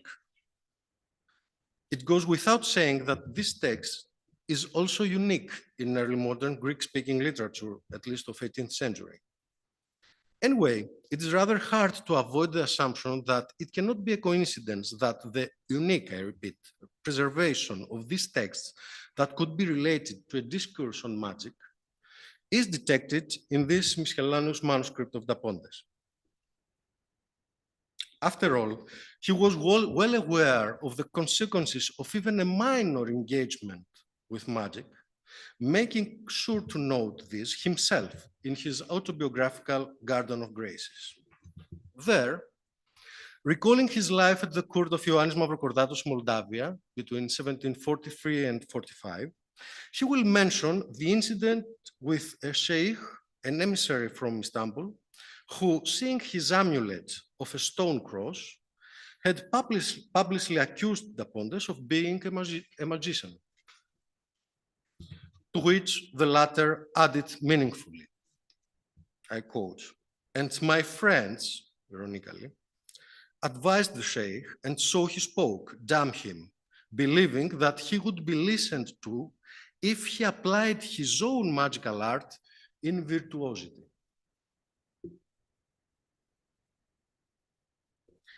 Tapontes was spared from the magicians, not of course from the bookkeepers of the Sultan, but okay.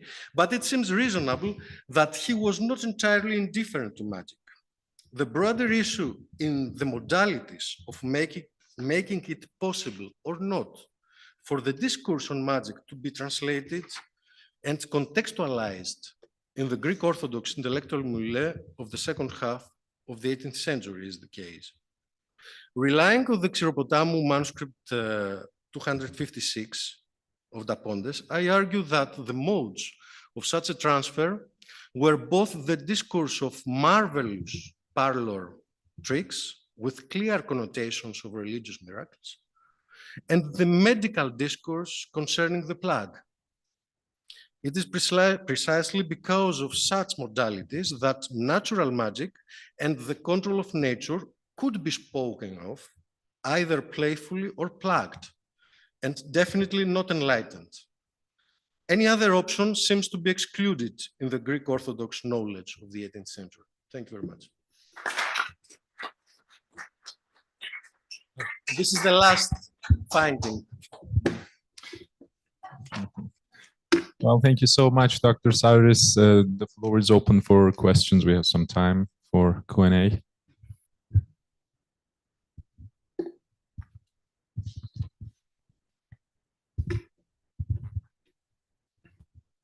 Thank you for this wonderful presentation. Indeed, this is the first time that I witnessed natural magic so harmless, so playful.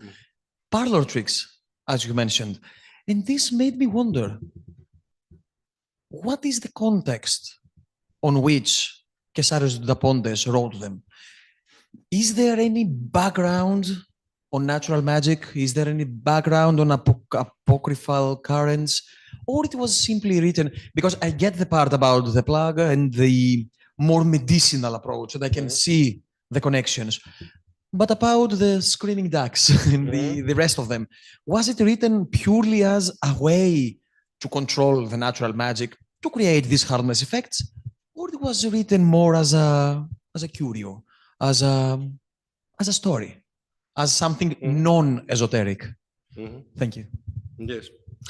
I think that, as I said, I think it's a byproduct of the courtier culture here and his life and all this courtier knowledge the way that he should act when he was next to the prince.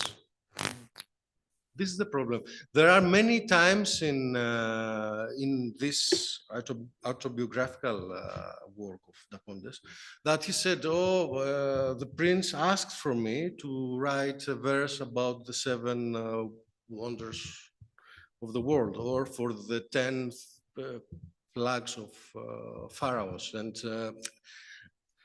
it seems that he was something between an entertainer and a lot of things. He spent a lot of time next to the princes. So I think that it was part of his self-fashioning there. He was a good courtier. A good courtier should know curious things in order to amuse, to teach, to, you know, the prince and the very special guests of the prince. Strengthens the notion that all these knowledges, all these natural magic exist because he didn't invent. No. He reproduced. No. It's reproductions. The most of them you can find it in several books, especially in Giambattista della Porta. And in other, especially the flying eggs, all these things, they are not something strange for the world of knowledge of 16th, 17th century. This is the problem with our field. That enlightenment has put in the shadow before that, and we have difficulty to search some things. Yeah, if I understand well, Da Pontes does not use the word magic or natural magic, but his source does, Magia Naturalis, his Italian source. If these books, it's quite very possible to be these editions, was there. I think that Giambattista della Porta, the first part of the book, even the title doesn't have anything about magic. The first part was about the natural magic. Because, I mean, when I use the term natural magic, I mean something like more magical. I mean, using astral correspondences and things. Yes. To control the environment. This is okay. We would now use the word it's different. The natural magic, whatever. Yes. I mean, yes. I don't know if anybody can pronounce this word. And this is interesting because Arabic categorizations, Islamic anyway, categorizations of magic include prestige. Anyway, yeah, whatever. I think the term is shahaba or something like this. I'm not sure. I cannot check now. Tashkent also, in his famous enumeration of magic, also includes this prestige thing, which is puzzling, and I'm not the first one to be puzzled. I mean, because there's nothing magic, because they are just tricks, okay? And I suppose that the idea under the Islamic age, the inclusion of this into magic, is that magic, after all, is to produce results of hidden causes. So these causes may be hidden from the audience, yes. like in this case, but everybody can understand them. Yes, but not occult. Hidden from the common intellect, which is the more magical case, stricto sensu. That's why the simulation, this notion of virtuosity, and it's interesting that Da Pontes uses here, when I translate in virtuosity, the Greek word is epitidia.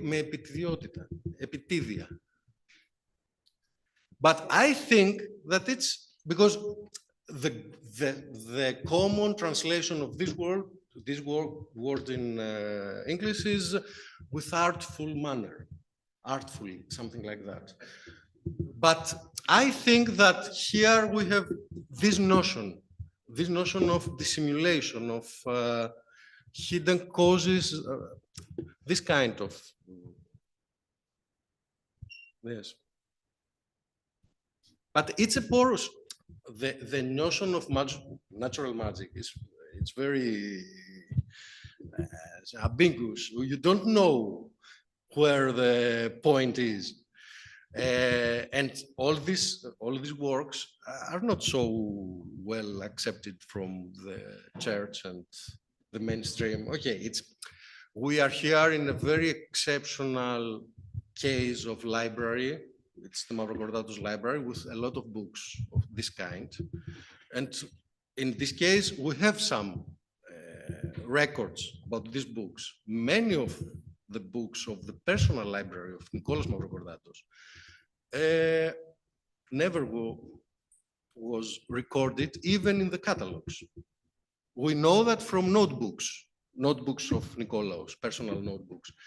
There are books, especially, and this is the case here, where ends the interest for, let's say, Oriental Hermetic knowledge of a medieval, even Renaissance direction, and when it starts a different Oriental interest, which comes from the new 17th century Hebrew studies in Western Europe.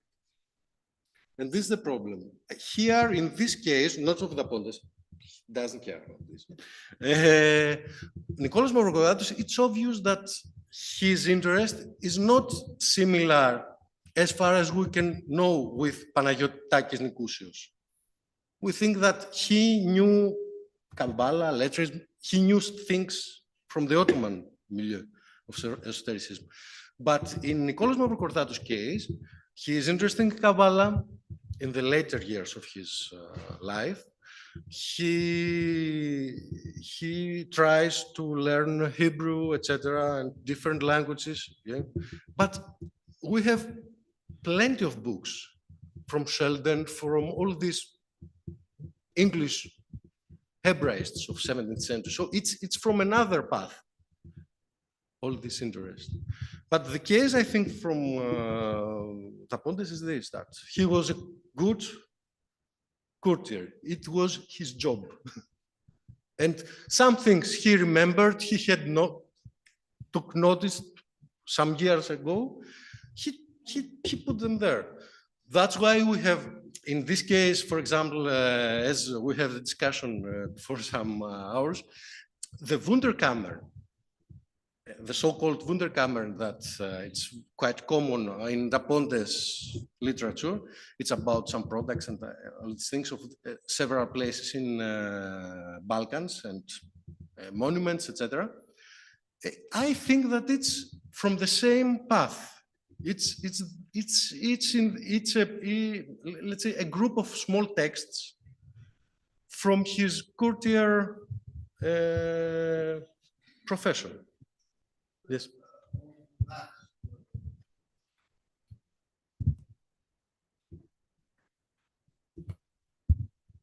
Do you think it's about the remark that Marinos made?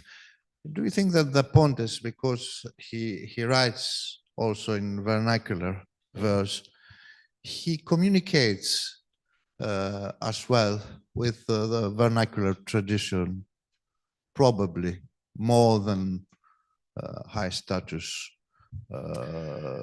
Yes. But I don't know. It's I ask for your opinion more. It's not. Yeah. We don't have. Look, in this, if we see the content of this miscellaneous manuscript of Xeropotamu, it's very interesting. Apart from the works of Taponte, there are some works, they are partial anthology, some other small texts, etc., blah, blah, blah.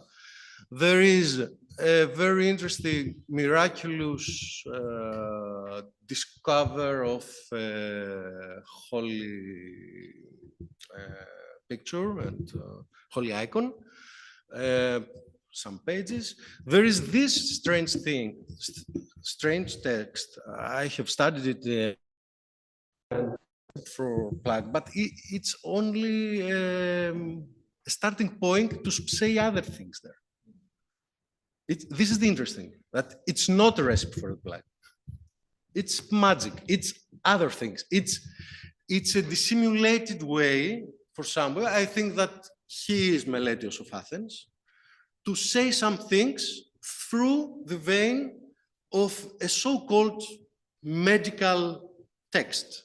And Meletios has another one, so-called medical text, that it's Book of Secrets. It's something like alchemy and natural magic, etc. It's very interesting. And I don't know, probably Vapontes knows things, but his formation, his education, all his, let's say, intellectual evolution is within the learned scholar place. Even in Skopelos, he was with a teacher, his teacher was in Skopelos, the accuser of Methodios Anthrakitis. So there, it wasn't a small priest or somewhere. It was from Mount Athos with rule in the things, in the intellectual things of the Greek Orthodox community of 18th century. Then in the princely academies, I think that it's difficult. Probably the vernacular part is connected with the need to create verses.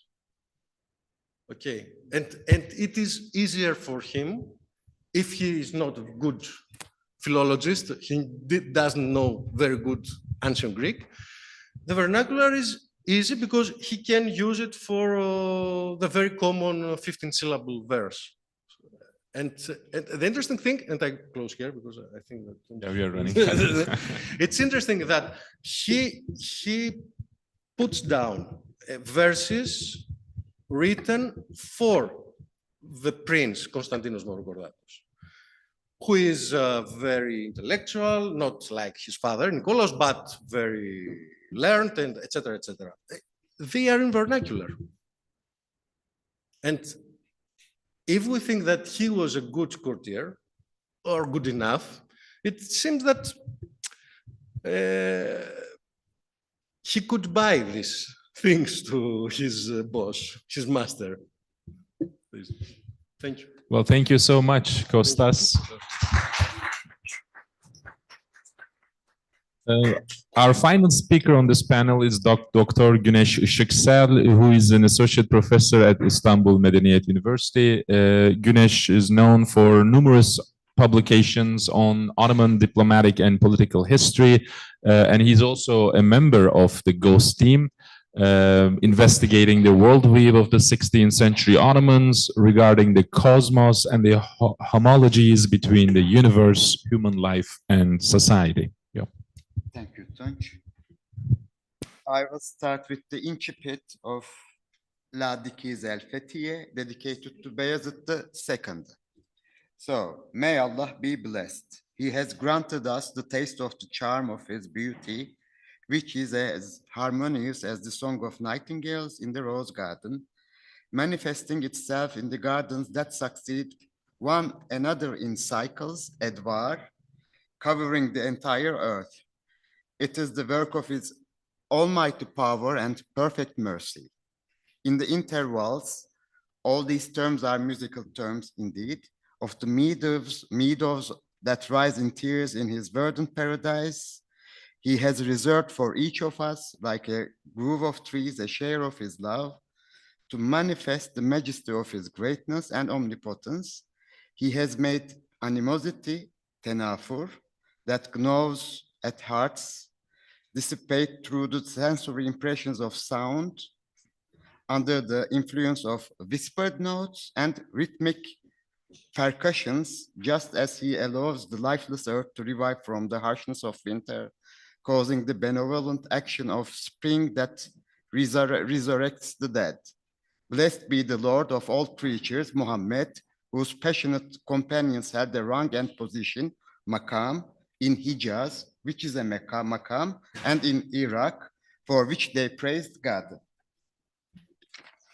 Well, this is a standard praise to God and his prophet, but entirely in musical terms. Homological cosmos, as Philippe Descola had elaborated in his lessons in Collège de France, building on Michel Foucault, who had started his Les mots et les choses with a chapter on prose du monde, depicts a pre-Cartesian world. There is, of course, animistic phase and the totem phase, but there is this homological cosmos before this pre-Cartesian world, where contiguity, resemblance, metaphor, and sympathy, as well as antipathy, constitutes major epistemic tools for generating knowledge, such as music is like poetry, ut pictura poesis, for example. Poetry is like orderliness. Order is the basis of cosmos. So this is the line of reasoning where each midterm regenerates a new knowledge by contiguity or by metaphor, and sometimes by sympathy, reversed to antipathy. I can pass to my corpus on which I'm working on in order to get this harmony, the world in harmony for the Ottomans, or the Nizami Alem for the Ottomans. I've started to, there will be a bit name dropping, but it will have to be done.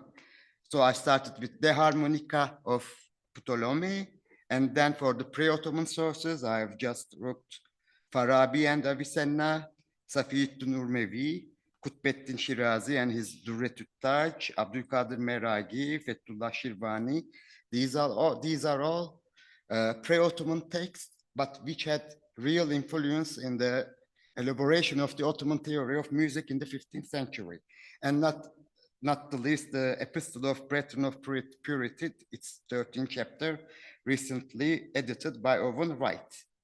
In the Ottoman part, especially for the production of the 15th century, hopefully we have all the major texts edited with a scientific manner. So the Kırşehirli Yusuf's Risale, Hızır bin Abdullah's Edvar, which is actually very important for me, Seydi's El Matla, Şükrullah's İlmil Edvar, and Ladikli Mehmet Çelebi's Risaletül Fethiye that I've started my talk. I was quite unlucky at the beginning when I started this research, because although that there was substantial effort of edition for these texts, analysis were lacking. But thankfully, in the 2020s, especially 2021, 2023, and even this year, a series of PhD theses made in Turkey all delve into these 15th century Anatolian musical texts. I learn a lot from them. Otherwise, some parts of the material would have been very arcane to me. So, and for the sake of brevity, I will spare you as well from the intricate details about the music. For name yapmak, perde açmak. This perde açmak, as you can feel, perhaps has a mystical allusions, just as the intikal sayre from one makam to another, existence of makams, and especially the modalities of edvar, the cycles, the şubes, the terkibs, mütenafir devirler, antithetical cycles are for the moment out of my subject here. On the other hand, I will not delve into the demonstrative explicative diagrams in these texts. But I have to mention that in some recent years, there is a growing amount of studies. Here I will refer to one of the major proponents of the investigations about medieval diagrammatic reason, Jeffrey Hamburger, who tells that a diagram embodies a Weltanschauung, a worldview, if not as literally, then in its structuring of a reality thought to govern the world and humankind's place within it. On the other hand, he says, These diagrams reveal a determination to discover order in the unruly world of science, while, on the other hand, they suggest a deep-seated fear of disorder. On the diagrams in the Ottoman world, which are a lot, and we have seen, in effect, a lot during these 2 days, albeit these were a bit hidden in the Mejlis leaks, in the miniatures. Or even the frontispiece of our panel, of our organization today is a diagram, in effect. But there's only one study on these diagrams in the Ottoman realm. It's by Ahmet Kara Mustafa, which is a very good study. But, well, he is more interested in Sufistic or spiritualistic diagrams, and musical diagrams are not on his objective. On the other hand, I haven't, for the moment, found a convenient way to rework on these musical diagrams because they have their proper complexity, but I think I will be able to, I don't know, to transcribe them and make intelligible for my arguments. So for the time that remains, I will try to resume what I make of my musical theory and diagrams. First, I will make a general contextualization and then revisit a geography full of unstable and antipathic resonances in the 14th century. Then I will briefly talk about a middle symbolical form or an intermediary one that are melhames, but there will be a more detailed discussion after me, so I will keep that short. And then I will talk about Nizam-inspiring political texts and instruments like musical theory. But I have to tell as well that this Nizam-centered ideology that I look for is something evolving. Even we are rather in a pre-modern society, the understandings of Nizam and the Nizam-Alem changes from the 14th century to the 17th, which are my main focus. So my research, put briefly, examines the transformation of Ottoman imperial and not always popular visions of the world between two political ages, from the emirate of the late 14th century to the unified realm, Memaliki Mahruse, of the mid-16th century. And especially during this 15th century, a vibrant and diverse group of authors and poets emerged, each bringing their unique intellectual perspectives to the forefront. Fascinatingly, they turned to metaphors of harmonious music as a captivating means to unravel and portray the intricate workings of the cosmos. However, these authors ventured beyond the realm of mere figurative associations, plunging into deeper explorations that revealed a profound and practical connection between harmonious music and the balanced patterns and operations inherent in both nature and cosmos. While these claims may appear unremarkable at first glance, anodine perhaps, as they aligned with the prevailing cosmological patterns that sought correlations and embraced homological thinking, as Descola universalized for the pre-industrial societies, still they hold a transformative significance for the Ottoman context as well. My hypothesis is as follows. The concept of harmony, accompanied by its associated notions of balance and resonance, assumed a paramount role in weaving together distinct realms of political activity and intellectual exploration in the second half of the 15th century, insofar as the realms of music, the human body, and the cosmos were intricately connected through the lens of harmony. So I'm working, or I concentrate on this ideals of patterned regularities that we will start to find gradually. And one last remark, perhaps. I don't extensively delve into the mathematical and harmonic relationships that accompany the concept of cosmic music, although I do include relevant information when appropriate, because I'm not musicologist, but they are, I think, how to say, disregarded corpus for the understanding of Ottoman political theory.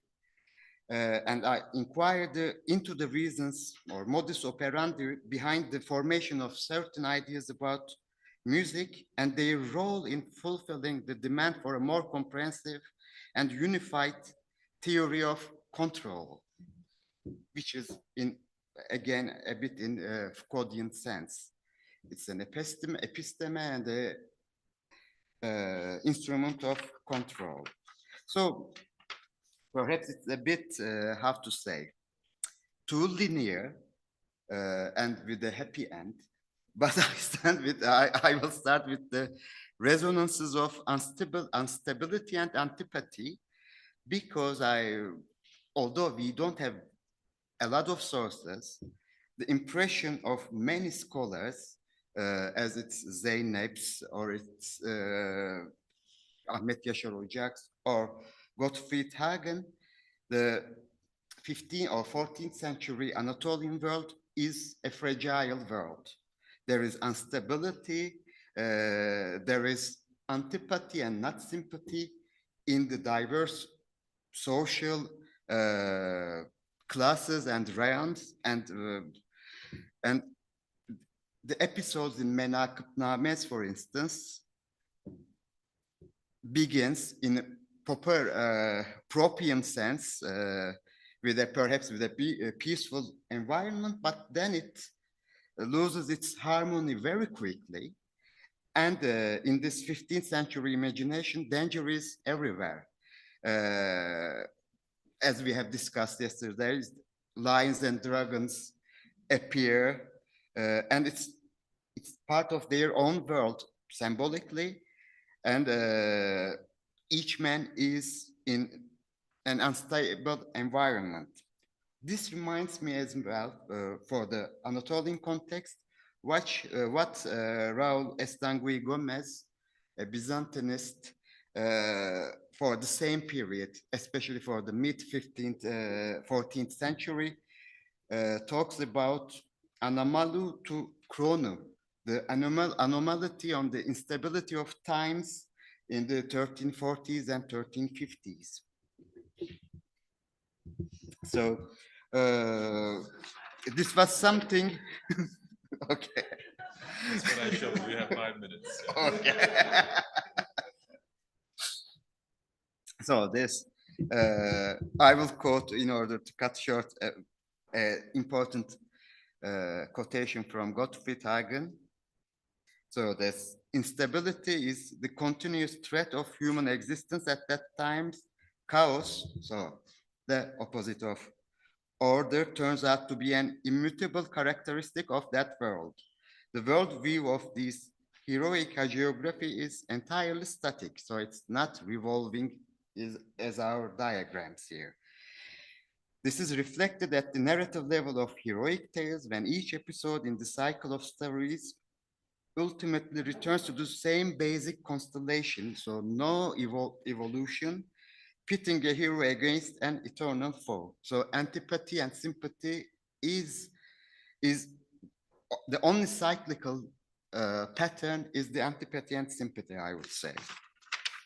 There is, on the other hand, okay, since I don't have a lot of time, I can skip the Malhemes, but these are important texts because over the course of the 15th century, not only rulers, but many others came to consult the order of the heavens, as witnessed by the elaborate development of lunaria, or calendars with the days of the lunar cycle, marked as good, bad, or appropriate only for certain activities. cosmology in the late, which was burgeoning at the time, or re-burgeoning for the Ottoman context, was an expanding concern with techniques to interpret and prognosticate from all sorts of phenomena in the heavens, including the sublunar ones. Science and prognostication are associated with the presuppositions and assumptions, and these started to establish some pattern of causality, probability, analogy, simultaneity, sympathy, and antipathy. So these melhames are patterns like omens and formulated as hypothetical clauses. If X, then Y. As for the topics of these predictions, they are never personal against the astrological ones, and always, okay, astrological predictions may cover class of people or domains, etc. But still, these ones are rather impersonal. Their implications concern the weather, plagues among humans and animals, wars, riots, price trends, clashes, or more important political affairs. But for the sake of brevity, because I have 2 minutes left, I will skip that part. But let me turn to the real musical aspect of my research. So, in the 15th century, although it started perhaps with the time of the Bayezid I, so at the turn of the 14th century, or at the turn of the 15th century, so the musical treatises started to appear in the Micra-Asia or Asia Minor. So, but these treatises doesn't come out of blue. These are first, I don't know, elaborated in the Ghaznavid realm, and then with the Ilhanid period, especially with Safiyyuddin Urmevi that I have mentioned, start to be prevalent in many Islamic societies, and these theories, in contradistinction to Avicennian or Farabian predecessors, they started to attribute cosmic connotations to harmonious music, and they situate the music in a broader ontological framework. As a result, various dimensions of musical compositions gained augmented prominence. For instance, the link between music and the organization of the state is prominently highlighted in texts of Kırşehri, and he had set a series of homological, how to say, columns and lines which encapsulates all the, how to say, earthly and not only earthly phenomena, and he reorders the world in these diagrams. So, but I have to finish and come to the Nizam-ı Alem. As you know, this concept, order of universe or taxis for the Greeks and Dao for the Chinese, is a prevalent one, but the Ottomans had made perhaps the most outrageous interpretation of it by, how to say, permitting someone, not someone, but a prince for the sake of this order, so which intrigued and triggered me to study on these. It is these people, there's, I don't know, Mehmet II, Bayezid II, who had invested on this ideology of Nizam-ı Alem at the most. And Sultan Bayezid himself has even, it's rather not established clearly, composed himself this music, but in any case, all the sultans from the Murad II composed poetry. So this Nizam Alem is not only a cognitive construct for the Ottomans, and which would have been detached from practical, ritualistic, material, and discursive manifestations that compose the comprehensive power dynamics of society. It was a political framework encompassing both transient dominances and imperial structures, and we cannot analyze this philosophical or symbolical form without its social and political, how to say, branches. Thank you very much. I have.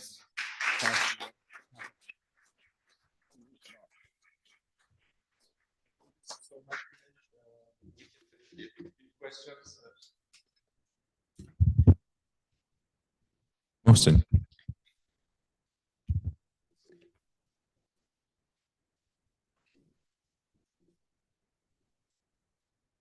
Thank you so much, Dr. Sheksel. That was absolutely fascinating. And yeah, something as I look at poetry, so I think about like, rhythms and like sonorities between things myself and try to kind of like understand what is exactly going on there. Just a kind of like question as a point of information. I don't recall what exactly one of the chapters of the Risale Qur'an Safa says about music, but it was one of the key chapters of the Epistles of the Brethren of Purity. And I was wondering if that factors into your thinking about like music and music's like cosmological component at all. And if not, perhaps that's something to look at. I don't exactly recall the contents. I read it way back, but I remember that there's a very key chapter of the epistles that is crucial to perhaps like, cosmic resonances. Yeah, it's the famous 14th chapter. And it is one of the most detailed, how to say, elaborations of these homologies and regularities. So it is one of the key texts indeed. So you are right.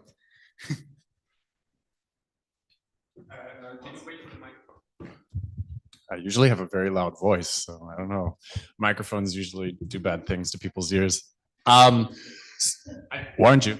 Thank you very much. I was just wondering if we could then take this opportunity in the Q&A to allow you to go deeper into how you see the malhames fitting into this theory of homology in music. And this might just reveal me as being a very incurious, if that's a word, scholar, but like when I read them, I was like, this is boring. This is just about agriculture. Screw this. So I think I would benefit a great deal from you explaining sort of how this fits into your theory. Well, for the Malhames, it's, as I said, it's in intermediary positions for me, at least heuristically, from the chaos. And from the chaos to the order, it's rather in a step. It's a rather intermediary step where they start to, I don't know. Yes, it started with the Yemenite Melhames, etc. And their trajectories are in itself needs more elaboration, but they are not in my, how to say, conceptualization directly related to the music itself, but they are related to the Nizam. Can I ask something very quick? Is there any way to identify a shift from the perception of music as a mathematical discipline by the 15th century and perception and use of music as just a form of entertainment in the 16th century? Yes, we can see, we cannot point to the shift. Well, it takes that time, but already with the reign of Selim I, it ceases to be a theoretical concern. And in the 16th, and as we know from the, how to say, Ali Ufukis or Dimitri Kantemir and Hamparsum, etc., the musical theory, Kevseri, it's something else. It's on the performance and not on the theory. So yes, we cannot shift at that time, but already I think at the turn of the 16th century, it's not as philosophical as it used to be. One last question, I believe.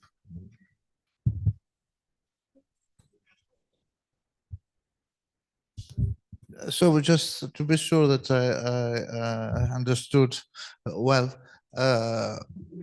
what you are trying to do is to work on the concept of Nizam as something that you find in music, and that you find homologies with the political theory of Nizami Alem, Nizam war, Nizam Alem, and with a cosmology and metaphysics which goes together. So you have three fields. Yes. Okay, that's metaphysics is legitimacy, metaphysics, yes.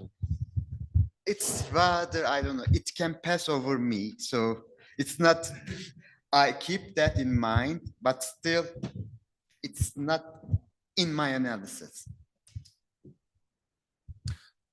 Before I close this session and thank all our panelists, I need to make a very short announcement about an upcoming conference in Istanbul next week. For those of you who may happen to be there next week, there is a wonderful conference organized by our colleague, Dr. Gaye Danışan, about the channels of transmission of astronomical knowledge in the Ottoman world from 14th through 18th centuries, with lots of papers and panels on astrology. So I just wanted to make a short announcement of that. And on that note, I would like to thank all our panelists for their excellent papers.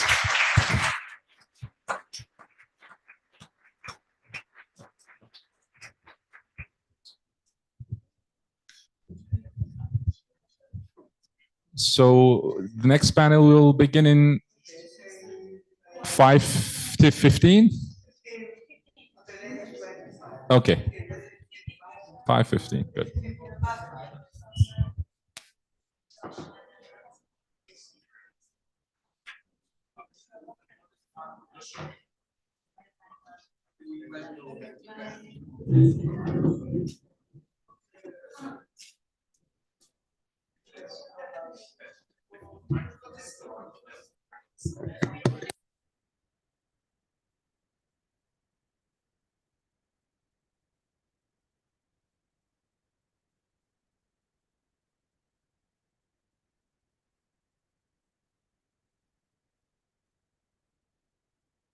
Yapıyor diye bakmam lazım.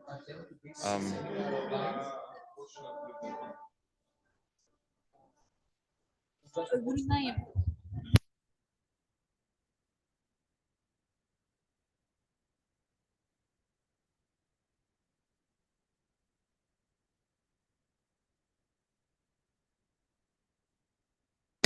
As a good lecture to all the... Okay. Bir şuraya gidebilir misin? Yani eğer yani bir de müzik ve sesini duyarsan bana söyle.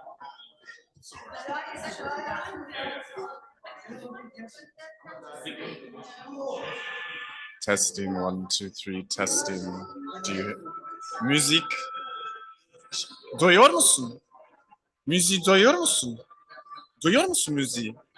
Bir de sesim iyi geliyor mu? Tamam.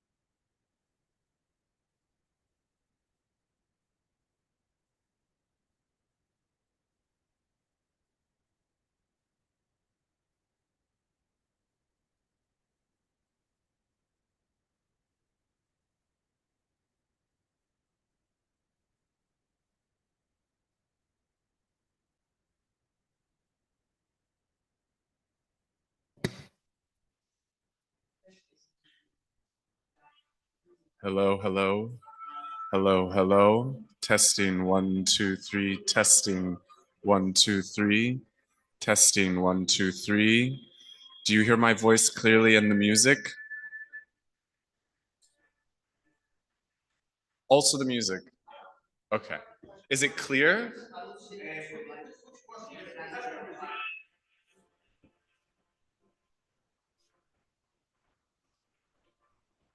Or is it too soft?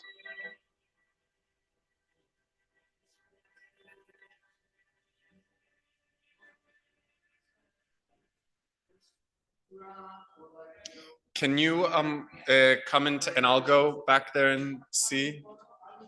And just say like testing 1, 2, 3, testing.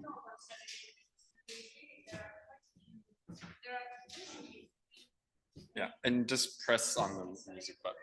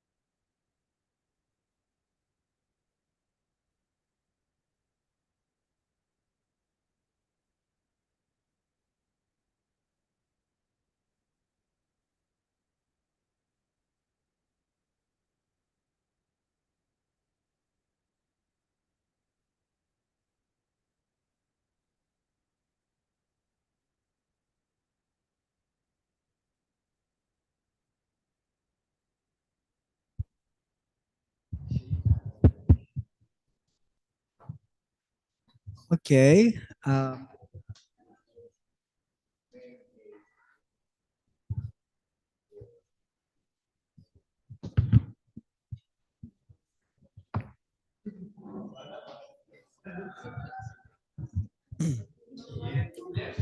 So, okay, it's 12. It's 20 past 5. So I think it's high time to begin our last session. Ethan, are you with us? I'm here. Can you hear me? Okay, great. So let's begin our last session. There will be, as I notified some of you, a change. So we'll have after Ethan and before the concluding discussion, we will have the paper by Sason Chahanovic, who would have spoken yesterday morning. So let's start right away with Ethan Lewis Menchinger. He's an Ottoman historian, a member of the GHOST team from the very beginning. He has been a lecturer until recently in the University of Manchester, and he has, as you probably know, authored several papers, chapters, and books on 18th century, mostly on 18th century Ottoman intellectual history. Of course, this the biography of Vasif Effendi and a chapter on Ottoman historiography, and so he will talk to us. Unfortunately, he is not able to be present with us, but via Zoom, about interpreting the dreamscapes of early Ottoman chronicles. So, Ethan, the floor is on you. Thank you. So I suppose that it's just going to be a disembodied voice. Is that right? Do you have a PowerPoint? I did. It's not terribly important. I mean, it's mainly just some pictures of trees growing out of people's torsos. Okay, yes. Just share it. Open your camera. Okay. Let's see. Oh. Starting video. Okay, right. Can you see me? Should I share my screen? I raised let's see. A disembodied voice works too. That would also be sort of in keeping with some of the dreams I'm going to talk about.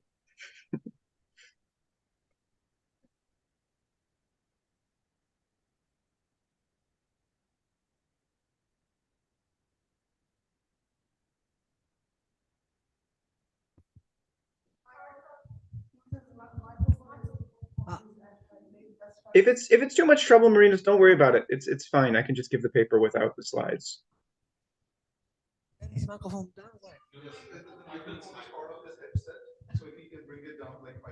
Okay. They tell me that you have a microphone on your head, ears. How do we say that? Just bring the microphone near your mouth. Can you not hear? There should be a microphone here someplace on the computer. Can you hear me? Oh, yes, I've been misled. Okay, so it's fine. Why don't I just go, we'll go without the slides. I think it's late in the day and people probably want to move along. Okay, I'll just get started. First of all, I wanted to thank Marinos for organizing this conference and for including me, even though I can't be with you, and also because I think this paper is maybe at the margins a little bit of the topic. But I've been sort of partially retired in a way from Ottoman studies for about the last 6 months, teaching American history, bizarrely, modern American history. So this has been a real treat for me, and I've enjoyed it. So I want to start with a dream. A late medieval chronicle tells us a curious tale. In it, the parent of a future ruler fell asleep and saw in a dream a tree grow from their body. The tree grew upward into the sky, so large, so tall, so straight that its shadow covered all the land. The dreamer then awoke to be told that their dream would be auspicious if God wills it. Of course, we all know Osman's dream from the early chronicle tradition.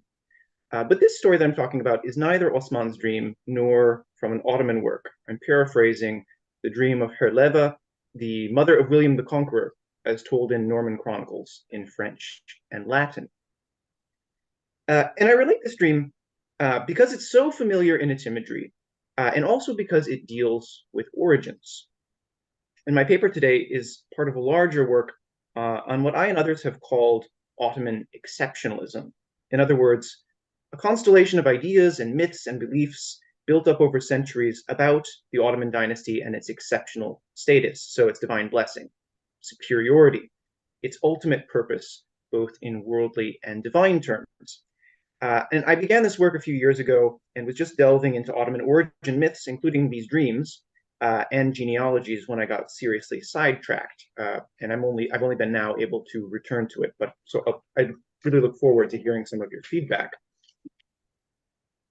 Ottoman origin dreams are well known, of course. Osman's dream and its symbol of moon and tree is one of the most famous stories in our sources. I'm not proposing to reread these symbols in any major way or parse the dreams in a new way, but so much as I want to explore how these kind of dreams function in myth-making around polities, and how such dreams figure into exceptionalist myths. The Ottomans also shared a wider dreamscape in Eurasia. There are so many similar sorts of origin dreams, both in Muslim and non-Muslim polities, that I think we can also ask some bigger comparative questions. First, though, a little bit about dreams. I don't think I have to say much about dreams here because of the fine work that's already been done on Ottoman dreams by others, including some of our own panelists, people like Aslı. The first obvious point is that our own view of dreams as more or less culturally insignificant is an oddity. Dreams were meaningful in pre-modern societies, in Islamic as well as non-Islamic ones. And Ottoman society was no different. Dreams were a key form of cognition closely linked to vision and prophecy. They were out of time, as it were, a waypoint between our world and the next, and windows into the hidden mysteries of creation that might potentially convey divine truths. So in dreams, we're afforded glimpses into a transcendental order in which a person's purpose lies outside of himself. And what interests me are these sorts of insights into the origins of power. Dreams appear in many different imperial myths as ways to explain and justify the rise and rule of different dynasties or empires. So what is the nature of this or that dynasty, its rulers, their power? Or why have they been blessed with rule? Origin dreams tend to be more about beginnings than ends, as you might expect, although they can hint at a destiny. But generally, they tend to omit a dynasty's precise telos, whether that telos is inside of human history, in an end like world conquest, or in facilitating maybe an otherworldly end, so serving as mujaddids or mahdis, things like that. In the case of Ottoman exceptionalism, ends are typically a separate question that was worked out elsewhere. So now for a bit of the fun stuff. Let's get into some of these origin dreams. There are three well-known dreams in the early Ottoman tradition in works like Ashik Pashazadeh, the Anonymous Chronicles, and others. And for brevity's sake, I'm going to leave aside Osman's dream because I think all of us know it so well. There are two other notable dreams. In one, Osman's father, Ertuğrul, dreams that a spring gushed forth from his hearth and flooded the world like a sea. He tells this dream to an astrologer, often a vizier of the Seljuk Sultan, a figure usually called Abdul Aziz, who replies that he'll have a son whose descendants will rule the world. In the second dream, Ertuğrul, but also in some variants Osman, visits the home of a holy man and is reprimanded for accidentally turning his back on a copy of the Quran. He then stands in prayer before the holy book all night, and when he at last falls asleep, he's told by a voice, or sometimes someone from God, that's how this is identified, that since he's so reverenced the work of God's words, God shall raise him and his family and their offspring. And again, some variants add that this includes rule of an eternal empire. There were, so those were the two most circulated origin dreams, but there were others, presumably less successful. we can find one of these in Enveri's Düsturname, where a supposed Arab Ottoman forebear, which is interesting in its own right, named Iyaz, who's supposedly went to Central Asia during the Islamic conquests under the commander Sa'ad ibn Abi Waqqas. So this Iyaz has a dream, and he dreams that he dies and turns to dust. And then a tree sprouts from his remains and grew 6 branches, each serving as a resting place for all peoples. And one of those branches compassed the whole world under its shade. And then when Iyaz wakes up, he explains his dream to Sa'ad, who says that he'll have 6 sons, and one of them will rule the world, and the rule of this son will cover the rule of this son's family will cover the whole world and last until the end of time. I'll mention just one more. This one comes from the Selatiname of Kemal, probably from the late 15th century. Here, Osman dreams about a tree again. In this dream, he sees the tuba tree sprout from his body, and its branches shade the whole world. He also has a huma bird sitting on his wrist like a falcon. And when he reaches out to take the bird in hand, he sees gems scattered before him, or they might be pearls or ore. The word is jevher in the text, some of which enter his breast. And then a voice bids him to awake and learn the dream's meaning, which in a subsequent encounter with Haji Bektash, he learns are the tidings of rulership. So these dreams are internally quite similar often. There's the motif of the tree. There are typically third figures who interpret the dream, oftentimes a holy man who conveys good news and his own blessings on the dynasty. But as I said, the Ottomans were part of a larger dreamscape in Eurasia, and we can find more similarities there. My wife is a European medievalist, and she pointed me to these Norman dreams and suggested both might relate to the Tree of Jesse from the biblical book of Isaiah. It's related to a prophecy in this book of Isaiah. And there shall come forth a rod out of the stem of Jesse, and a branch shall grow out of his roots, which for centuries Christians have taken as a metaphorical reference to the descent of the Messiah. I'm not trying to make any sort of direct connection here with the Tree of Jesse. I think it suffices to say that this tree motif is ubiquitous in Eurasia, but it's very interesting that the Tree of Jesse was often depicted in art as a tree growing from the navel of a sleeping Jesse. Ottoman origin dreams appear most closely related to origin dreams from earlier Turco-Mongol dynasties, though. So the Mongols, the Timurids, the Ghaznavids, the Mamluks, the Safavids all had dreams like this. It's like no good dynasty went without them. Juzjani, in the work Tabaqat-i Nasiri, relates the following about the first Ghaznavids. So leading up to the birth of Sultan Mahmud, his father, Sabuktigin, dreamed that a tree sprouted from the hearth in the middle of his house and grew so tall that it shaded the world. And then he had the dream interpreted, and naturally it meant he would have a conqueror son. Ottoman dreams, I think, are most similar to Seljuk origin dreams, though, some of which are pretty wild. One chronicle tells us that the lines eponym, Seljuk, dreamed that he urinated on a fire, he peed on a fire, and that this caused sparks to blaze across the whole world, meaning that from his line would come kings who would rule to the ends of the earth. The anonymous work Tarikh Ali Seljuk points to another figure as the founder of the dynasty, a figure named Lokman, who we're told got married and gave his bride a copy of the Quran as part of her wedding trousseau.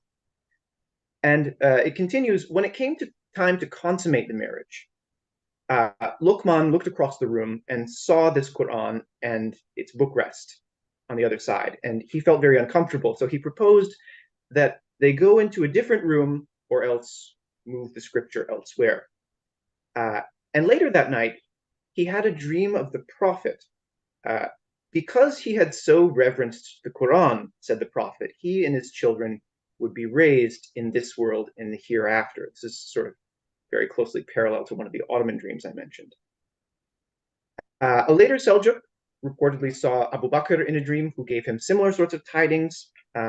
And also Rashid ad-Din has his own premonitory dream about a Seljuk forebear. In this case, forebear who has a different name, had 3 sons, Dukak, Turul, and Arslan. And he had a dream that 3 stout, many-branched trees grew from his navel, the father's navel, the crowns of which shaded the world, and then a holy man near the city of Marv informed him that each of his sons would become a padishah. So what can we make of all of this? Ottoman chroniclers were surely drawing on lore that was closely associated with the Seljuk dynasty, but I hesitate, first of all, to label this appropriation. I think that it's more useful to think, as Jamal Kafadar does, of a process of bricolage. In other words, these origins, tales, and dream motifs were worked up from a hodgepodge of available materials, myths, and traditions at hand. I also hesitate to think of these dreams just as tools for imperial legitimation or self-justification, although they were that to be sure. The dreams are asserting the divine origins of Ottoman power, and there's an undeniable legitimizing logic to them, and also to the Timurid dreams and the Seljuk dreams and so forth. But I think we're moving past a view in this field that crudely reduces everything to politics. We can assume that the dreams in our sources were taken as real by authors and audience, and we're not just being deployed for political competition, because the dreams explain just as much as they justify. They helped Ottomans to make sense of their own polity, its rise at a specific moment in time, its success, and also we're hinting a little bit at its historical meaning. Ottomans themselves would have interpreted the symbols of these dreams, the tree, the huma bird, the hearth, and so forth, through, for one thing, the science of dream interpretation, which had old roots in Hellenic and Near Eastern traditions, for example, from the Oinere Critica of Artemidorus. According to the 15th century Tabir-name of Ahmed Idai, gems in a dream, for instance, could denote wealth or women in general, but also much else. So if you saw an emerald in your dream, it meant that you would profit from an important person, either spiritually or materially. These sorts of works don't seem to link trees growing from bodies, particularly with sovereignty, but that was a clearly very, very old motif. It shows up in at least as early as Herodotus. Herodotus recorded a tradition that the Median king, Astyages, dreamt that a vine grew from his daughter that covered all of Asia. He also recorded a pea dream as well. This same king had a dream that his daughter urinated so much that it flooded first all of his city and then the rest of Asia. And this daughter then gave birth to Cyrus the Great. So I haven't looked deeply into dream manuals. It may be worthwhile, but most of these origin dreams already come with an explicit interpretation. Jamal Kafadar suggests via Roy Motahede that these dream narratives embody a compact of sovereignty of sorts. He refers to Osman's dream principally, noting it implies divine sanction, but also obligations and promises of security and prosperity for subjects. And in this way, the interpreter figure, the third figure, whether that's Edebali or Abdul Aziz or Haji Bektash or someone like that, acts like a sort of notary, he says, to witness the compact. And that's a really useful starting place, I think. And I wonder what more we can add to that. All of the Ottoman dreams I've mentioned definitely signal divine election. And Osman's dream hints at, yes, the prosperity the dynasty will secure for its people, just as it signals possible world domination. I'm a bit less sure about this idea of a compact in other origin dreams, but they do raise some other points that I'm quite interested in. Firstly, there's a definite tension in early traditions about the nature of Ottoman power. Why did God choose Osman and his family to rule? The dream of Ertuğrul and the Quran implies, I think, that the family arose on account of merit, that God rewarded Ertuğrul for his piety with great power. And many early works build on these sorts of meritocratic arguments that Osman's line earned their power through superior faith, piety, justice, devotion to holy war, and so forth. We can find a sort of a merit-based view in works like Ahmedi, for instance, or Ashok Pashazadeh.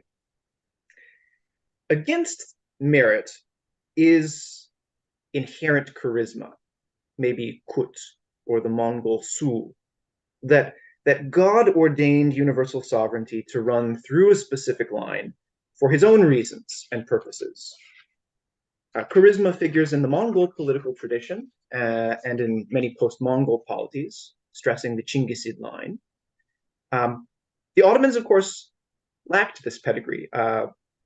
As one work, the Kahraman-Name, states, Osman was likely a nobody. That work calls him Aslı cinsi yok bir yörük, and also the asl, without pedigree. But there are a minority of sources that do make claims to legitimacy through descent from Oğuz Khan's eldest son, Kaya Khan, who some sources also weirdly allied with the prophet Isa. So sources like the Selçukname and Pseudo-Ruki cite lore about how the offspring of Kaya Khan were destined to rule the world until the end of time. And in these works, the stress is not so much on Osman's merit, but on the force of divinely favored descent. And I think it would be interesting to see how these dream narratives and which ones tend to appear or not in such works. The role of particular holy people is also arresting, and I wonder if Kafadar is maybe being a bit too prosaic in seeing these figures as notaries, as he calls them, who attest the compact. What about a more mystical theological reading, in which such holy people are vessels of divine favor? Kemal Selahattin Name makes Hacı Bektaş into precisely such a vessel. In that work, Hacı Bektaş is identified as the pole of the world, and it's him who confers worldly authority on Osman. So in this way, origin dreams might suggest Ottoman power came at the instance of this or that holy figure in return for allegiance and their veneration. On to a rather larger question for me is, what, if anything, do our dreams say about the Seljuk problem? And that is to say, the Ottomans' equivocal links to the Rum Seljuk dynasty. The early tradition is very unclear about this. Some works like Neshri argue Osman was almost like Sultan Alauddin's legal heir. Ashok Pashazadeh presents a very antagonistic relationship. There, Osman claims a nobler descent than the Seljuk Sultan, and claims that he has a right to rule from God based on his success in holy war. Pseudo-Ruhi says that the Ottoman line was totally unconnected to the Seljuks, while in another tradition, the Ottomans are related by family to the Seljuks through Alauddin's mother. And I'm not saying that there's sort of a real answer that we can try to find here. But I think this problem of the Seljuks is an important one. It matters because it matters if these origin dreams are also showing us a transfer of power, a translatio imperii, or sort of dawla being conferred upon the Ottomans. So did the dreams cast a shadow somehow on the Seljuks? Or are they suggesting, without saying so outright, that the Seljuks failed in some way, and God transferred his blessings to Osman? At least one source talks about dream portents about the fall of the Seljuk dynasty. This is a pre-Ottoman work, but certainly one that was read later in Ottoman times. So our dreams might not just be about the rise of one dynasty, but also the fall of another. The last question brings me back to the larger point of this research, and that is, why do origin dreams like this take on these meanings when they do? When do these things become part of collective myth-making? Why does the situation become ripe when it does? One scholar, Ian Edgar, argues that this is a process that has to be found grounded in social conditions. He says that the emergence of a particular myth of statehood will be historically and culturally based, and perhaps even arbitrary, as part of a bricolage process. So for the Ottomans, this was a process clearly underway already by the early 1400s. We're dealing with sources that came from a still forming late medieval polity and reflect complex social layers addressing concerns of different groups. So there's not a single voice in this tradition. There's a cacophony, and why some narratives prevailed over others needs some careful thought. Why was it that this Osman's dream becomes the dominant origin dream?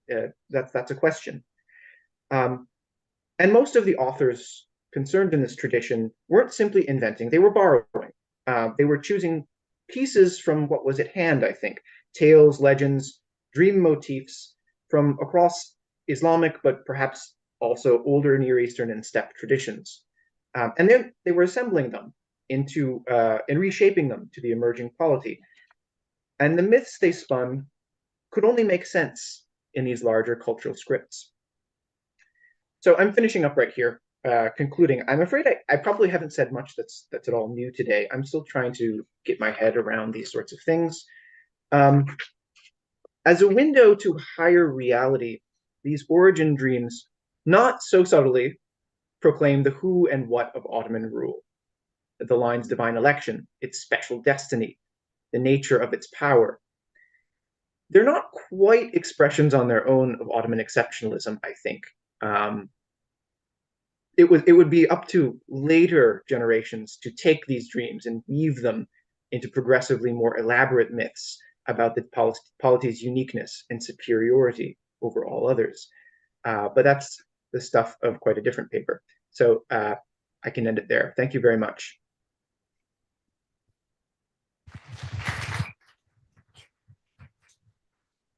Thank you, Ethan. I hope you heard the applause. So there was Sasson first, and I think Mohsin.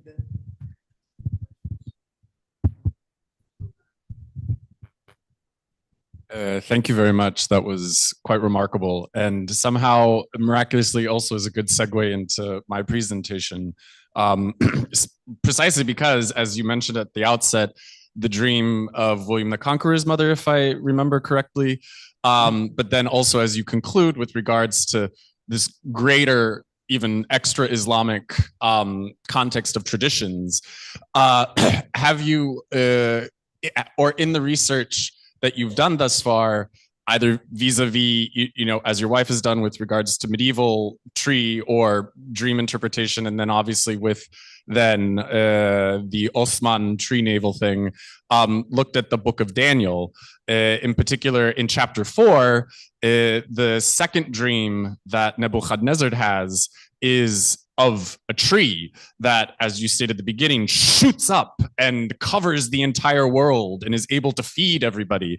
And then he, comes to Daniel, who in the book of Daniel is renamed, and he says, what the hell does this mean? And he actually says, do not worry, this means something actually relatively good for you. But subsequently, it's also a warning for you, because until you recognize the one true God, you'll temporarily go crazy, but then you'll be returned to kingship. So in what ways has then the Danielic literature, because of the great number of legends that sprung from it, factored into your research, or have you seen any of that as well, especially vis-a-vis dreams and trees and kings? This is a great further tree dream. No, I have not looked into the Book of Daniel at all. I'll certainly will now. Making note of this. Which tradition does this come from? Is this sort of Kitab-i Daniel sort of stuff, or is it? So with regards to which I'm actually going to present on is Mehmet II even has a very, very verbatim, word for word, correct Arabic translation of the book of Daniel, by which I mean the biblical book of Daniel, made for him.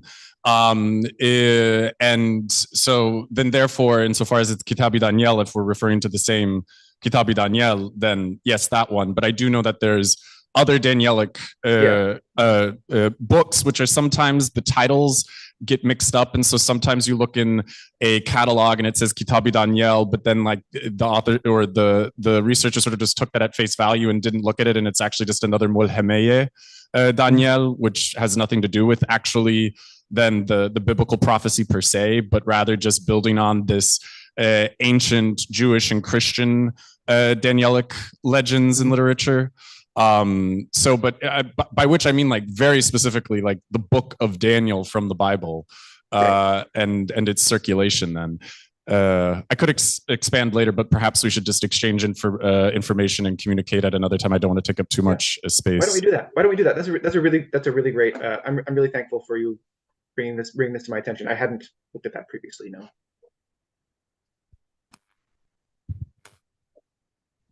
Oh, is it? It's on. Okay. Hi, Ethan.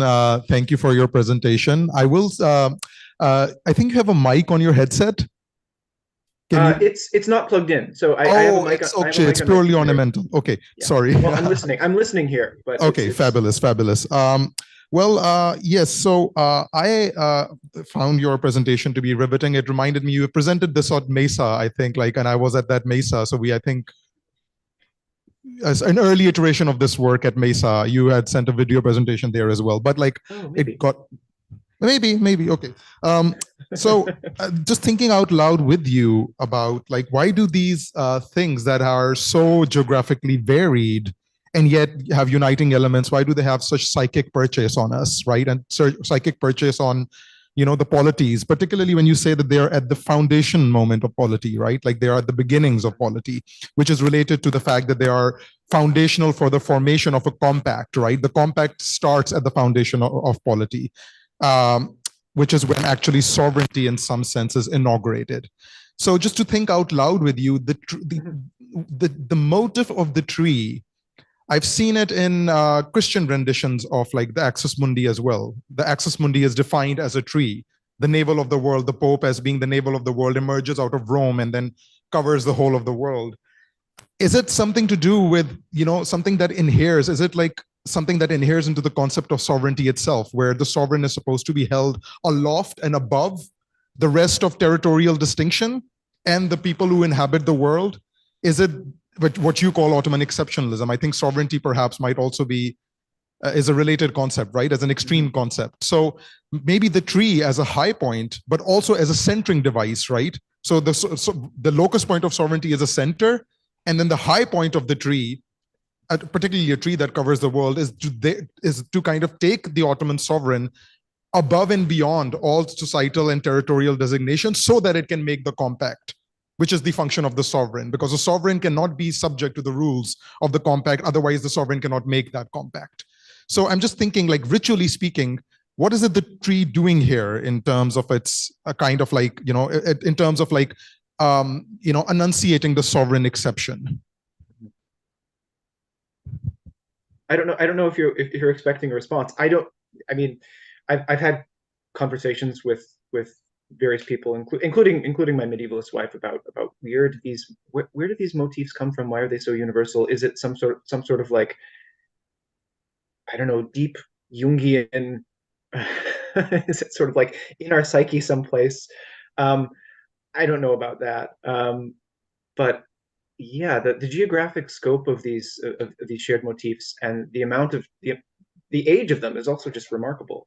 I don't have a good answer for you, I don't think, but thanks for your thoughts. I also like this a link possibly to the concept of Axis Mundi or pole even. I don't know if there's a link here too.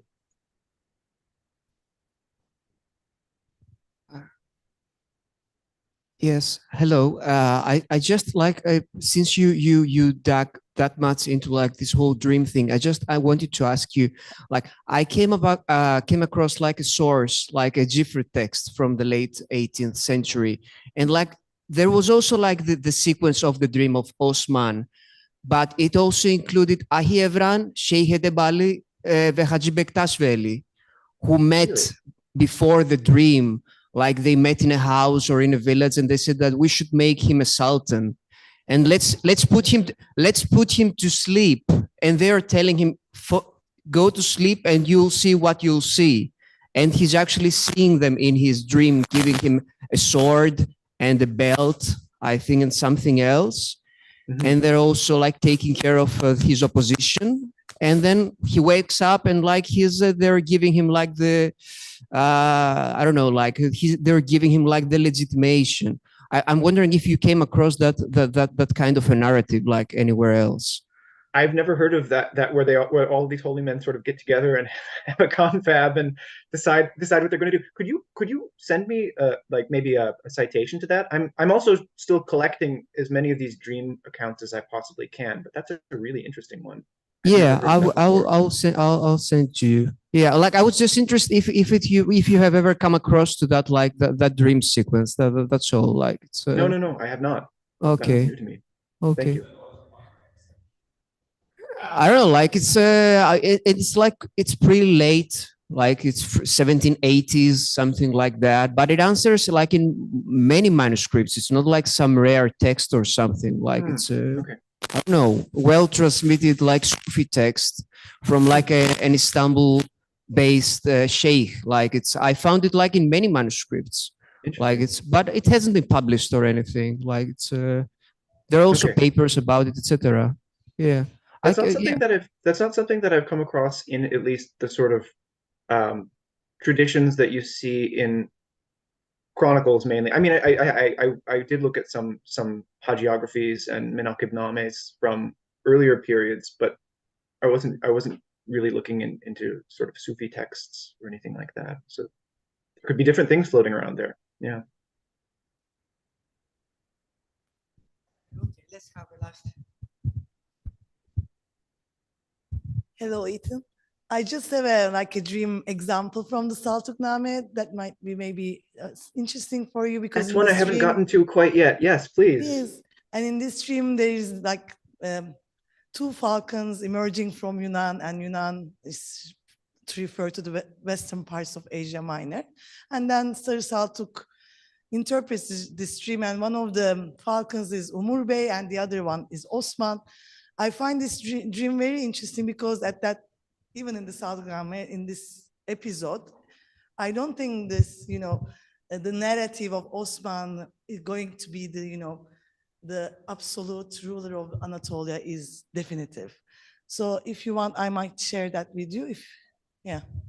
Yes, please do. Yes, I will. Thank you. Thank you, Zeynep.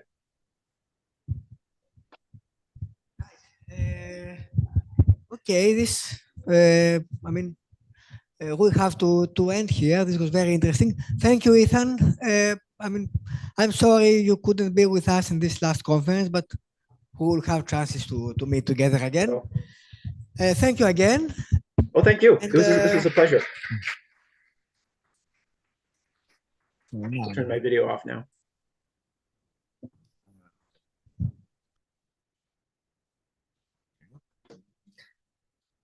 So,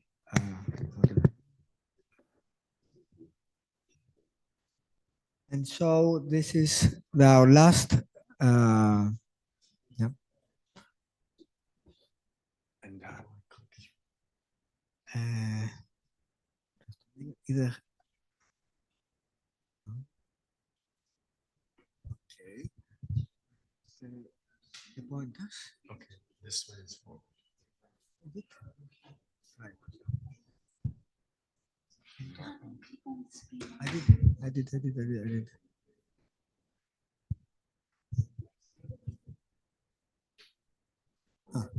What do I have? Okay. There are two. Okay, so we have now Dr. Sason Chahanovic. Sason holds a PhD in Islamic intellectual history from Harvard University. with his thesis that concerned the eschatological and esoteric apocalypse, known to a lot of us, titled The Tree of Numan, as an example of the early modern phenomenon of Ottoman eschatological enthusiasm.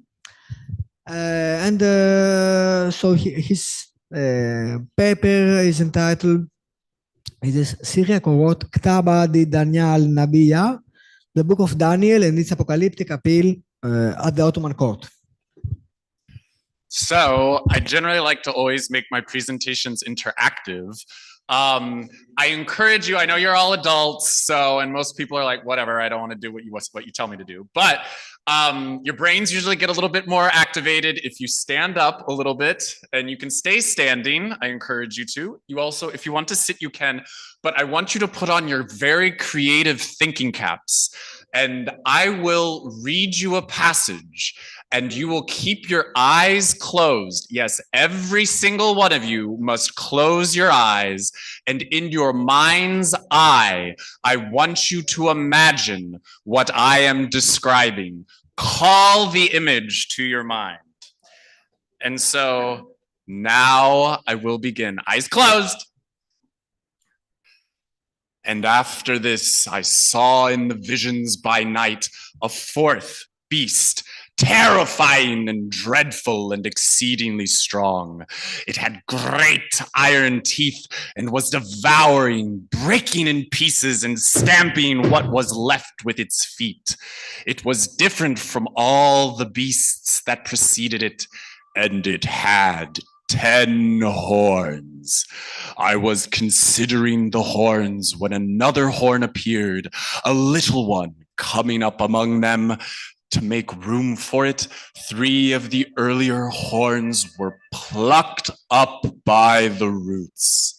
There were eyes like human eyes in this horn, and a mouth speaking arrogantly.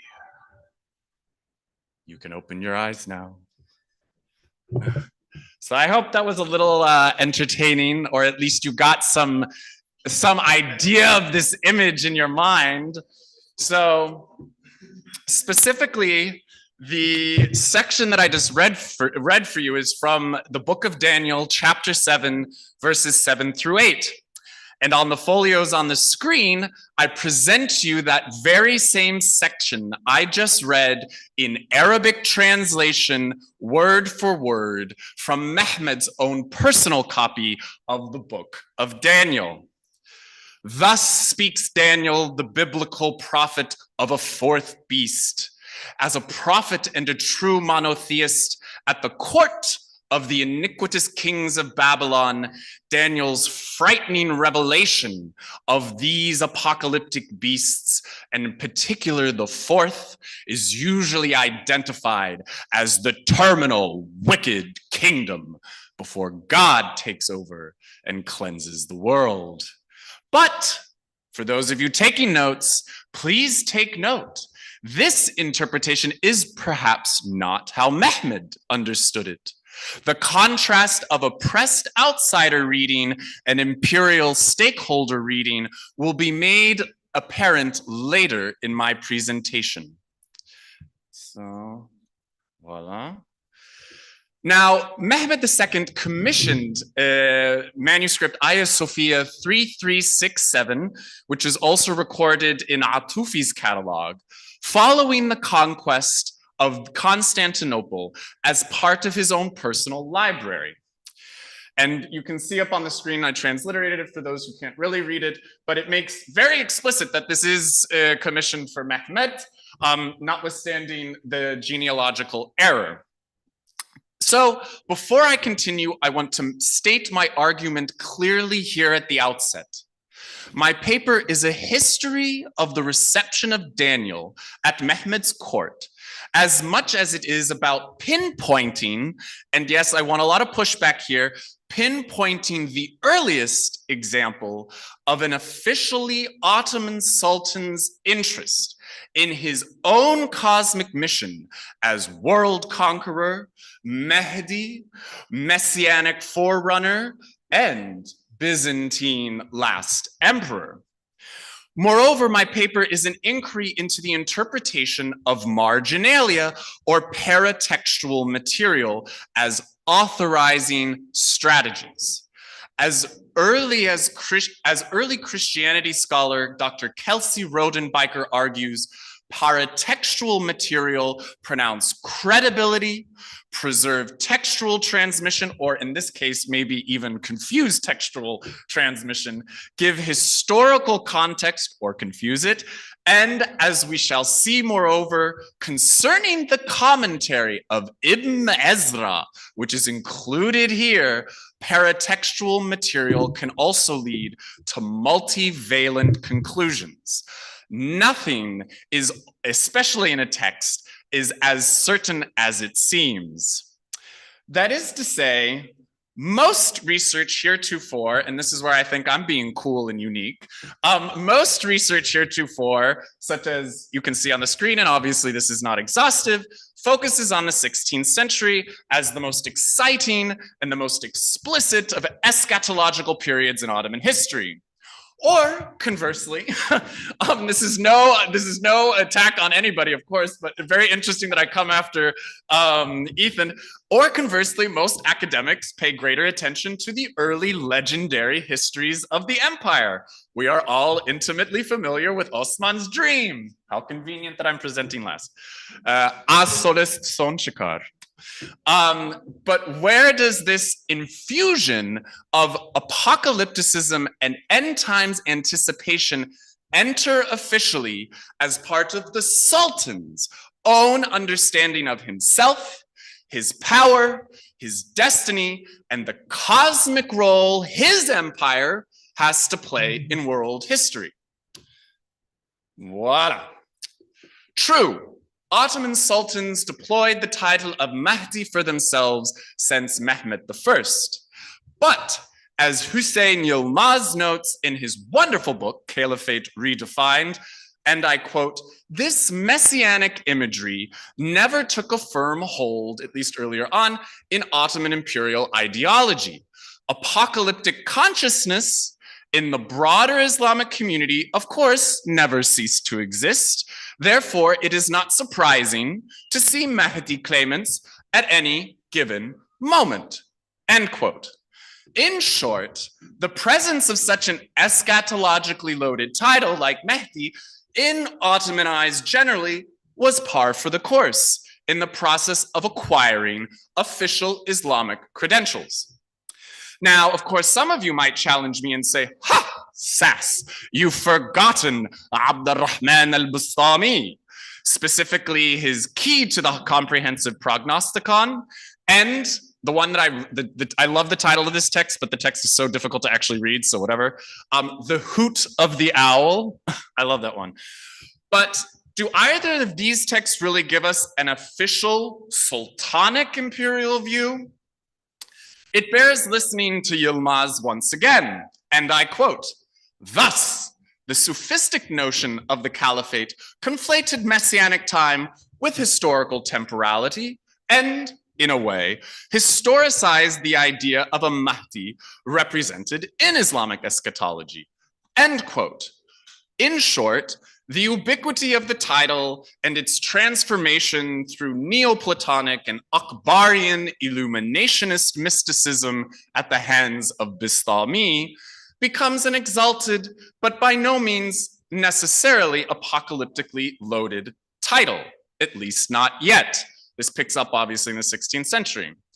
So, yes, El-Bistami worked as Murad II's chief courtly astrologer and occultist, and yes, his key to the comprehensive prognosticon is replete with eschatological interpretations, but its popularity, just like the Hoot of the Owl, first gains greater traction in the 16th century. Okay, explains why everybody else was so keen on the 16th century. We're back at square one.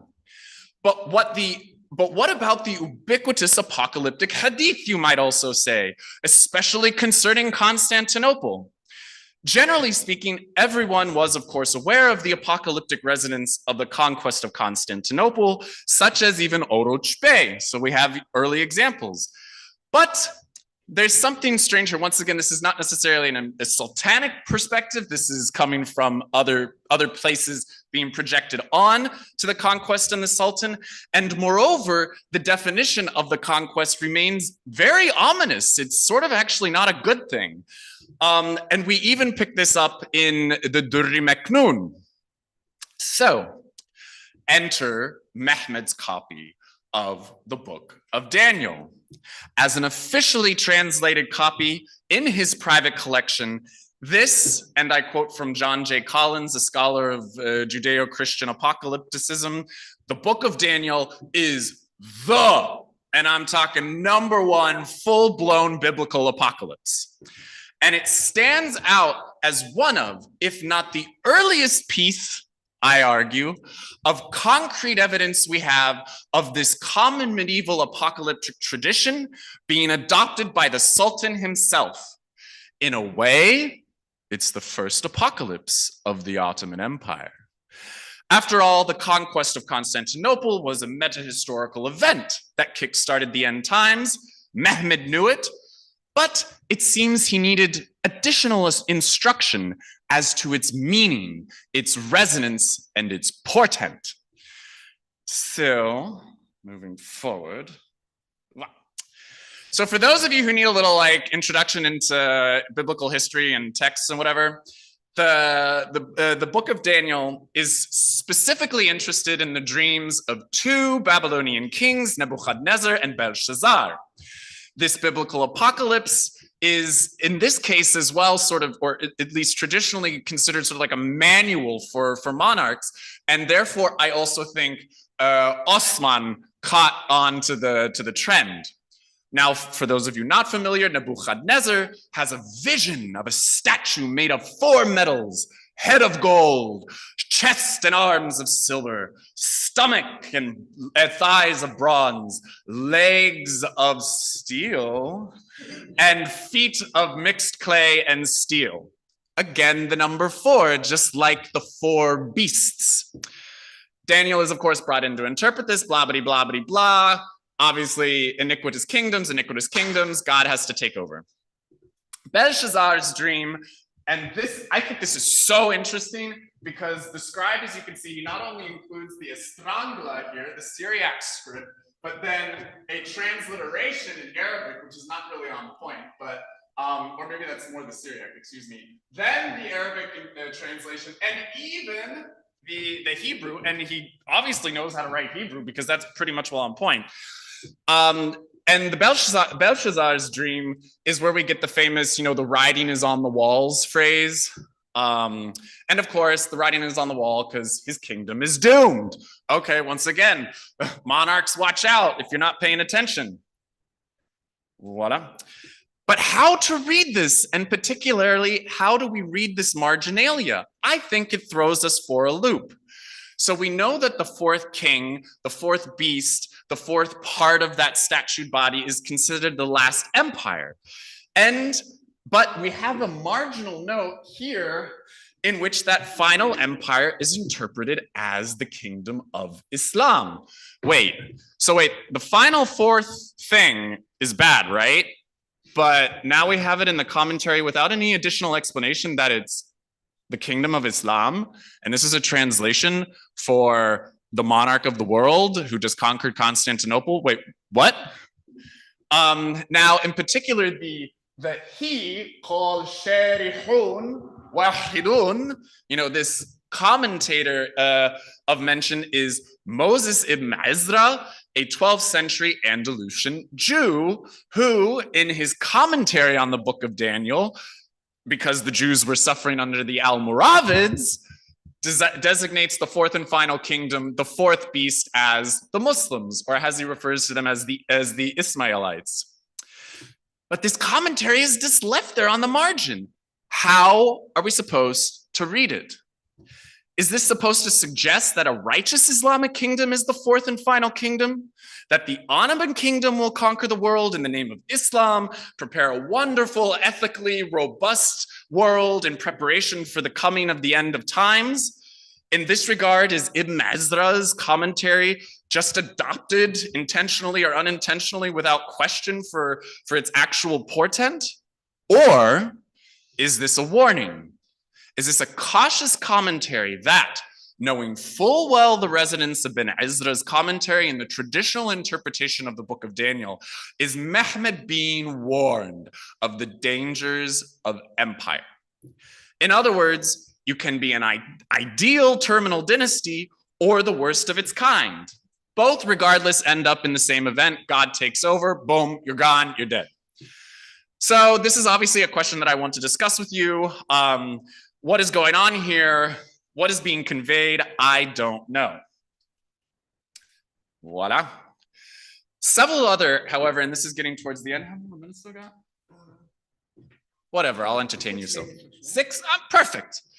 So we also, I think, need to understand the Book of Daniel in Mehmed's library in the context of other translations. And this is something that might also interest you, Marinos. Several other supernaturally loaded texts are therein found. First, the infamous grimoire, the Testament of Solomon, though it's kept in Greek. Arabic translation of Byzantine philosopher Gemistos Klethon's Compendium Zoroastriorum, and the Nomoi, which are fragments of hymns to Zeus, and also the Chaldean oracles, which, given its association with the Chaldean Syriac community, may have a more direct relationship with the Book of Daniel, especially because, as we saw in the first folio, the title of the Book of Daniel is kept in Syriac script. We have Syriac in the marginalia. There's something going on here, right? So once again, to conclude, and now I'm coming back to that whole Syriac stuff and the marginalia and what's going on. What is it trying to tell us? How is it authorizing the text? Here, the scribe intentionally writes the title in Estrangla Syriac, keeps it there, which is the reason why my opening slide had that weird Ktava de Daniel, that's actually Syriac. And throughout in the marginalia, reference is made to Syriac knowledge. Suriani, herewith understood as synonymous with Aramaic at some points, in particular with the Menemene Tekel Uparsin. And on the concluding folio, right here, the translator emphasizes his familiarity with Syriac since his childhood. Min qira'ati laha Suryaniyan b'sighr. So to conclude, the presence of this imperially commissioned translation is not just supernatural or apocalyptic or instructional, it is all in one. It is a cosmically loaded imperial prophecy, an apocalyptic warning, a political manual, and, I argue, one of the earliest testaments to imperial eschatological enthusiasm and anxiety. And I will conclude by this. You can also close your eyes again if you want to, and just put on your thinking caps and imagine. As for the horn that was broken, in place of which 4 others arose. 4 kingdoms shall rise from his kingdom, but not with his power. At the end of their rule, when the transgressions have reached their full measure, a king of bold countenance shall rise, and he will destroy the powerful and the people of the holy ones. Thank you very much.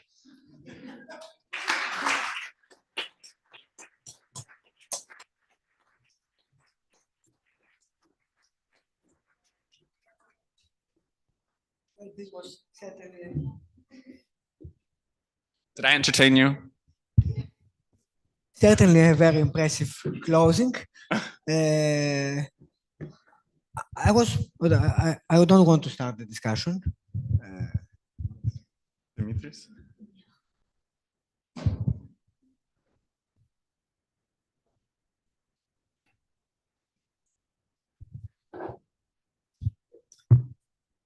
Yeah, it was impressive, to say the least. Like I just have like some questions. Maybe I missed some stuff. Like I'm a bit tired in general. not due to the presentation. Like like some details like regarding the manuscript, like does it give like any information in the forward about like who translated it, or like was it translated from Arabic? I missed that. Like no, so as the tech, so this is also where I asked myself, what is the original? Because so first and foremost, the name of the translator is not given. This is recorded in Atufi's catalog of Bayezid II's library, which obviously includes material from his father. You have Bayezid's seal here, which is also a seal over here. Anybody who's really good in this stuff, please help me. I don't know what that and that is, but that's just because I'm lazy. There are other people who are better at seals than me. Oh, really? Okay. See, there you go. I'll have to write that down. But as with his reference to Sariyannis, my question is, does he mean here with Aramaic, which the original book of Daniel is actually in Aramaic in the Bible, in the Tanakh? It is included as an Aramaic text, or does he herewith mean to reference actual Syriac, which is certainly related to Aramaic, so that the copy he was translating from was then like a Syriac Christian Bible? I don't know. That's a very good question. It remains a question mark, right? Yeah. Yes, please. Just to stress a point, there is a fascination with the imperial claim of Mehmet II. So you said yourself, for instance, that he claimed to be the emperor of the Byzantine, of the Roman emperor. That's something that circulates so much and repeated in books and so on. Mm-hmm. And it's totally false. There is no such a claim. There is a letter from the Pope, something, a kind of a letter who was addressed to Mehmet and never reached him, which names him Emperor of Rome. So this claim is an indirect claim, and we have nowhere something as Mehmet claimed to be the Emperor of Rome. I stress this point just to say that sometimes this fascination about the guy who conquered and who claimed to be, because of our retrospective interpretation of the moment and of the time in history, can guide us to under-evaluate some circumstances. Well, I don't think I ever, and maybe I just misspoke, I don't think I ever claimed that he used the title. In the beginning I said, and the last world conqueror, in that regard. You said the Roman emperor. I think I said in the Byzantine tradition. I didn't say Roman emperor. Okay, maybe. So now we're splitting hairs, but I know that, I mean, make a long story short, that was more or less just, first and foremost, we do know that they were aware of the apocalypse of Pseudo-Methodius, that they more or less were aware of the resonance of the conquest of Constantinople. Certainly, you know, at least as far as I know, you shake your head. How do you mean? No. Okay. At least with regards to and this is why I think this text is important, is aside from Mahdi being sort of like a title thrown around, which, you know, once again relying on Yildiz, you know, it's actually sort of very pedestrian. It's not really that important. I'm trying to understand in this is whether or not we can consider the book of Daniel as Mehmet's own coming to understand, am I actually somewhere on the end of being this, as in a lot of apocalyptic hadith, the final conqueror and the one who is to prepare the world for the coming of the Mahdi in particular, and obviously the final hour, etc., and so forth. These apocalyptic hadith are ubiquitous, but they're also multivalent, because quite often the Turks are also identified as sort of like Gog and Magog. And I think that Mehmed's own whether or not it was true or not, I think it reflects maybe the mood, although people interpret this poem differently. But as we all know, when he comes into Constantinople and he goes into Hagia Sophia, he, sprinkles some dust on his head and he recites the Persian poem, Perde dari mikonad dar qasri qaisar ankabut, bum naubat mizanad dar tarmi afrasyab. And I think that this is less him trying to appropriate sort of world conqueror titles as him actually being relatively unsure of his position there. Yeah, of course. Right. Just a point. I don't want to minimize your interpretation, of course. Just to say that there were many people around, courtesans and so, who tried to take advantage through the strategies like that, and maybe it's one of them that proposed a translation. I mean, we know that people around proposed eschatological interpretations in order to take advantage of the situation as well, courtesans and so on. So that's. So if I understood your last comment as like sort of suggesting that then Mehmed didn't read this. Well, I mean, there's additional attestations which I didn't get to for. So, for example, we also have Sefer Eliyahu Zuta. Not to be confused with the other Sefer Eliyahu Zuta, which is a much older text and has nothing to do with this, from the early 16th century, in which the Jewish rabbi of Kandil, which I had a very interesting interaction in Heraklion. So in Kandil, he makes reference to the fact, I mean, you can debate whether or not this actually happened, but the fact that he's even talking about this suggests that that it was sort of in the public drinking water that everybody was aware that Mehmed was interested in the Book of Daniel, because he says that the rabbi of Constantinople was invited to actually teach Mehmed Hebrew so he could read the Book of Daniel himself. And then we also have another attestation, which once again, you can debate the historicity of it or the historical factitude of it, but I think it suggests something that people were aware of Mehmed's interest in the Book of Daniel, because then George Amirutsis, if I'm pronouncing the name correctly, the Greek tutor of Mehmed, supposedly had debates with Mehmed about precisely the portent of the fourth beast. So, I mean, I would say the guy probably knew a little bit, I mean, but that's just me. Yes. Okay, I can barely see you. First of all, these afternoon lectures are very hard usually, and our CNS has started to break down. So this was a great way to set it back on fire. So thank you for this.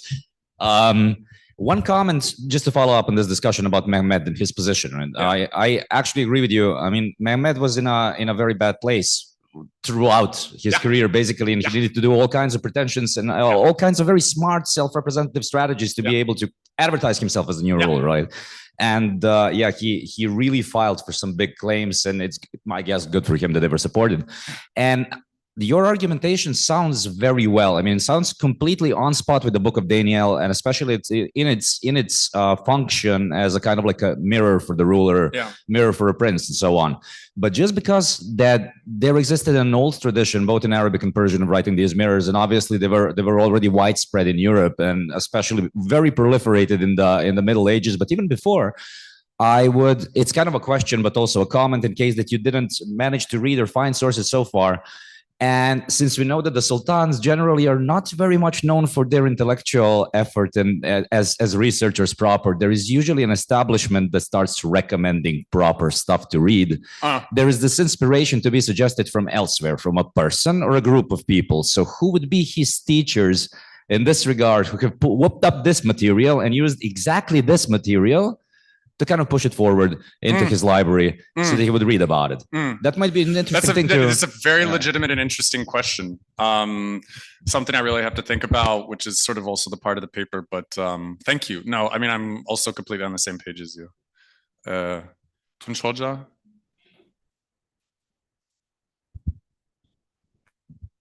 Thank you, Sasson. I mean, any question and comment would be so banal, but I still want to ask. Do it. Are there any references to this 7,000-year lifespan of the universe? In the book of Daniel. Yeah, in the text. Yeah, if I'm not mistaken, yes. I could even look it up. I have it's 12 chapters. And there's a lot of detail, but if I'm not mistaken, there is actually reference to, actually, now that you're making me think, there is reference to the universal history of a week, which is obviously 7,000. So yeah, but I can't remember if it's 7 or 70. This is what I can't remember. I mean, I'm much more familiar with the 7,000-year lifespan of the universe, and I'm gonna make a connection between your presentation and Mariam's presentation about the reverse chronology tables. I mean, the point you make is extremely important because apocalypticism probably mattered more in the 15th century than the 16th century. And one of the interesting case or sources we have available is the reverse chronology tables that only appear in the 15th century almanacs, but not in the 16th century almanacs. And there is an implicit apocalypticism in those reverse chronology tables because, I mean, it's like an hourglass. Its time is running out. I mean, starting from the creation. And, you know, the birth of Adam is some 6,100 years ago. So there is very limited time left. And those reverse chronology tables really embodies that kind of apocalyptic thought, even though it doesn't explicitly discuss that. So I wonder whether we can all combine those 15th century engagement with 7,000-year lifespan of the universe, and you know, time is running out. Yeah. I mean, because this is, thank you. I guess you and we all have to sort of chit chat on that. I didn't think about that, but that's actually extremely relevant. Because yeah, I mean, this is sort of the thing that I was constantly struggling with, at least in the literature, is, you know, Mehmed's conquest quite often, I guess, to go back to your previous comment, sorry, sir, I don't think we directly introduced each other, but is that either, you know, sort of back projected, it's like the 16th century is obviously like the peak apocalyptic century, and that's also when all of the titles, you know, get used everywhere. You know, Qutb al-Aqtab is written on the candelabra stolen from the Cathedral of Buddha, which decorates the mihrab in Hagia Sophia. You know, all of these additional Mujaddid al-Zaman, et cetera, and so forth are then, you know, Sahib al-Quran, are used ad infinitum. And then like otherwise, like the research on the 15th century has been mostly just on sort of like the histories, right? And even in like Oroçbe, like we have apocalyptic material. Certainly everybody's aware of like the portent of what this conquest could mean. But then like, once again, sort of just how to read this text, and especially what the paratextual material is trying to tell us, I'm actually, I don't have an answer to this. And I'm really confused because it's like, wait, like everywhere it seems to make, and, you know, we obviously come with our own readings to it. Like I come from the reading of like, well, of course, you know, the Islamic Empire is the final and great empire. This is a great thing. But then it's like, but in the book of Daniel, it's not really. And moreover, if you're using Ibn Ezra's commentary, like, do you either intentionally, like, because it's not there, it doesn't say in the last kingdom is the Islamic kingdom and it's really bad, it just says the last kingdom is the Islamic kingdom. And I'm like, so was the context or the additional material completely intentionally kept out? Or did then, the translator and commentator and then maybe even Mehmed know about this? And this is really sort of just like a warning, as I mentioned, in like the Durri Maknoon, which is very, I don't want to call it anti-imperial, but it's certainly an outsider take on the portent of apocalyptic tradition and the conquest. Especially, once again, I know that Carlos Grenier and Kaptein have this huge feud about who wrote it, is it Ahmed Bijan or not, but because of Mehmed's repopulation policies to rebuild Constantinople in fulfillment of a hadith, like, dude, no, your empire is saved because you'll rebuild the city. But then like Ahmed Bijan, if we want to claim he's the guy, is like, this is horrible. Like, this is, ethnic cleansing on a grand scale. Like, how could you be doing this? And this is a portent of this is not going to last. And I'm like, well, then how to read this? I don't know. Sorry, I sort of diverged from your wonderful comment, but yeah, sort of just trying to grapple with the material as such. Yes, please. Oh, I'm sorry, I didn't see you. Yeah, okay.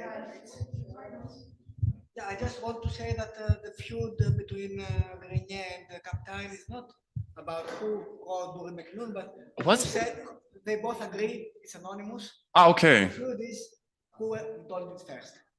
Oh, that was the debate, because I don't know if I should say this, but I wrote an email to Kaptein once, and he was very, very like, Grenier, and I was like, oh.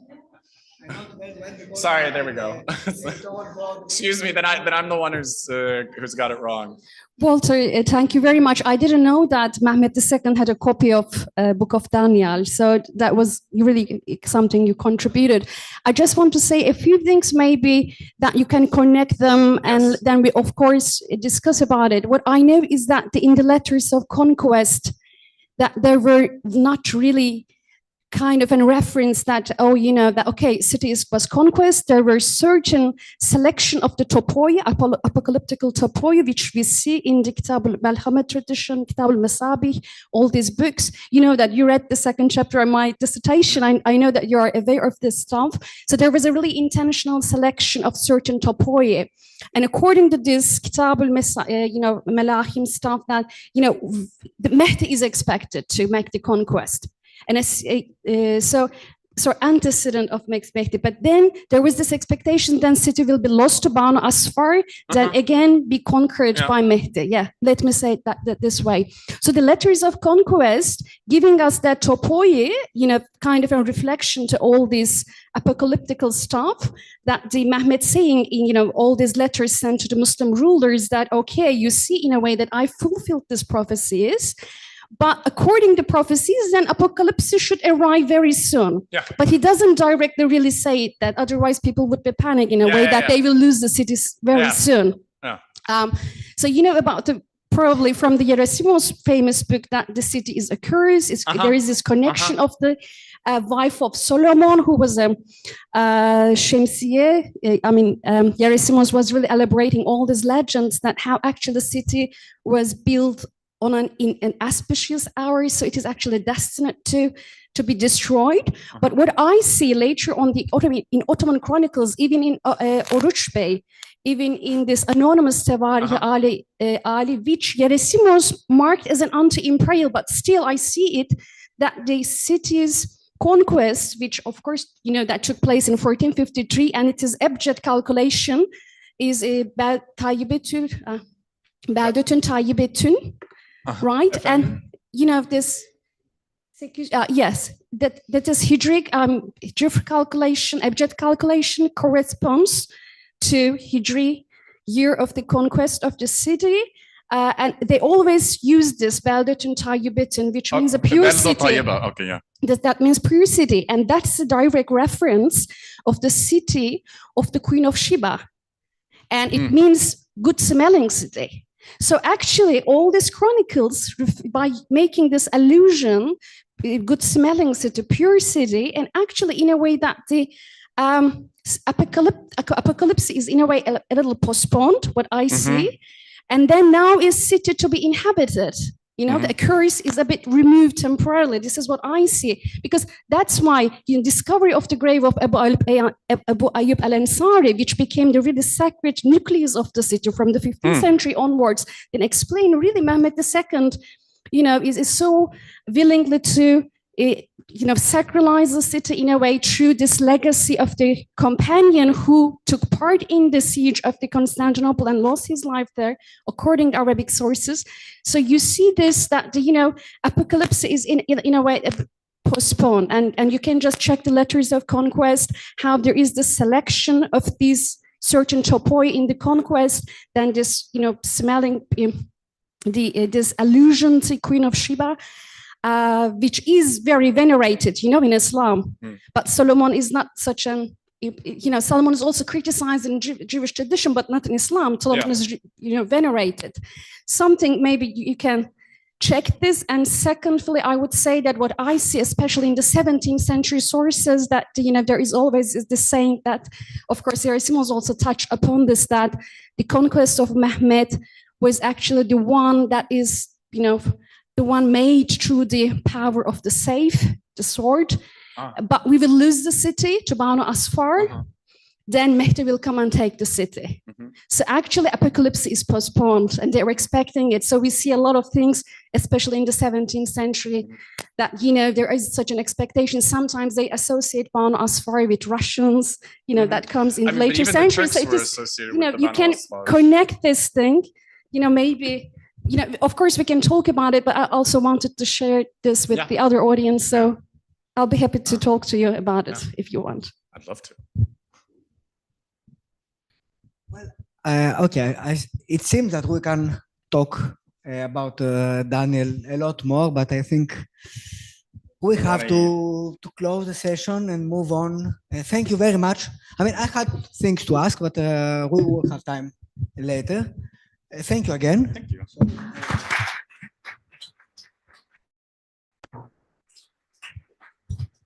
Now, okay, it's 20 to 7. Okay, we were supposed to stop. We were supposed to have a rest before our last dinner. Now, at the restaurant, they're waiting for us again at 7 or 7:30. So, unfortunately, there is no rest. I don't know if any of you has any courage left for a general discussion. Do we want to have a short discussion or something? Or I could say some short remarks like a close-up, and then we will see what powers we have been left. Okay.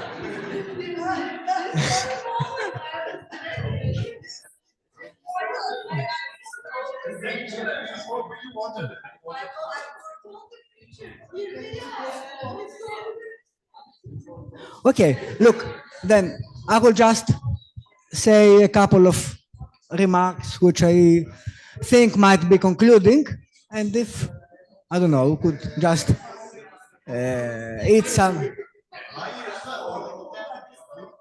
Sorry?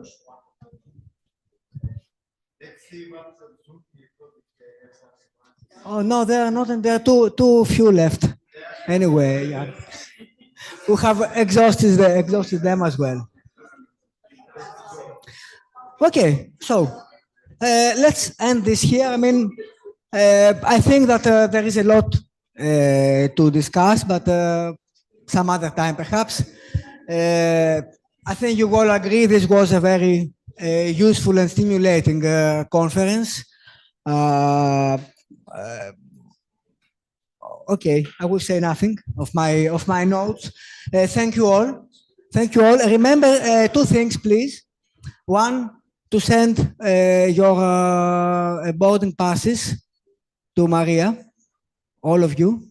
I mean, those traveling by our costs. And secondly, to try to send the papers for our last issue of Ajaib. Remember that we don't ask for a real paper, okay? I mean, the idea is to send just the presentation each one had with some footnotes as you deem necessary. So to have a sort of short proceedings. I mean, like more than abstracts, less than proceedings, something easy, something just, I mean, like 5 or 7 pages presentation plus footnotes. Okay. I can wait. We can wait till the end of November if it's this okay. I mean, I don't expect all of you to be ready, but I'll be happy to. We'll be happy to publish as many papers as possible. So, okay. I'll save my remarks for my close companies in the restaurant. Thank you very much, all of you. Thank you, those.